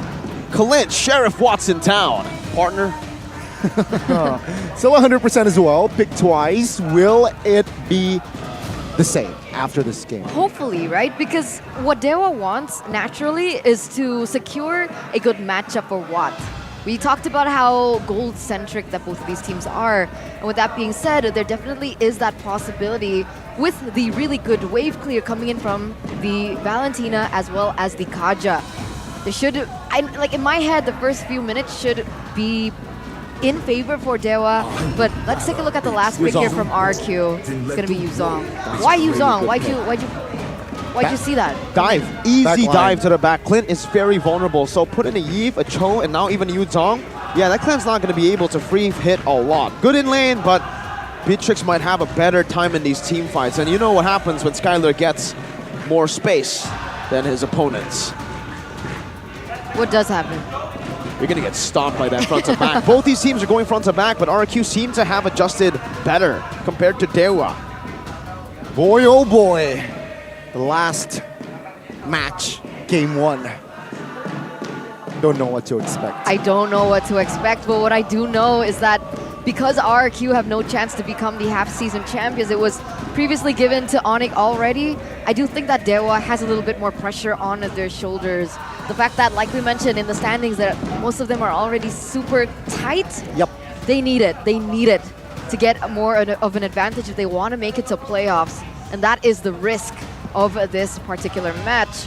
Taking a look at the top hero picks here for Naomi, Kaja, Kufra, and Cho. So far, Kaja has set at a 100% win rate, but I guess he's only picked it up twice. Yep, only twice, but it does show you, though, that pick-off heroes have just been really striving in MPL Indonesia. The Kaja and the Cho, very high win rate. Even the Kufra, though, for RRQ. So mainly, if you can initiate or pick something off, then RRQ is set up for greatness, and that's why he's on the Cho now. Oh, interesting rotation. Naomi cleared the mid-wave to get level 2 early. I guess teams right now, they're experimenting, right? They're figuring it out with the fact that it's a lot more difficult to get that level 4 before that first turtle take. You can see that teams are looking to capitalize and looking for that small window of opportunity, as Naomi already level 2 here, but Ray will get that Lethal Wanderer. Oh, early flicker for Leo Murphy. No fall of damage though, but that's info that Leo Murphy will not have flicker during the first turtle fight. That's very good info, very valuable to now be able to utilize. Fairsick on this Fredrin versus Lancelot. Lancelot should have a better time when it comes down to clearing out these jungle creeps. But if Naomi continues to provide information for RRQ as to where Ray is at in every single situation, every single point. Wait. Oh, flicker now. Oh, now Ray? Oh, I thought he whiffs it, but no. Ray will claim the first blood. Naomi, a little bit late to the party, trying to solo kill. Ray gets it. That's a good trade. Truly is, but Naomi caught very low here. Not really sure what Leo Murphy can do, as he is still at level 3. But again, in the first 2 minutes, already a 1-for-1 trade. And unfortunately, it was Dewa United that had to lose Ray, who went for a very aggressive talent build and emblem build as well. Yeah, it is a very interesting emblem build here. It's the killing spree here used up by Ray. We've seen a lot of different options to go for. Lethal Ignition if you want more damage, but the killing spree obviously I think would be the standard for the Lancelot. Both of them fighting for this, but Lancelot has a better time at the red trees. We've seen it yesterday as well. Let's see what happens here. It's a 4v4 setup. Naomi jumping with the Genkundo. Banana pops his Black Dragon for first hit comfortably. Gets the first turtle in the game, but it seems like it's all objective RRQ. No, they do not want to commit onto an engage. No, no reason to. RRQ are a very disciplined team. That's one thing that they have going for them, right? The reason they were so good in week number 1 was their stability. So when they get a neutral objective, they will back away. And that's what they were trying to utilize here, trying to punish. Oh, invade though. Let's see, Retribution battle. It will go to the hands of Ray. First Sick will not have his purple. Naomi, real relation. Good Genkundo Dragon to punish Ray. And Skylar will claim the extra 200. Now Keys pops his flicker. Oh, what? Real relation again. First Sick and Clay will secure that kill. Leo Murphy and Watt now will be able to escape. Such good punishes coming in from RRQ, and that small decision-making, beautiful damage onto Watt, forced to recall. Not really sure if First wanted to let this go. Good night. Watt will be taken down as well. Yep, now you see him and now you don't. And back to that point, right? That decision-making from Naomi to go in for that pick was huge, because now it causes an imbalance in that gold lane that previously should have been for the side of Watt. I mean, just look at how they're denying these minions away from Watt. Skylar isn't just going at it full onto the gold turret. He is positioning. He cleared out the way, basically cutting it, and now he's waiting for Watt here. So they are taking it away from Dewa United. They're trying to get... Oh, good Divine Judgment. Oh, flicker Divine Judgment. All good cancel as well. Skylar, though, will be quite low as Watt will be able to claim that kill. Now, Naomi caught. No flicker in hand, and Keys will pop his head off. He will. He definitely will. K's there already picking up that COD as well. He just needs a little bit more damage to pair it with. But for the most part, Dewa United have leveled this battleground that previously was kind of in the hands of... Ooh, did they steal it away? Nope. All right, First Six still manages to get it, but now it's more balanced. Oh, penalty zone already popped early though. Banana will try to zone. The First Six steals it. Take a look at Ray trying to back away with the live steal. Wind won't be enough to take him down. Wave Dragon now in the river. Dixon flickers away. First Six dealing damage on towards Keys. Clay can't escape that one. First Six now will not engage more as no casualties from that turtle. But what a steal. What a steal indeed. Oh, wait, Naomi. Very low. No flicker. Well, he has the flicker. Wow. There you go. Good pop. But the Divine Judgment will connect on towards Skylar as he will not be able to escape this time. Ray claims the kill. Okay, so it's a win and also a loss for RRQ here. They have the neutral objective control. They've done, well, the rest of the team have done exactly what RRQ sought out for that we've seen in week 1 to week 3. Winning the early game to give Skylar space. But Skylar, though he's been given space, I think he's been way too aggressive. He's been punished so much. He tried to deny waves from Watt. He got punished. Now, he tried to step up a bit further in front for, trying to zone Leo Murphy away, but he ends up getting caught. And if this continues, that space that RQ is buying for him, yeah, it's not really going to work. And in turn, it might be Watt who gets his power spike earlier. But realize that Skylar already has that BOD. Uh-huh. As compared to Watt. Yeah. Ooh, is that Berserker Fury? He's already on the way to Endless. So okay. Again, that power spike is going to Yeah. hit, man, and it's going to be big.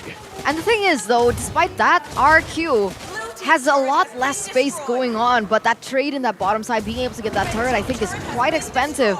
But it instantly gets traded back by Dixon. Only one tower from the side of Devil United has fallen so far. RQ just wreaking havoc. The gold lead is very interesting here, right? Because RQ have 2 neutral objectives to their name, but the turrets are held down by Devil United. They have 2, and they're able to just equalize. I think this is mostly based on farm. Ray has had a better time in the jungle, clearing out spaces, and they spot out Naomi. Okay, interesting. The last turtle in the game will spawn, has spawned. And it seems like no team, well, both teams in no hurry. Good taunt on towards Keys, flickers away.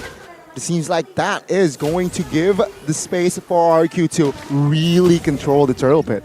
Both of these junglers are level 10 though, right? And Dixon still has his ultimate. All he needs is to utilize it at the right time, at the right place, onto Fursic to be able to deny that retribution. Let's see it. Flicker, Divine Judgment. Oh, good cancel. Jet Kundo, Wave Dragon on towards Keys. He gets taken down. Dixon in the front lines will not be able to soak in the damage as well. That's 3 members taken out. RRQ claims the perfect turtle and takes 3 man as well. Big fight for RRQ. This is just built into their composition. Again, that dive from Yu Zhang. Sure, if Watt can evade from 1, Wave the Dragon, or 1 Jeet Kundo from Naomi, that's all he can do. He can only flicker out of 1. So he has to choose every single time. There's not enough peel for Daewoo United, and that's why RRQ, I guess even with Skylar dying twice in the early game, it really doesn't bother them at all, and they should just be able to continuously look for these 5v5s and win these 5v5s. Top 4 picked heroes in week 4 of MPL ID here, Game Fact. But wait, Fursic doesn't want the Game Fact. Let's see, Leo Murphy now chunked. Appraisal's Wrath was popped as well. Leo Murphy will not be able to survive this one as he gets taken down. Keys good position in that real world, making RRQ backing off. It seems like it's still a 1-for-0 trade. It truly is. And it's difficult, it's tough. RRQ, with literally just winning 1 team fight, 1 Lord earlier on, it's propelled them to this point. 3,000 gold lead already. You can see, oh, wait a minute, Fursic? Oh, no way. Oh. All right, but in top side. Oh, Dixon, low HP will not be able to survive as Skylar will claim that kill. And now it's RRQ just solidifying their lead, 4,000 gold lead. And with that, Daewoo United is kind of still in the game, right? You mentioned about a power spike here for Clint. Endless battle. Is it enough? Nope, not enough. It would have been enough if Skylar was still down in the dirt, but no, he has elevated his game through the resources that RQ have been giving him. 2,003. Oh my god, 100 strike. 100 strike Melfic and BOD in the 9th minute. Yeah, he's no longer behind. I don't think he's even equal. He is ahead. He is leagues ahead of Watt right now, and he has more space to play with. Remember, Watt's going to have a more difficult time here compared to Skylar when he wants to deal damage in these team fights. And RRQ, yeah, they're just going to utilize this. They are slow pushing up top. Very good setup. Forced errors across the map. Dewa, they fight, they lose. They go for the waves, they lose. Naomi, concealed play though. Does not pull the trigger just yet. Banana, though, will open an angle. Curse it comfortably again. Oh! The Petrify connecting on towards still. Leo Murphy looking for a retreat as he pops the flicker as well. But it seems like RQ wasn't managed. Doesn't really get a member there for Dewa, from Dewa. But even then, they have all the space in the world as they're going in for more on Dixon. Oh, not this time. Rule inflation. The combo is just too nasty. Dixon gets taken down. RQ, they have everything in the world. They have map pressure, they have the Lord. They were able to take Dixon down right before an important siege into the base. Leo Murphy struggling to find that pick because of the presence of Banana. How he's utilized this Yuzong with the Petrify as well just prevents that initiation that Dewa United just keep on over and over looking for. Real word inflation popped to escape and to give space for Dewa and clear the Lord. It seems like RRQ, what, a minute ago, half a minute ago, was 4,000, now 6,000 gold already established. It's an easy route to success for RRQ. They've been given like they're like a rich kid with a rich dad, basically. They were set up for success with the drafts. That's the rich dad, Zaya, who drafted perfectly for them. And all they need to do really is not mess up in their life here. They just need to utilize this team fighting composition, this front to back, and now the waves that they've set out in the bottom lane, top lane, and then they get Lords for free, and then they win the game for free. Dewa United don't really have any answers right now. The only real answer that I can see from Dewa is Leo Murphy. If he is able to find a Divine Judgment, that's their ticket back onto Skylar at this point. Even if they get it onto Clay, I don't think it's going to be enough. And yeah, if they don't, even if the penalty zone connects onto multiple members, I think Dixon is way too behind to be a threat. He is just a speed bump right now for RRQ. And to make things worse, Dewa United, they're lacking on that range that we see that RRQ has. They have the real-world manipulation. They have the ever-so-accurate shots coming in from Skylar as well. Goodness. In a siege situation, they don't really have much working for them at all. For Dewa, I think their wave clear is still, I mean, it's not the best, but it isn't bad. They still have a Clint, they still have a Valentina. I think it's okay. 2 out of 5, right? They can still clear waves. But yeah, definitely RRQ. They have more range to play with. They have poke as well. 4 weapons for Skylar to utilize in this siege. But mainly, you're going to see the Bennett and the Renner. Ooh, good opening there. Ray was going for full damage. I thought with the War Axe, he might actually transition into Thunderbelt and maybe Sky Guardian Helmet. But okay, that's a very risky move, but I guess that's what they need to do right now. They just need more damage in their composition to threaten RRQ or to even look for trades. Yeah, I mean, good also here. Good rotation from Ray, right? He clears bot, manages to get the purple buff as well. And as it seems like first he don't mind losing a purple buff to get the Lord. Banana pops his black dragon form now, finding 2 members. It seems like he will not commit on towards a fight. Discipline is key. What I tell you, this is a very linear game. We said RQ don't be linear, but if you can get a draft like this, yeah, no worries, just be linear. It is a game with no other options. There's only one story that you can go through, and it's RQ winning it all, unless there's a mistake. The only thing right now that I think Dewa can utilize is RQ making a mistake. That's what they have to bank on. Not something you want to be hoping for, obviously, but that's the harsh reality. Let's see though, right? Because it looks like Ray is trying to pull something off here. Maybe to go for a split push when RRQ engages in a team fight. Here we go. Just run a relief off pressure in one lane. Oh, Keys! No. Wow! Gets taken down with the Renner's apathy. Now, it's a 5v4. Lord still marching top side. It seems like, take a look at Ray. He wants to relieve off pressure in that mid side. Not like that. I thought they were going to try and just distract RRQ, but not lose case in the process. That's one man down right before they go for a defense. Oh, this is not looking good. Let's say the Lord needs to be managed. No creep to hold it off. What? Very low HP. Oh, the base can be just chunked by the Lord. Let's see. It's more than enough firepower, but thank God for side of Dewa United, the minions comes in to delay. It seems like now RRQ will not be able to get any more base turrets yet, as Dewa United will survive another day. I think if it was Alter Ego, they would have definitely just flickered all in and tried to end the base, but discipline RRQ. Yeah, now let's take a look at Dixon. No chance for him to stay alive. RRQ finds the mid base turret. Leo Murphy bursts it down almost. Oh, Keys bombs the real world, but just for his death. RRQ still strong with 5 as they're looking still to hold the siege. They could end this. RRQ, will they find the first game? First hit loses Immortal, Leo Murphy loses his life. The base quite exposed, but it's still there as RRQ finally secures the first game. That was difficult to watch towards the end there. Literally no loopholes whatsoever given by RRQ for Dewa United to capitalize over.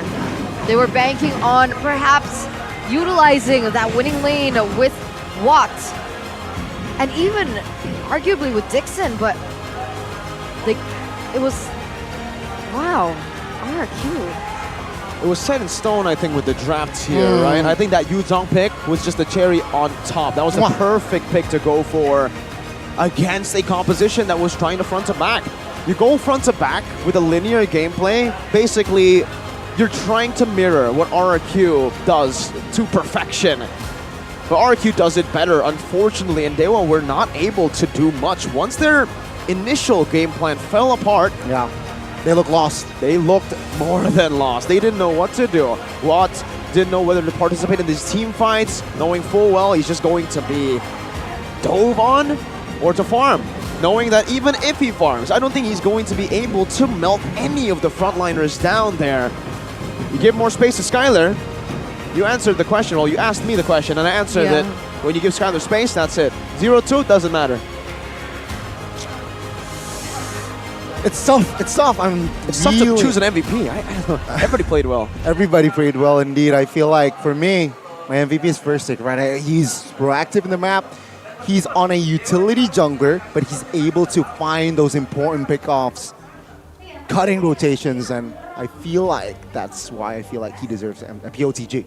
And I don't think pulling out the Fredrin jungle is as easy as it was before. Sure, there's a lot more say for the Fredrin in these matchups when they go for neutral objectives, but in a game that's even more fast-paced than it was pre-patch, that lack of mobility from the Fredrin is something that I slightly dislike, which is why it's interesting that RQ just continue on utilizing it, and it's worked for them. I think today. Yeah, exactly. Today. I think you need to emphasize today, because I think Dewa gave them the opportunity to do the same thing. I think RQ had a plan. If it was still Beatrix and Claude banned out, I think they would have been, like, they would have gone for the Irithel or something else. Maybe they've had something of a discussion, but no Beatrix ban? Okay. They pick up Terizla, not Kadita? Okay. So why not Beatrix? Why not Eve? Why not the normal comp that we go for? There are no real hurdles for RRQ in that game. So go for what works, man. Don't go for Valir. Maybe. I think that would have worked as well. I don't think there's anyone who could really dive. Terizla was the only one, right, who could dive. Meanwhile, for RRQ, they had Yuzong. Yeah. So the Clint definitely could dive. Oh, dive is an understatement. He can... What's deeper than that? He can penetrate? He is a submersible.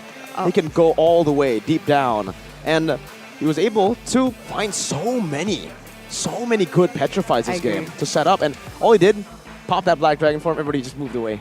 It's a zoning tool, bro. It's not even an engage tool in this game. And that's why he deserves the player of the game here by the Samsung Galaxy Z Fold 5, Z Flip 5. And if you look at his stats in the grand scheme of things, 40% KP, you'd think maybe Yuzong, no impact. But every time they go for an objective, either Lord or Turtle, We mentioned it earlier on in the game when it was playing out. The fact that he got that Petrify so beautifully placed on to Ray, on a Lancelot, who should be able to dodge all these engages, was beautiful. It was the cherry on top to already a really good, I would say, composition from RRQ in these objective fights. I think I want to point out more so than the highlights here, because there's honestly not much to highlight. This I want to highlight, right? We didn't get to see it, but okay.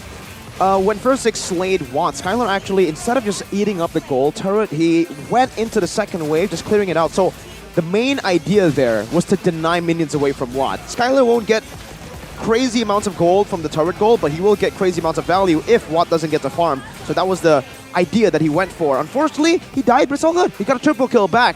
Highlight to Banana's itemization, though, while the highlight keeps on going. He went for Dreadnought armor first against a Terizla. Beautiful. And then he finished up the dominance, and then he built steel leg plate. So, yeah, no one's going to get into him, especially Watt. Look at the damage from Watt. 0. Well, not 0, but it just tickles Banana. Banana is chill about it, man. He's so chill. In fact, he can dive in, go back and forth, and look, all that, and he's still alive. The name of the game is staying alive, staying alive, staying alive. And wow. BGs, yeah. It's a good song. Exactly. Wow, okay. You know what? I want to hear that song now. Yeah, sorry. I was like playing it over in my head. But with that, ladies and gentlemen, we are going to go on a short break. So stay tuned. Don't go anywhere. We'll be right back.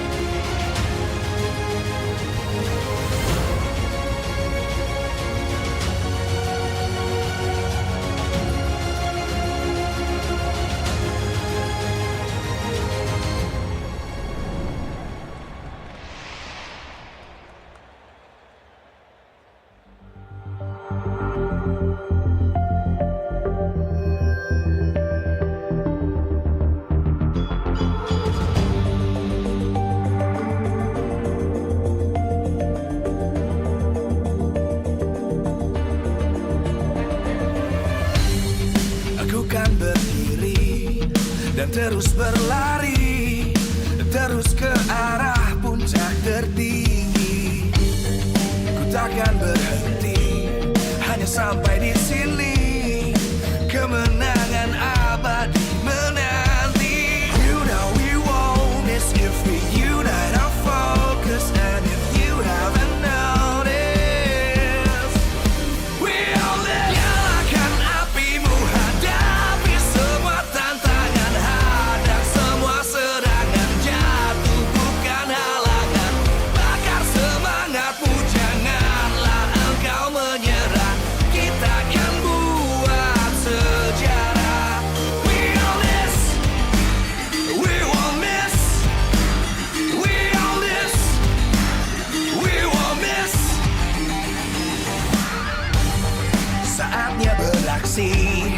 Jalani ambisi, aku kan menyawakan hari ini. You know we won't miss if we unite our focus. And if you haven't noticed, we all live. Nyalakan apimu, hadapi semua tantangan. Hadang semua serangan, jatuhkan halangan. Bakar semangatmu, janganlah engkau menyerah. Kita akan buat sejarah.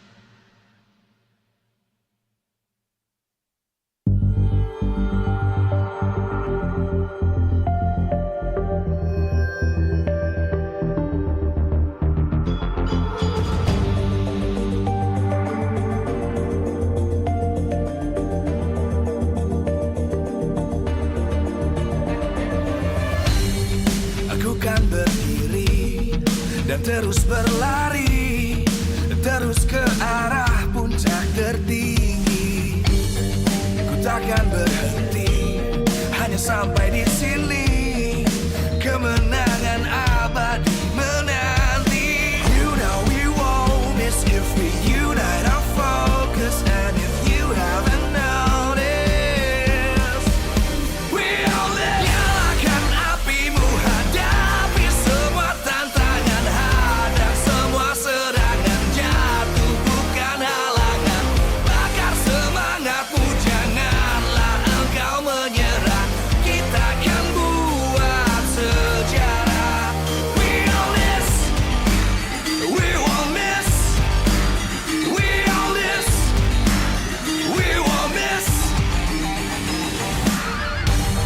Saatnya beraksi, jalani ambisi. Aku kan menyawakan hari ini. You know we won't miss if we unite our focus. And if you haven't noticed, we all live. Nyalakan apimu, hadapi semua tantangan, hadang semua serangan, jatuh bukan halangan.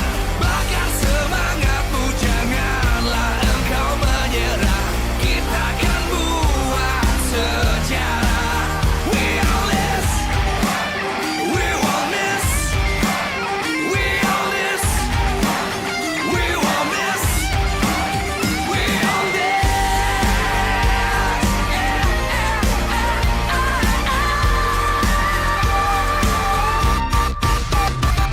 Nyalakan apimu, hadapi semua tantangan, hadang semua serangan.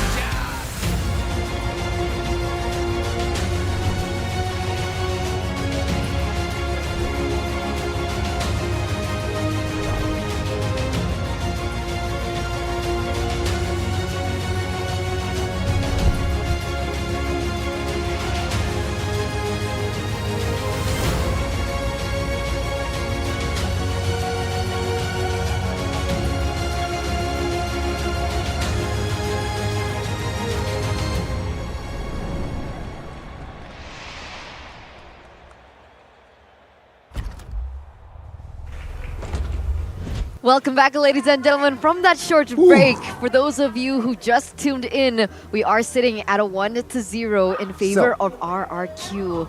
Dewa United, unfortunately, was unable to get match one, game one. Match And two, would game that one. be match 2, game 1? That's true. It's not match 1, it's match 2, ladies and gentlemen. I just wanted to test you guys out, keep you on your toes, make sure you're paying attention, right? Because you want to pay attention for this. OVO will facilitate something amazing for you guys. What? Tell us. A possibility, an opportunity Okay. to play With the alien. you're talking about the guy backstage, Lemon. Lemon. That's crazy. It truly is, and all you need to do is just register at payovo.co/MPL and tell us why you want to play together with Iksan Lemon, because 8 people with the coolest reasons will be invited to play with Lemon in early October, and 20 others will get really cool MLBB Epic skins. So what are you waiting for? Register as soon as possible, because, you know, Arashi, it has already registered, and Arashi would love what I'm seeing right now. Look at that beautiful hair as we see it in the hair cam by Head and Shoulders. I think you mean Sheffin more than Arashi. No, Arashi too. I mean Arashi. If this girl is an RQ fan, sure. Arashi was doing this yesterday. Wow, he was celebrating for the hair cam. Okay, well, if you guys want crisp, clean hair like this, Crazy. and you want the cigar lemon, right? Which means cigar is a fresh lemon scent. Cigar. Go. So it smells like lemon? It does. The player? No, Oh, the fruit. But I don't know man. how lemons like smells. Maybe he does smell like lemons. Maybe. Why wouldn't you just go all out? That's why you need If to you're get that branded. chance. OVO X Lemon, right? So you can play with Lemon and maybe you can tell us how the experience went. That's true. That's true. And you guys can also tell us the experience of buying things on Blee Blee. Because you guys, What for can I every buy? purchase, What? What can I buy on Blibli? What you can buy? Yeah. Everything. Whoa! Literally everything. Including skins? Including skins and a game vouchers, which you guys can enjoy a 10% cashback when you do. So if you want more information, a download Blibli, go to their website, or you guys can scan the QR code down below. But yeah, you can literally buy anything. Oh. Like non-living things, I think. Oh. Wait, look at this though. Sorry, I got distracted, but Is it a non-living thing? Mr. Min Coco here, keeping the table clean, just like his gameplay. I think his hygiene is on point. That's husband material. Maybe he's a germaphobe. Hubby material. Oh, Yep. look, he took another tissue. Let's see what this is. Oh, so neat! Oh, you love a neat player. Husband material. Hubby material indeed. There you go. What about Ray, right? I think Ray, he's lost in his thoughts right now. How the heck did we get stomped like that? There was no answers, no answers at all. And I think it starts in the draft. The draft was questionable, yeah?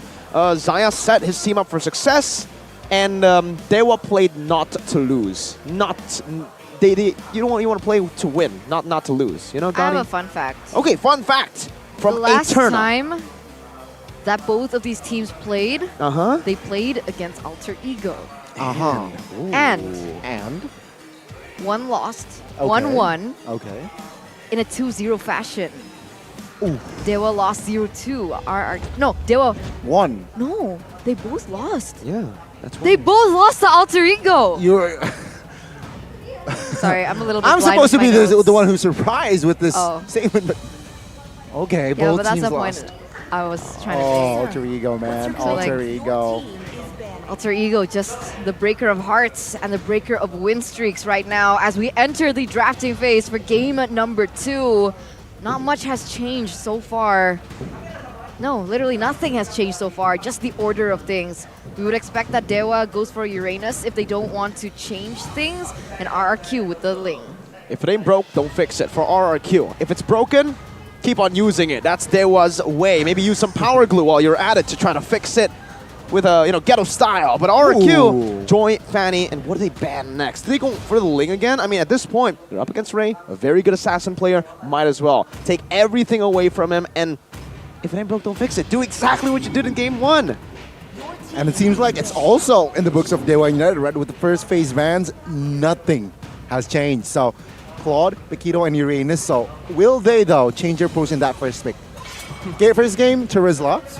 I think they should switch things up here. I hope so. You just replay game 1? That's fine too. If you want to go home early. Wow, if it ain't broke, if it's broke, don't fix it. Don't. Terizla, boom, there you go. They might add a little bit of change, the super glue that they need to kind of fix it a little bit so it can be used this draft. But RQ, it's still a clean sheet for that game, man. Might as well go for the same thing. They went for what? Cho Fredrin? They will pick Fredrin again, but I don't know about Beatrix. Fred Beatrix. Yes, because I think Dewa can totally take the Beatrix in the second phase. Or they might just change it. Might as well, right? Go for Kadita, maybe? Nope. Cho and Fred. Okay. Welcome to game 1 of RQ versus Dewa United. Rematch. A little bit of a deja vu indeed. Now I hope Dewa United change their approach here. Please pick Beatrix. Lancelot. Okay. Please. Kadita. I'm gonna go. Yeah, I'm gonna stretch here. Maybe. Oh, there you go. That's the super glue. That's the thing that can change. Yves. Good answer to the Beatrix, and it's also taking it away. So they're kind of setting up maybe for their own Clint pick again. Okay. So no Yves for Clay this time. But then again, there's still that Kadita, right? Which can be utilized. Cho. Oh no, they will not prio a hero for Clay. Instead, they will secure an Irithel first. Now they can just wipe 2 heroes of Marksman to take it away in the hands of what? It's that instant adaptation from RRQ, right? With the Yves being picked up from Dewa, they're like, all right, maybe this time around Beatrix not as worth it. Let's go for something like the Irithel, who, even if, let's say, the Beatrix does get left open, it's fine. It's a good matchup anyway, as we enter the second phase. And there you go, Brody was the choice of ban from RRQ. With the Brody ban here, that is probably the only hero that Irithel kind of struggles with in the laning phase. They go up against a carry, against a Beatrix, it's all good. And yeah, I think they might not want to go for the Beatrix ban later on. No. They can just go for, well, RRQ banned Iritha and Brody last game. But now I think it might be good to take away maybe the Kaja. Take away the Kaja from Dewa, something that can lock the mobile heroes that RRQ have right now. And then it should be a pretty smooth road. Maybe. They can go for that. Dewa and it's still discussing, but it's not gonna be the Roam. It's gonna be the EXP here, seeing that, yeah, Iritha very vulnerable for going up against the Yuzong. So let's just, well, Yves rather, very weak going up against the Yuzong. They're setting up a weak backliner as well.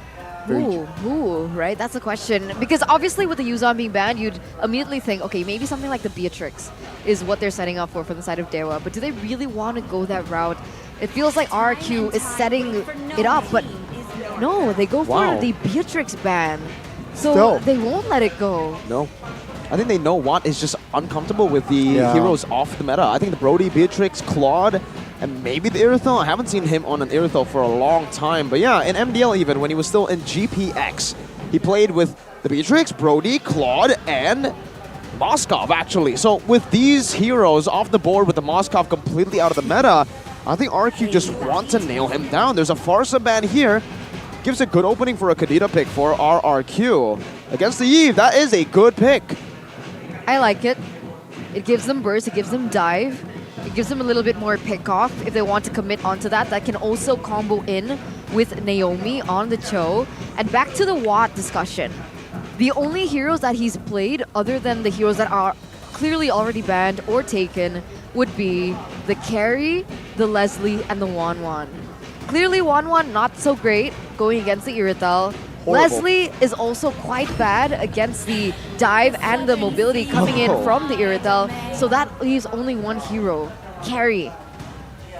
Carry does horrible up against the Iritha here. The Iritha is going to bully the Carry a lot. Similarly to, I think, what we saw earlier, right? The Iritha matchup against the Carry, Game 1, Alter Ego Aura, where Kabuki did not get a solid lane up against that Iritha. The Kufra comes through. Oh!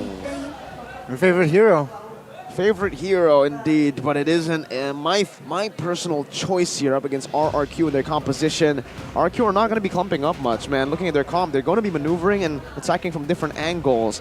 And even then, the only thing, well, you can cancel the Oddity and the Jeet Kune Do with your go away, but the lane against Iritha is not a lane that is good for the Melissa. Now RRQ, honestly, they can just go for something like a Lapu. It would work. Or Arlet. Or something crazy from Banana. Benedetta. Can it work? Going up against a Melissa. Go away takes it out. I think Arlet is better, but for if you just want to clear, have better mobility, then the Terizla, then Benedetta would work. But no, they go for the safer pick. They go for the Lapu in for Banana. That is one of his comfort heroes from way back when. Hooey mama! This is the second game. It truly is. Are you hyped about it? Very hyped. Potentially the last game of leg 1 is upon us. It is. And it might go a 2-0 for RRQ. Wait. Dewa do not fix their execution. What's Taz doing there? Is this a sign, perhaps? Taz, do you want to join RRQ? Taz Farewell Evo is coming up. Wow. I think he's just with his girlfriend, who is an RRQ player. Who's his girlfriend? Ash. Oh, that's sweet. MPL date. MPL date indeed. Let's see the spell check now. Pretty standard. Nothing out of the ordinary here. All right, yeah. I guess Melissa's going for Inspire. And with that being said, ladies and gentlemen, welcome to the land of dawn of game number 2 between Dewa United and Rex Regum Kaon. Remember the stakes here, ladies and gentlemen. Dewa severely need these points if they want to give themselves a bigger chance to make it to the playoffs. Week number 4, half-season points. RQ, not much to lose at this point. Look at the start, though. It is still the same start that RQ decides to go for, sending the mid laner into the XP. And I think for the matchup against Terizla especially, this is really good because Lapu will have a tough time clearing out that lane. Terizla will definitely bully the Lapu. And even last game against the Yuzong will definitely get pressured back with the first wave. So I think this maneuver is amazing by RQ. Good adaptation, and Kaze gets chunked. Oh, good catch on towards Kaze, which will not force him on the flicker just yet. But it seems like Fursic will claim the lead though. But take a look at Lancelot already. Very fast there, invading the camps of Fursic. He's looking for preemptive movements right now. I think he understands the rotations coming in from Fursic already, and therefore are looking at ways around it to mirror it, to get a little bit more value right before that turtle does spawn. But up until this point, you're right, Watt a little bit behind in terms of that gold and EXP. Yeah, as a Melissa player, I've played so many Melissa games, and I always banned Claude back in the day. But people have found another hero that does well against the Melissa, and it is the Irithel, actually. So even then, before the buff, the Irithel does really good against the Melissa. So now with the buffs, yeah, the Irithel will also outscale, I think, in terms of damage. And he'll have a better time dealing damage. RQ, very mobile. Melissa needs to get some AoE damage in to be really valuable. And right now, Skylar's taking the lane real slow. He wants to punish for every minion taken. He truly does. Fursic, however, already starting that next turtle, that first turtle.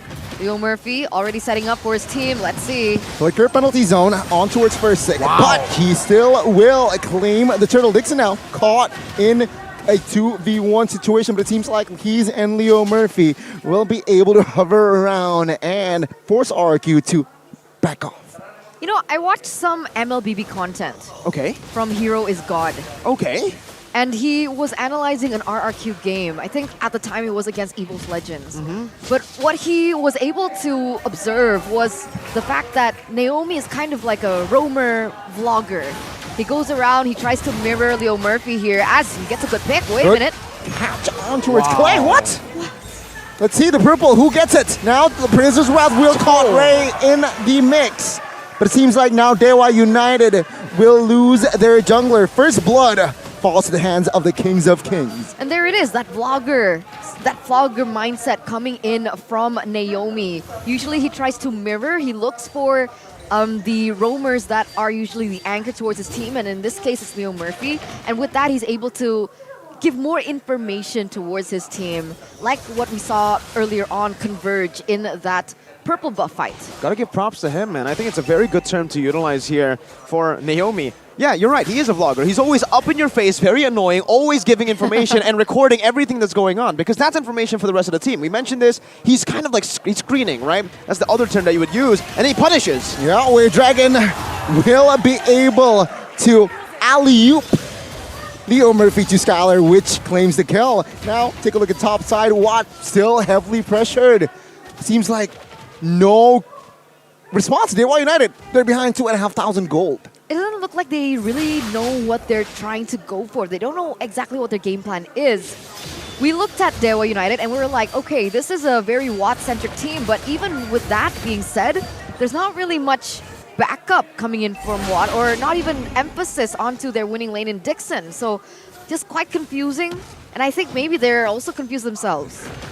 Perhaps, right? This is going to be the second turtle in the game, which heavily favors RRQ. What will Dewa United do here? Can they contest? Leo Murphy charges, catches Banana, doesn't pop the rage just yet. Seems like here Fursic will comfortably secure the second neutral objective.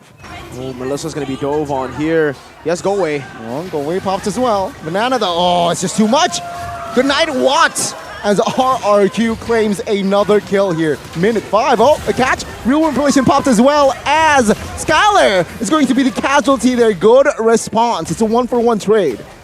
It's a 1-for-1 trade, but I think it's still worth it for RRQ here, knowing that I think Watts has lost much more gold there, and he's still level 6, so Skylar is already in a winning matchup. He gets back there, he's just going to bully Melissa again, but Melissa needs to survive as much as you can try to. Basically, Naomi, ooh, didn't go for the way of the dragon then. Dodges away from Leo Murphy.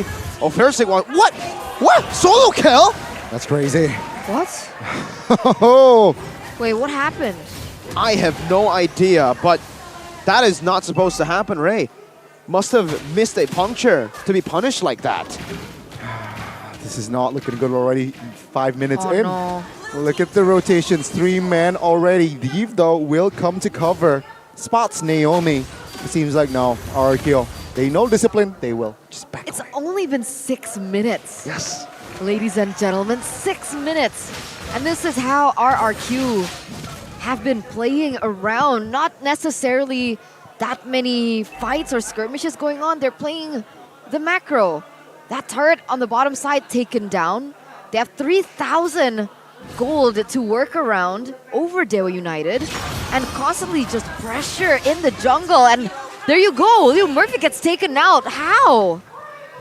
Oh, it's just an onslaught, right? And again, they're still maintaining pressure. Top side will be cleared though, but the Way of Dragon will not be able to connect just yet as the go away was popped by Watt. It seems like here, both teams just hovering, waiting, but it seems like it's all for RRQ.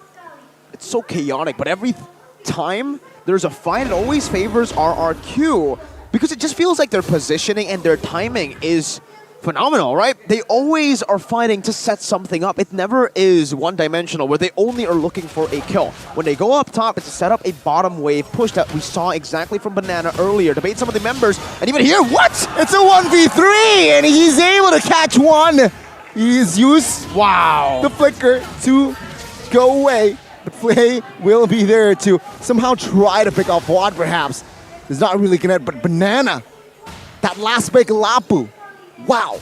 But even then, RQ managed to get another neutral objective. So as you were saying, these are collapsing really well with one another, just like dominoes. It's quite amazing to witness, actually. And look at now, they're trying to translate it into this mid-side turret. Versik not really giving too many cares in the world, going under turret, receiving that damage from Kaze, who up until this point is also not dealing the damage that we expect him to. Despite Watt being so far behind though, I will have to say his farming is impeccable. The fact that he's up against so many of these counter picks and he's still able to get DHS before the 8th minute, that is impressive, man. I would be so... I'd be 0-5 at this point, man. That's crazy. It's very, very impressive as a Melissa player myself.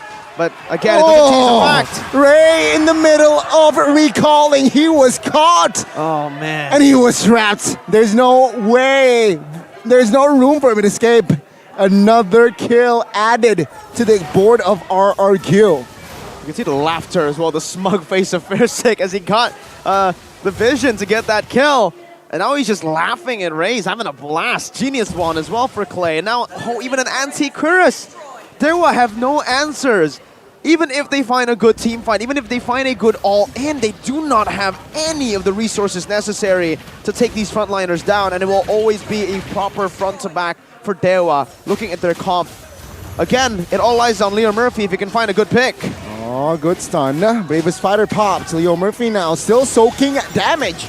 It seems like he will use the flicker to get out of the Appraisal's wrath. Oh, Wave Dragon, wrong way though. It seems like Dewa United still here, intact with 5 before the Lord. And all these towers are just falling down like flies. RRQ holding a 7,000 gold lead already. And if vision is anything but important, Dewa United have none. Look at the way that Naomi and Clay are constantly posturing, constantly just in the enemy jungle, giving vision, not allowing Ray to have any space in the world. Even if he wants to look for a contest, he's level 10 compared to Versik, who is level 13 already. That's how far behind they are. So 2 times in a row, Ray has picked up the Lancelot. 2 times he goes for killing spree, and 2 times there is literally no reward for it. Don't forget the final 2 times he went for full damage. War Axe building towards more damage here.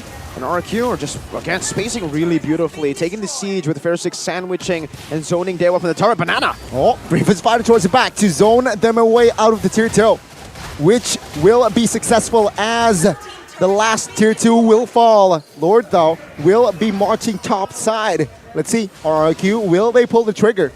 Seems like they're taking their time. Leo Murphy charges in the back, catches Versik. with the rage as well. This might be it. First it gets taken down. Real Revolution popped as well. Clay trying desperately to escape as he is able to with the cover of Naomi. And it's just going to be a kill for Dewa United. That's value. That's so much value for RQ. You might say, Mirko, Fersic got slain. Doesn't matter. They got 3 tier 2s, and Fersic's only just a utility jungler who can risk his life, who can actually sacrifice himself for the greater good of RQ, and there's no shutdown. If that was Banana, different story. I think especially if the kill went to Watt or K's, if Banana was shut down, it would have been pretty value for Dewa. But again, RQ knows their limits. They know what to trade with, and they are very good at the calculation game here as to who they sacrifice or who they even put in a risky spot. And I think it's because they just think clear and think fresh with Head and Shoulders. On top of that, there's also no neutral objectives for Fersic to be present for. Yeah. So that's even more value for RRQ in that sense. And Dewa United, maybe they need to start, learning that, right? Getting picks for certain reasons, not just KFF. As once again, RRQ looking for just way more pressure on the board. Real-time win probability here by the Samsung Galaxy Z Fold 5, Z Flip 5 is in favor for RRQ, 64%. I think it should be a bit more than that. If it was me personally, I think it might be 90-10 at this point. That's how far it is for RRQ. They have every answer that Dewa can, there's all the questions that Dewa can ask, all the threats. It can all just be answered by RRQ right now. They have all the right disengage as well. You can see that. Good escape, good deflection there by Clay. Now Leo Murphy pops the flicker, loses Immortal as well to extend, and Leo Murphy will be taken out. Now take a look at Skylar, free hitting towards Keys, finds the double as well. Nasty Irithel, and now Dixon will not be able to find anything, but it seems like it's going to be a trade, a 2-for-1 for RRQ. And literally no Lord, no nothing, and yet they get an inhibitor turret. How unfortunate is that for Dewa United right now? And again, they collapsed perfectly with 2 members taken out, taking that Lord for free. And I think the idea for Dewa United Esports as to why they picked up the Melissa is to try and find a good synergy with the combo of the penalty zone. But up until this point, Dixon has not been able to find that just groundbreaking penalty zone. And I think, is Watt lacking damage? Is there no follow-up? What's going on? I'm sorry, I saw Fersic hit a wall, but yeah. It's okay, we didn't see that. He went for Wind of Nature. That's why I actually sighed earlier, before the fight, because he went for Wind of Nature here. I mentioned 8-minute DHS. He could have actually finished the Golden Snap by the 11th or 12th minute if he went for that. Maybe even earlier, considering he got the 8th-minute DHS. But yeah, he severely lacks damage here because he hasn't even hit that power spike. This could have been maybe one more kill for Dewa if Watt had that Golden Snap, but I think that's a bit of a reach as well, knowing how much damage RQ do. I think even if that was a DHS, a Golden Snap instead of Wind of Nature, it would have still been the same outcome. It would have still been RQ getting everything and only Dewa getting 1 kill. So to answer your question, I think the composition. Yeah, mid inhibitor now will be targeted. Wave Dragon on towards Dixon. Take a look at the damage given. Insta burst it down. And take a look at Ray in the backside, finds Clay though. Will he escape is the question, as Skylar will find the Mega. It's a 2-for-1 again in favor for side of RQ, but also Dewa United, they lost their inhibitor in the mid. Slow and steady wins the race. RQ are not in a race that they can even lose, so might as well go in. Whoa. Good immortality stop, but he's going to get gunned down. Man, that's a GDS for you. The insta damage, insta critical already. Backside Naomi. Way of Dragon with nature now popped by Watt as well, as he is still able to stay in the game. Golden Staff secured 10,000 gold, 11,000 almost. Gold lead. Luckily for that go away though, right? Because that could have ended way worse for Dewa United earlier on. That clutch discipline on the trigger towards that ultimate. Beautiful, life-saving. But that's exactly the threat that RRQ has right now. And with the Golden Staff now, can Dewa United go for a sigh of relief? Nope. Still no. No.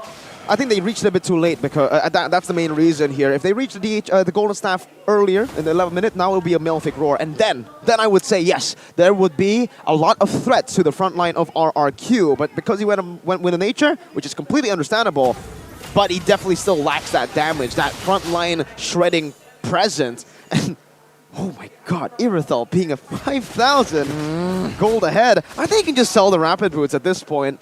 Yeah, you won't be as, as immune to slows, but you deal more damage. I think an item that he can swap out. Swift? No, I think just more damage. Just pure damage, I would say. DHS would be pretty solid, I think. Do you not think that she needs the extra movement speed to kite away from Ray? I don't think he really needs it. He has just been, roaming around, waiting for that front line, similarly to how Nino was playing it against full glass cannon. Full glass cannon, they're once again going for something risky other than the builds. You can see Naomi, as well as a Skylar, they're waiting for their prey. This is, you can feel just that intensity of this Lord fight. Yeah, the calm before there the you go. storm. Conceal play! Good catch on towards Ray! That secures it! First hit will claim the Lord. And take a look at Dewa United Esports. They will not want business. Ray taken down. Now Lord, take a look at the timing as well. Perfect timing. Now the Ray will not be able to join and defend. It's a disaster. It's a disaster. It's inevitable up until this point. This 2-0 end is imminent. RRQ showing dominance here. Oh, take a look at that. As Watts will be taken down, and one by one, it's a manhunt. Dewa United will not be able to defend. What's a king to a god does not apply in MLBB, as RRQ, the Kings of Kings, manages to find Dewa United in a sweep. They didn't just find Dewa United, they found them, they dragged them out just like in Taken. That was a full stomp. If there is a definition of a stomp, it will literally be a picture of RRQ versus Dewa United in leg 1 to end leg 1. That was a big stompy stomp. Big stompy stomp. Wow, I'm just in disbelief. I thought that there would be a little bit more fight towards Dewa, especially with the examples already laid out by certain teams to defeat RRQ. Cutting the rotations of Naomi would be to start, but they were unable to do that at all. Execution was off. Drafting needs to be improved as well for Dewa United. Yeah. And with this win, it puts RRQ and Alter Ego still mirror record. 6-3, 6-2. Oh, never mind. It's close though. Is it 2-6? No. Alter Ego got the win, so it's 3 now. Well, there you go. And closing leg number 1, RRQ's winning lineup rises from a previous lose streak that they did have to suffer. But this is the up and down, the journey that these teams need to undergo in order to be the best, in order to get that upper bracket slot, in order to accompany Onyx, perhaps, to M5. That's a step in the right direction, definitely. And again, Taz, swear to God, every single time, just there smiling, always at the positive vibes. And with that, ladies and gentlemen, let's take a look at how the Kings are feeling. Please, Bude Clara Mongstar, take it away.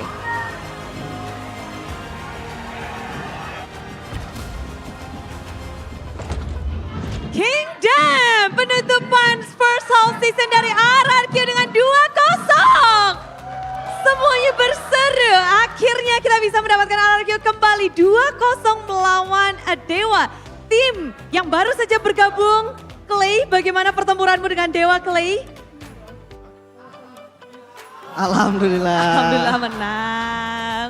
Tapi gimana untuk kalian sendiri melihat ada penantang baru di season 12 yaitu Dewa. Dan bagaimana kalian melihat Dewa di season 12?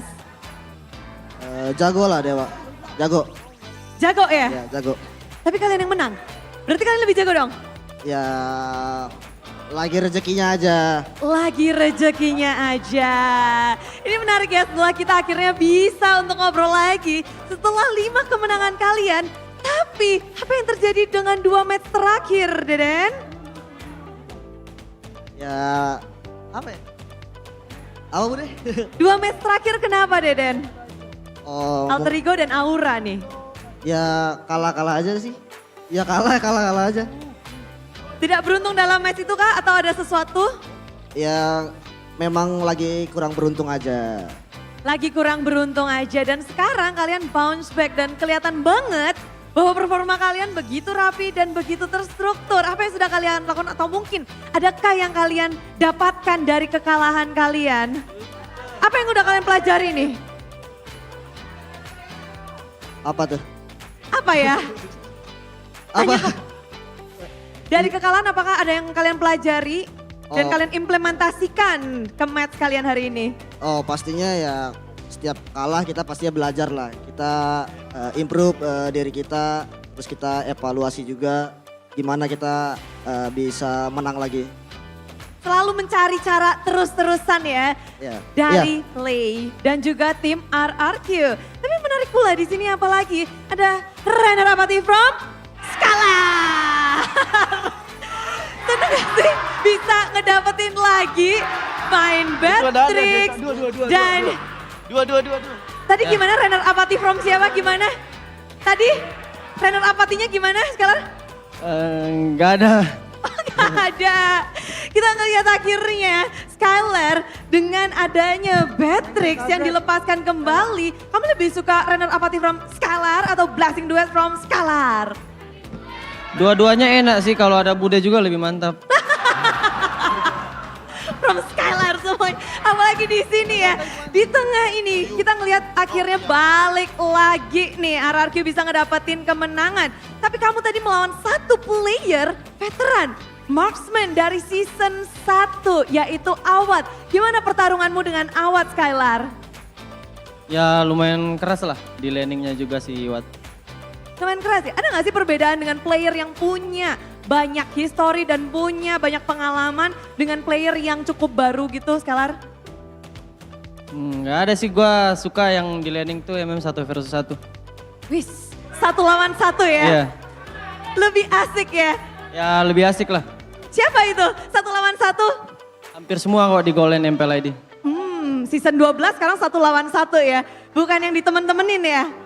Iya, sukanya 1 lawan 1, nggak usah buat temen. Wih, ini nih adu keras-kerasan ya. Ngelawan tim Dewa. Apa yang mungkin kalian temukan nih untuk tim RRQ? How about Naomi? This match, how do you see Team RRQ performing? Is it good or is it so-so? This is our normal gameplay. Normal gameplay? We should be playing like this every time. Harusnya ini adalah RRQ yang seharusnya. Dengan kemenangan dan gameplay yang rapi juga. Itu kata Naomi. But what happened from you this past 2 matches that you get lost? With Aura and also Alter Ego. What's wrong? And then we just had to realize, I don't know. Gak tahu ya? Iya ya, tapi mereka kan biasanya kayak gitu. Kemarin lagi nggak biasa berarti ya pas lagi kalah 2-0. Tapi mereka berhasil bounce back. Dan tentu saja kita akan melihat siapakah player yang menarik perhatian kita semua. Siapa? Kingdom? Player of the match? Oh, namanya beda-beda semua ya. Ada yang sebut Banana, Versik semuanya. Dan kita akan cek bersama-sama player of the match dari tim RRQ. Siapakah dia? R7 nonton, gak main. Kita cek bersama-sama player of the match. Banana. Ya. Iya, jadi player of the match di depan R7 nih. Mantap. Mantap. R7 bilang kerja kerasmu itu yang paling terhighlight oleh R7. Kerja keras seperti apa yang Banana lakukan? Banyakin latihan sih. kayak biasa, latihan, buy one, sama nge-gym. Latihan, buy one sama nge-gym. Ya, Nge-gymnya jari tangan atau semuanya? otot. Yang penting otot ya? Ya, Memperkuat ya? ya biar jadi bang otot. Jadi Bang Otot. Inspirasi banget ya. Tapi kalau Banana sendiri ngelihat sekarang kan udah 8 tim kamu lawan di MPL. Siapa yang paling mungkin berotot juga nih selain Bang Otot ya? Di EXP Laner. Karena kita tahu EXP sekarang bersinar semuanya. Ya. Semuanya berotot sih. Ya kalau paling berotot paling Boots. Masih Ya, Boots Ya, sama R7. sama R7 ya. Gak boleh ketinggalan R7-nya itu. Dan gimana kamu untuk saat ini udah, kalau kata R7 ini masih bisa lebih jauh lagi dari Banana. Apakah kamu merasa seperti itu juga Banana? Potensi dari Banana? Ya pasti bisa lebih jago lah. Masih bisa lebih jago. Kunci Ya. lebih jago apa Banana? Rahasia. Rahasia. Banyak rahasia sepertinya di sini ya. Dan kita ngelihat bahwa banyak sekali yang juga ingin mendengar suara dari Persik. Persik. Halo Bude. Halo. Menutup dengan 2-0. Tuan muda, bagaimana perjalanan dari first half seasonmu untuk Persik? Gimana perjalanan first half season untuk Persik nih? Alhamdulillah lancar. Lancar. Walaupun belum bisa jadi puncak. Ya nggak apa-apa, belum rezekinya aja. Belum rezekinya aja. Untuk selanjutnya, apa yang mungkin ingin dicapai oleh tim RRQ nih? Ya udah pasti mau juara lah. Mau juara di regular season. Untuk next week dan kita masih punya berarti 4 week lagi. Tim mana yang paling Persik tunggu? Ya nggak mau nunggu-nunggu kan. Ya semuanya kita pasti lawan lah. Kita siap lawan siapapun juga. Siap lawan siapapun juga? Siap untuk lawan siapapun juga. Dan tentu saja penutupan ini gak akan komplit kalau belum ada kata-kata dari Deden from Bogor. Play kata-kata dong. Gak ada, untuk Bude. menutup first half season nih. Nanti kalah lagi kata-kata mulu. Jangan ada kata-kata yang ada. Aduh. Aduh. Nanti disindir lagi. Siapa yang nyindir gak ada. Aduh. Semuanya nunggu untuk Kingdom aja, spesial buat Kingdom. Kalau untuk Kingdom, thank you yang udah datang hari ini. Terus juga yang nobar di luar-luar kota. Ya dukung kita terus lah. Perjalanan masih panjang. Ya support terus kita.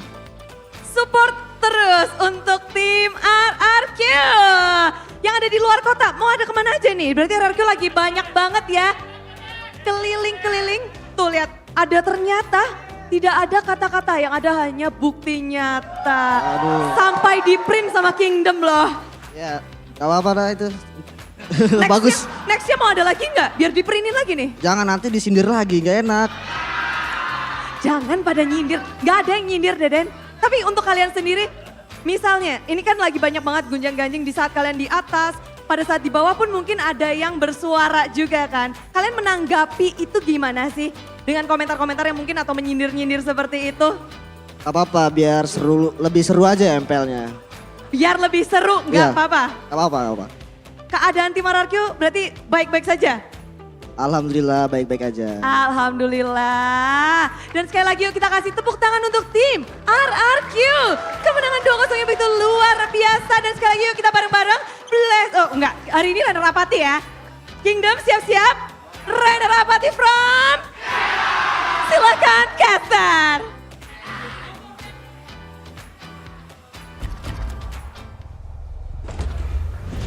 Congratulations again for that victory, RRQ 2-0. I'm pretty sure Arashi's at home just jumping up and down and celebrating With like his he usually jersey. does with his jersey.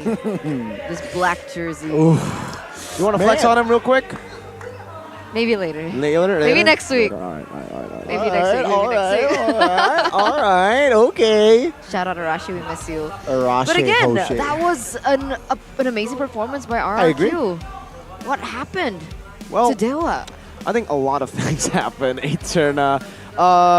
Dewa, there was a keys to victory. Very, very I think the keys to victory were written down already for the blueprint of Alter Ego, but mainly I want to talk about this guy right here. Banana, very consistent this week and very consistent throughout week 1 to week 3. This first leg has been phenomenal from this man, and you know, when he gets a good pick, he will always be able to utilize it properly. Look at that pose. Shh. Kind of like his personality when he gets interviewed, right? Very quiet, very chill, but he performs and he says a lot of words in the game. His actions are louder than his words. 3-0 and 5, again, perfect atomization against a Terizla. Dreadnought armor, he already did it in the first game. Why not do it again in the second game? But for Lapu, it's a different case. Usually against Terizla, you would lose out most of the time. But for Lapu, once you get level 4, you're actually in a pretty comfortable spot to go in. And because you usually don't see Lapu in this meta that much, but because there was a Melissa, it just made perfect sense. Melissa wasn't able to do much there, always getting cut down by the bravest fighter,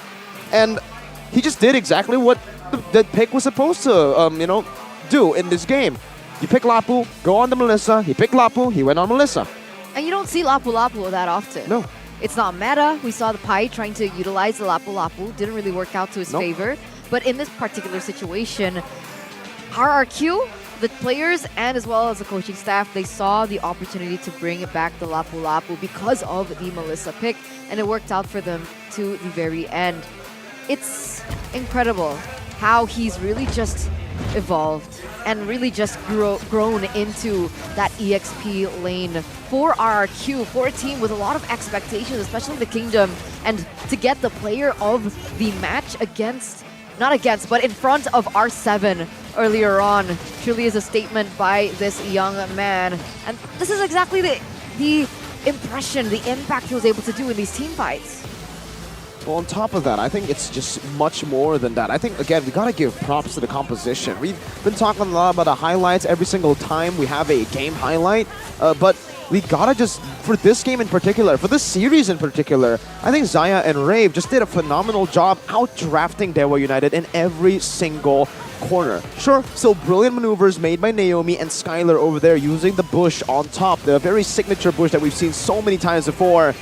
But on top of that, I think it's just when you facilitate players as good as the players you see on your screen here from RRQ with great picks, with picks that are fundamentally just better, who have very straightforward ways to win the game, and you give them a very easy path to victory, they'll execute it in a very astounding way. And this is that performance that you would just expect after seeing the drafts. An absolutely phenomenal stomp from the Kings, and for Dewa, the complete opposite. They're going to have to go to the drawing board. The coaches will have to, again, revise a lot of their drafts that they have prepared. Maybe it might be a bit outdated, or maybe this might just be their players' comfort. Even though it doesn't work, you can't fully blame the coaches here. You need to blame the players as well. Personally, I think they had a say of what gets picked as well.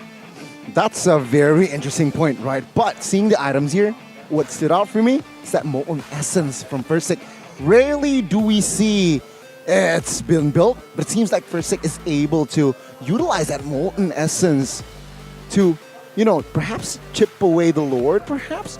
But Skylar built a very perfect Irithel build, I feel like.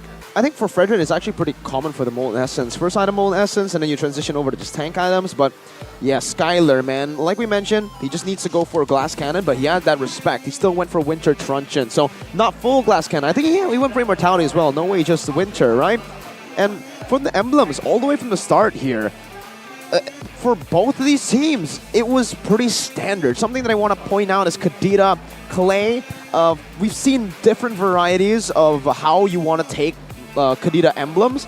We've seen Lethal Ignition to a Pull Yourself Together. We've seen a Bargain Hunter, and now we're seeing Weapon Mastery. We've seen Weapon Mastery. I think Weapon Mastery has been one of the favorites to get that snowballing going ASAP to get more items. But for the Cho as well, it's Agility, Tenacity, and yeah, not much changes here for the emblems. It's just the standard emblems for these heroes that we've come to expect at this point. And now we take a look at the post-game recap, and it was Skylar on the Irithel popping off, man. He got picked twice, and he's once or twice, I forgot. Once on the top lane by Leo Murphy. But he still found a way back in the game, farming perfectly. And again, it's kind of the same as Banana. You put him on a winning matchup, you give him some space, and he'll always perform. And now the solution towards getting a victory over RQ isn't as simple as the Beatrix and the Claude for Skylar. It's opened up a little bit more possibility, especially with the Iritel coming back into the meta. And you see the impact he's able to have. And in this particular game, just no objectives whatsoever from the side of Dewa United Esports was given. Turtle Lord Turret all at 0, 0, and 0. Exactly, man. It shows that Dewa United Esports, they're heavily relying that early game plan, but when not executed properly, they're lost.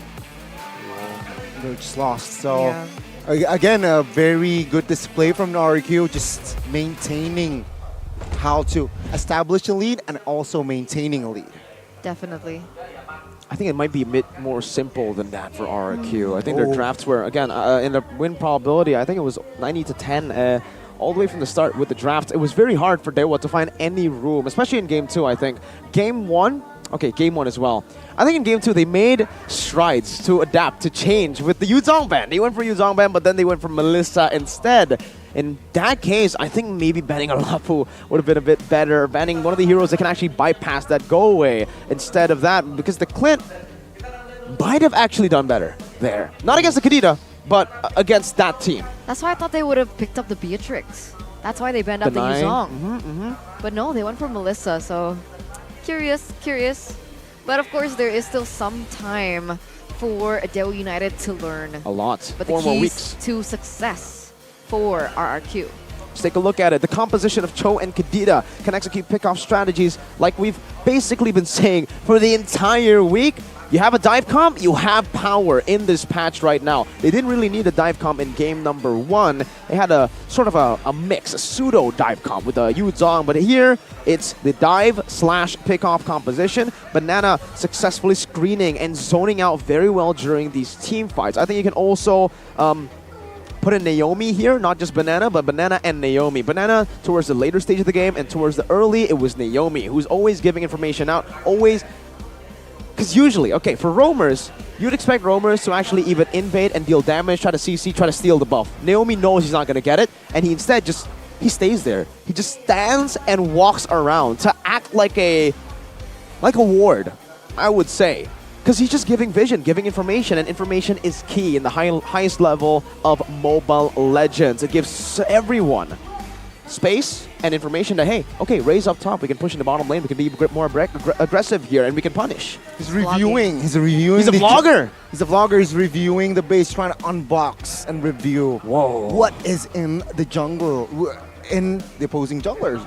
There's a lot of things to expose there, man. I mean, there's Ray, number 1, there's Leo Murphy on that Kufra, and we know when Kufra doesn't get space to look for those ambushes, well, you're a Kufra main, Gani, you would know it's very tough, terrible time. Terrible time indeed. And with that, ladies and gentlemen, let's take a look at the standings here to close out the half season presented to you by the Samsung Galaxy Z Fold 5, Z Flip 5. Onyx still on top despite RRQ winning a 2-0. This was something that we did discuss yesterday. In a best case scenario for RRQ today, still Onyx does win that half season champion. So once again, congratulations to them. But following that is Bigatron Alpha, Evos, Aura Fire, Geek Fam make it into the playoff run, whereas Rebellion Zion, Alter Ego, and Dewa United don't. And unfortunately, Dewa United had to fall to the bottom. I mean, look at the record for the 5th place to the 9th place Eternal. Very close. Same, 3-5. It's all a matter of the game rates. No. Sheesh.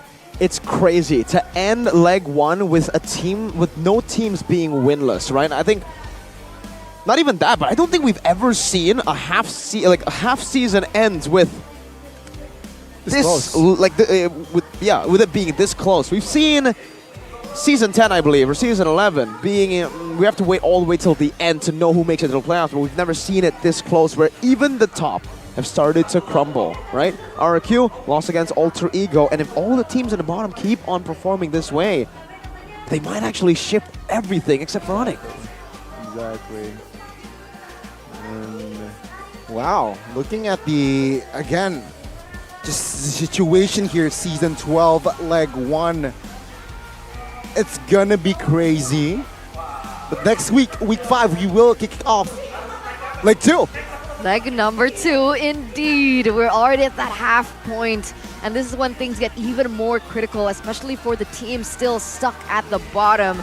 Dewa going against Aura Fire, Alter Ego, Rebellion Zion. And on Friday, we have Geek, Bigatron, Alter Ego, and RRQ. Wait. Is this the second time that these teams have met? I think it is. Yes. Yeah, isn't that just It's a repeat rematch. of day 1 Yes. of the opening of season Yes, 12? it is. Wow. I remember Dewa and Aura. Oh, this is going to be a tough one as well. Bigatron versus Alter Ego. RRQ versus Aura. And then Alter Ego versus Geek. We'll see if they can continue this win streak. They're going to have... Wait, they're going to have 2 matches. Matches. Wow, okay. They're going to have to work overtime on Saturday. It looks like it. But this is the player of the week. Congratulations to Alter Ego Rossi. Your impact is definitely evident. A lot of the casters, I'm sure all the Alter champs out there, we've seen just everything you've done for Alter Ego, the way that you've really just grown as a player as well, with the hearts coming through. We love you too, Rossi. Oh man, POT dubs. And it seems like Rossi, when he joins the fray, even though he lost his debut match this season, but after that, it's just wins, wins, wins. Yep. 1 loss, and then all wins, right? Exactly. For Rossi, right? Exactly. Still winless, unfortunately, for the birthday boy, but he still got a birthday gift, a pretty good birthday gift. The team won. On his birthday. Yeah, there you go. Without him, though. The rookie of the week, Eterna, who is it? It's Audi TZ! Congratulations, Rebellion Audi TZ. What was he able to do this week? He's a Franco god. Oh Franco my god. This guy, dude. I think a lot of people even are giving him the title of Best Franco. Definitely up there. I would say Audi TZ might just be beaten out by Naomi. Ooh, okay, 130 assists to his name for a rookie. Man, that stat doesn't seem like it. He doesn't seem like a rookie because, he did win MDL Season 6 with Bigatron Beta. I cannot stress this enough. One of the main I like how your reasons- face changed. That split-second small smirk that he's trying to hide. Yeah. Smirko. Well, he grabs a lot of discounts, I would say, because it feels like the hitboxes are always discounted for him. He gets it for free. How? Well, he grabs with grab, bro. What's on grab? You don't know what goes. Eterna, what are you doing without grab? You're going to waste so much money. 90% discount code, right? Ghani uses it a lot. Exactly, 50% on grab food, 90 on a grab bike or grab car throughout the event, but only for new users. So if you want to get diamond as well, i.e. MLBB hero skins, stay tuned for grabs challenges. Check the detail, right? grb.to/MPL.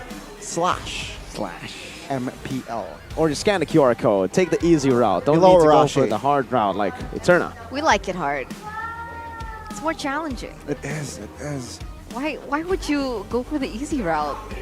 You I know, don't understand. Trials and tribulations creates characters, right? It does create character, and you guys can actually become the character of your dreams because there's free face painting next week. At week number 5. I'm not really sure if it's every day. We'll check it out.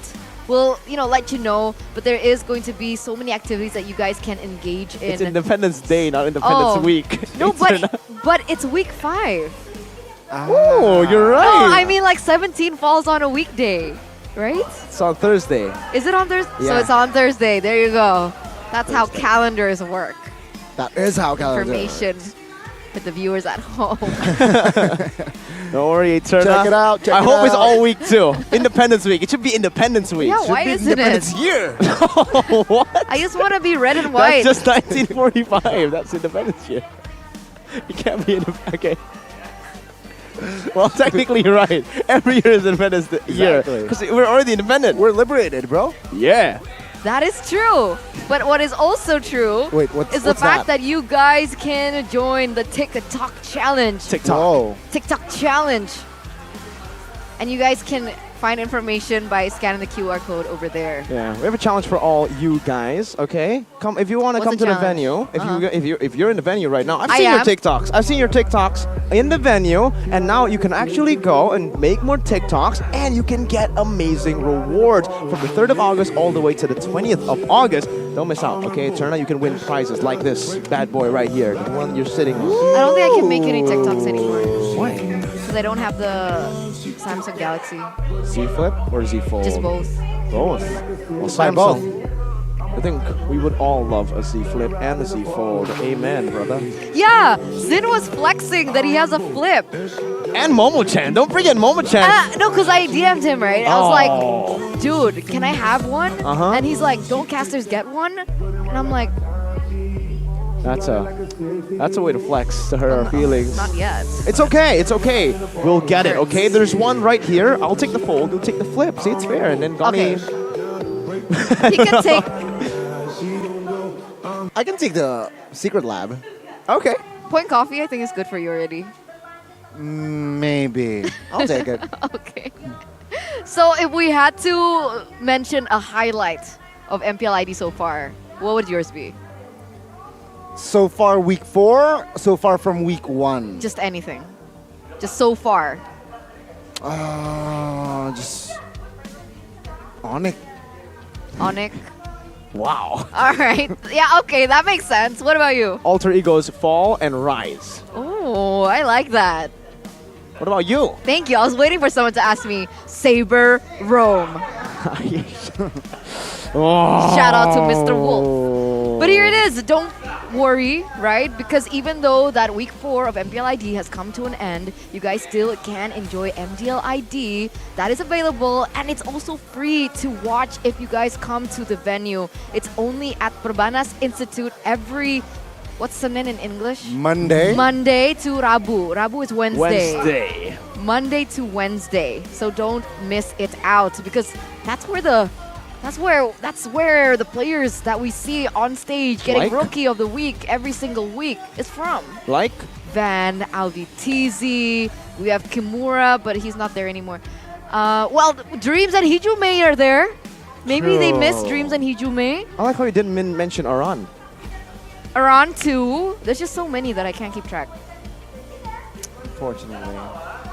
And with that, ladies and gentlemen, I'm so sorry, but today has come to an end. We're gonna miss you so much. Thank you so much to all the MPL fans, audiences, everyone for a wonderful week. We'll see you next week in week 5. And with that being said, me, Eterna, Gani, and Mirko, we're gonna say goodbye for now. We'll see you on Thursday because MPL ID Season 12, we own this!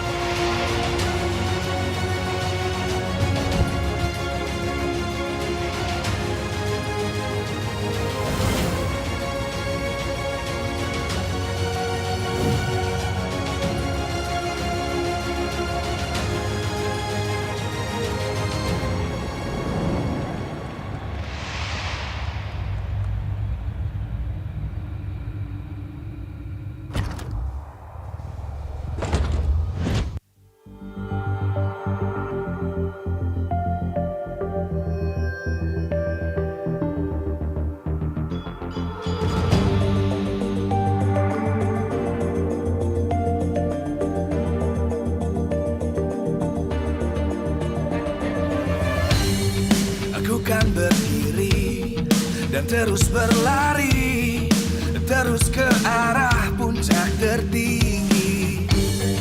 Ku takkan berhenti, hanya sampai di sini. Kemenangan abadi menanti. You know we won't miss if we unite our focus. And if you haven't noticed, we all live. Nyalakan apimu, hadapi semua tantangan, hadang semua serangan, jatuh bukan halangan. Bakar semangatmu, janganlah engkau menyerah. Kita kan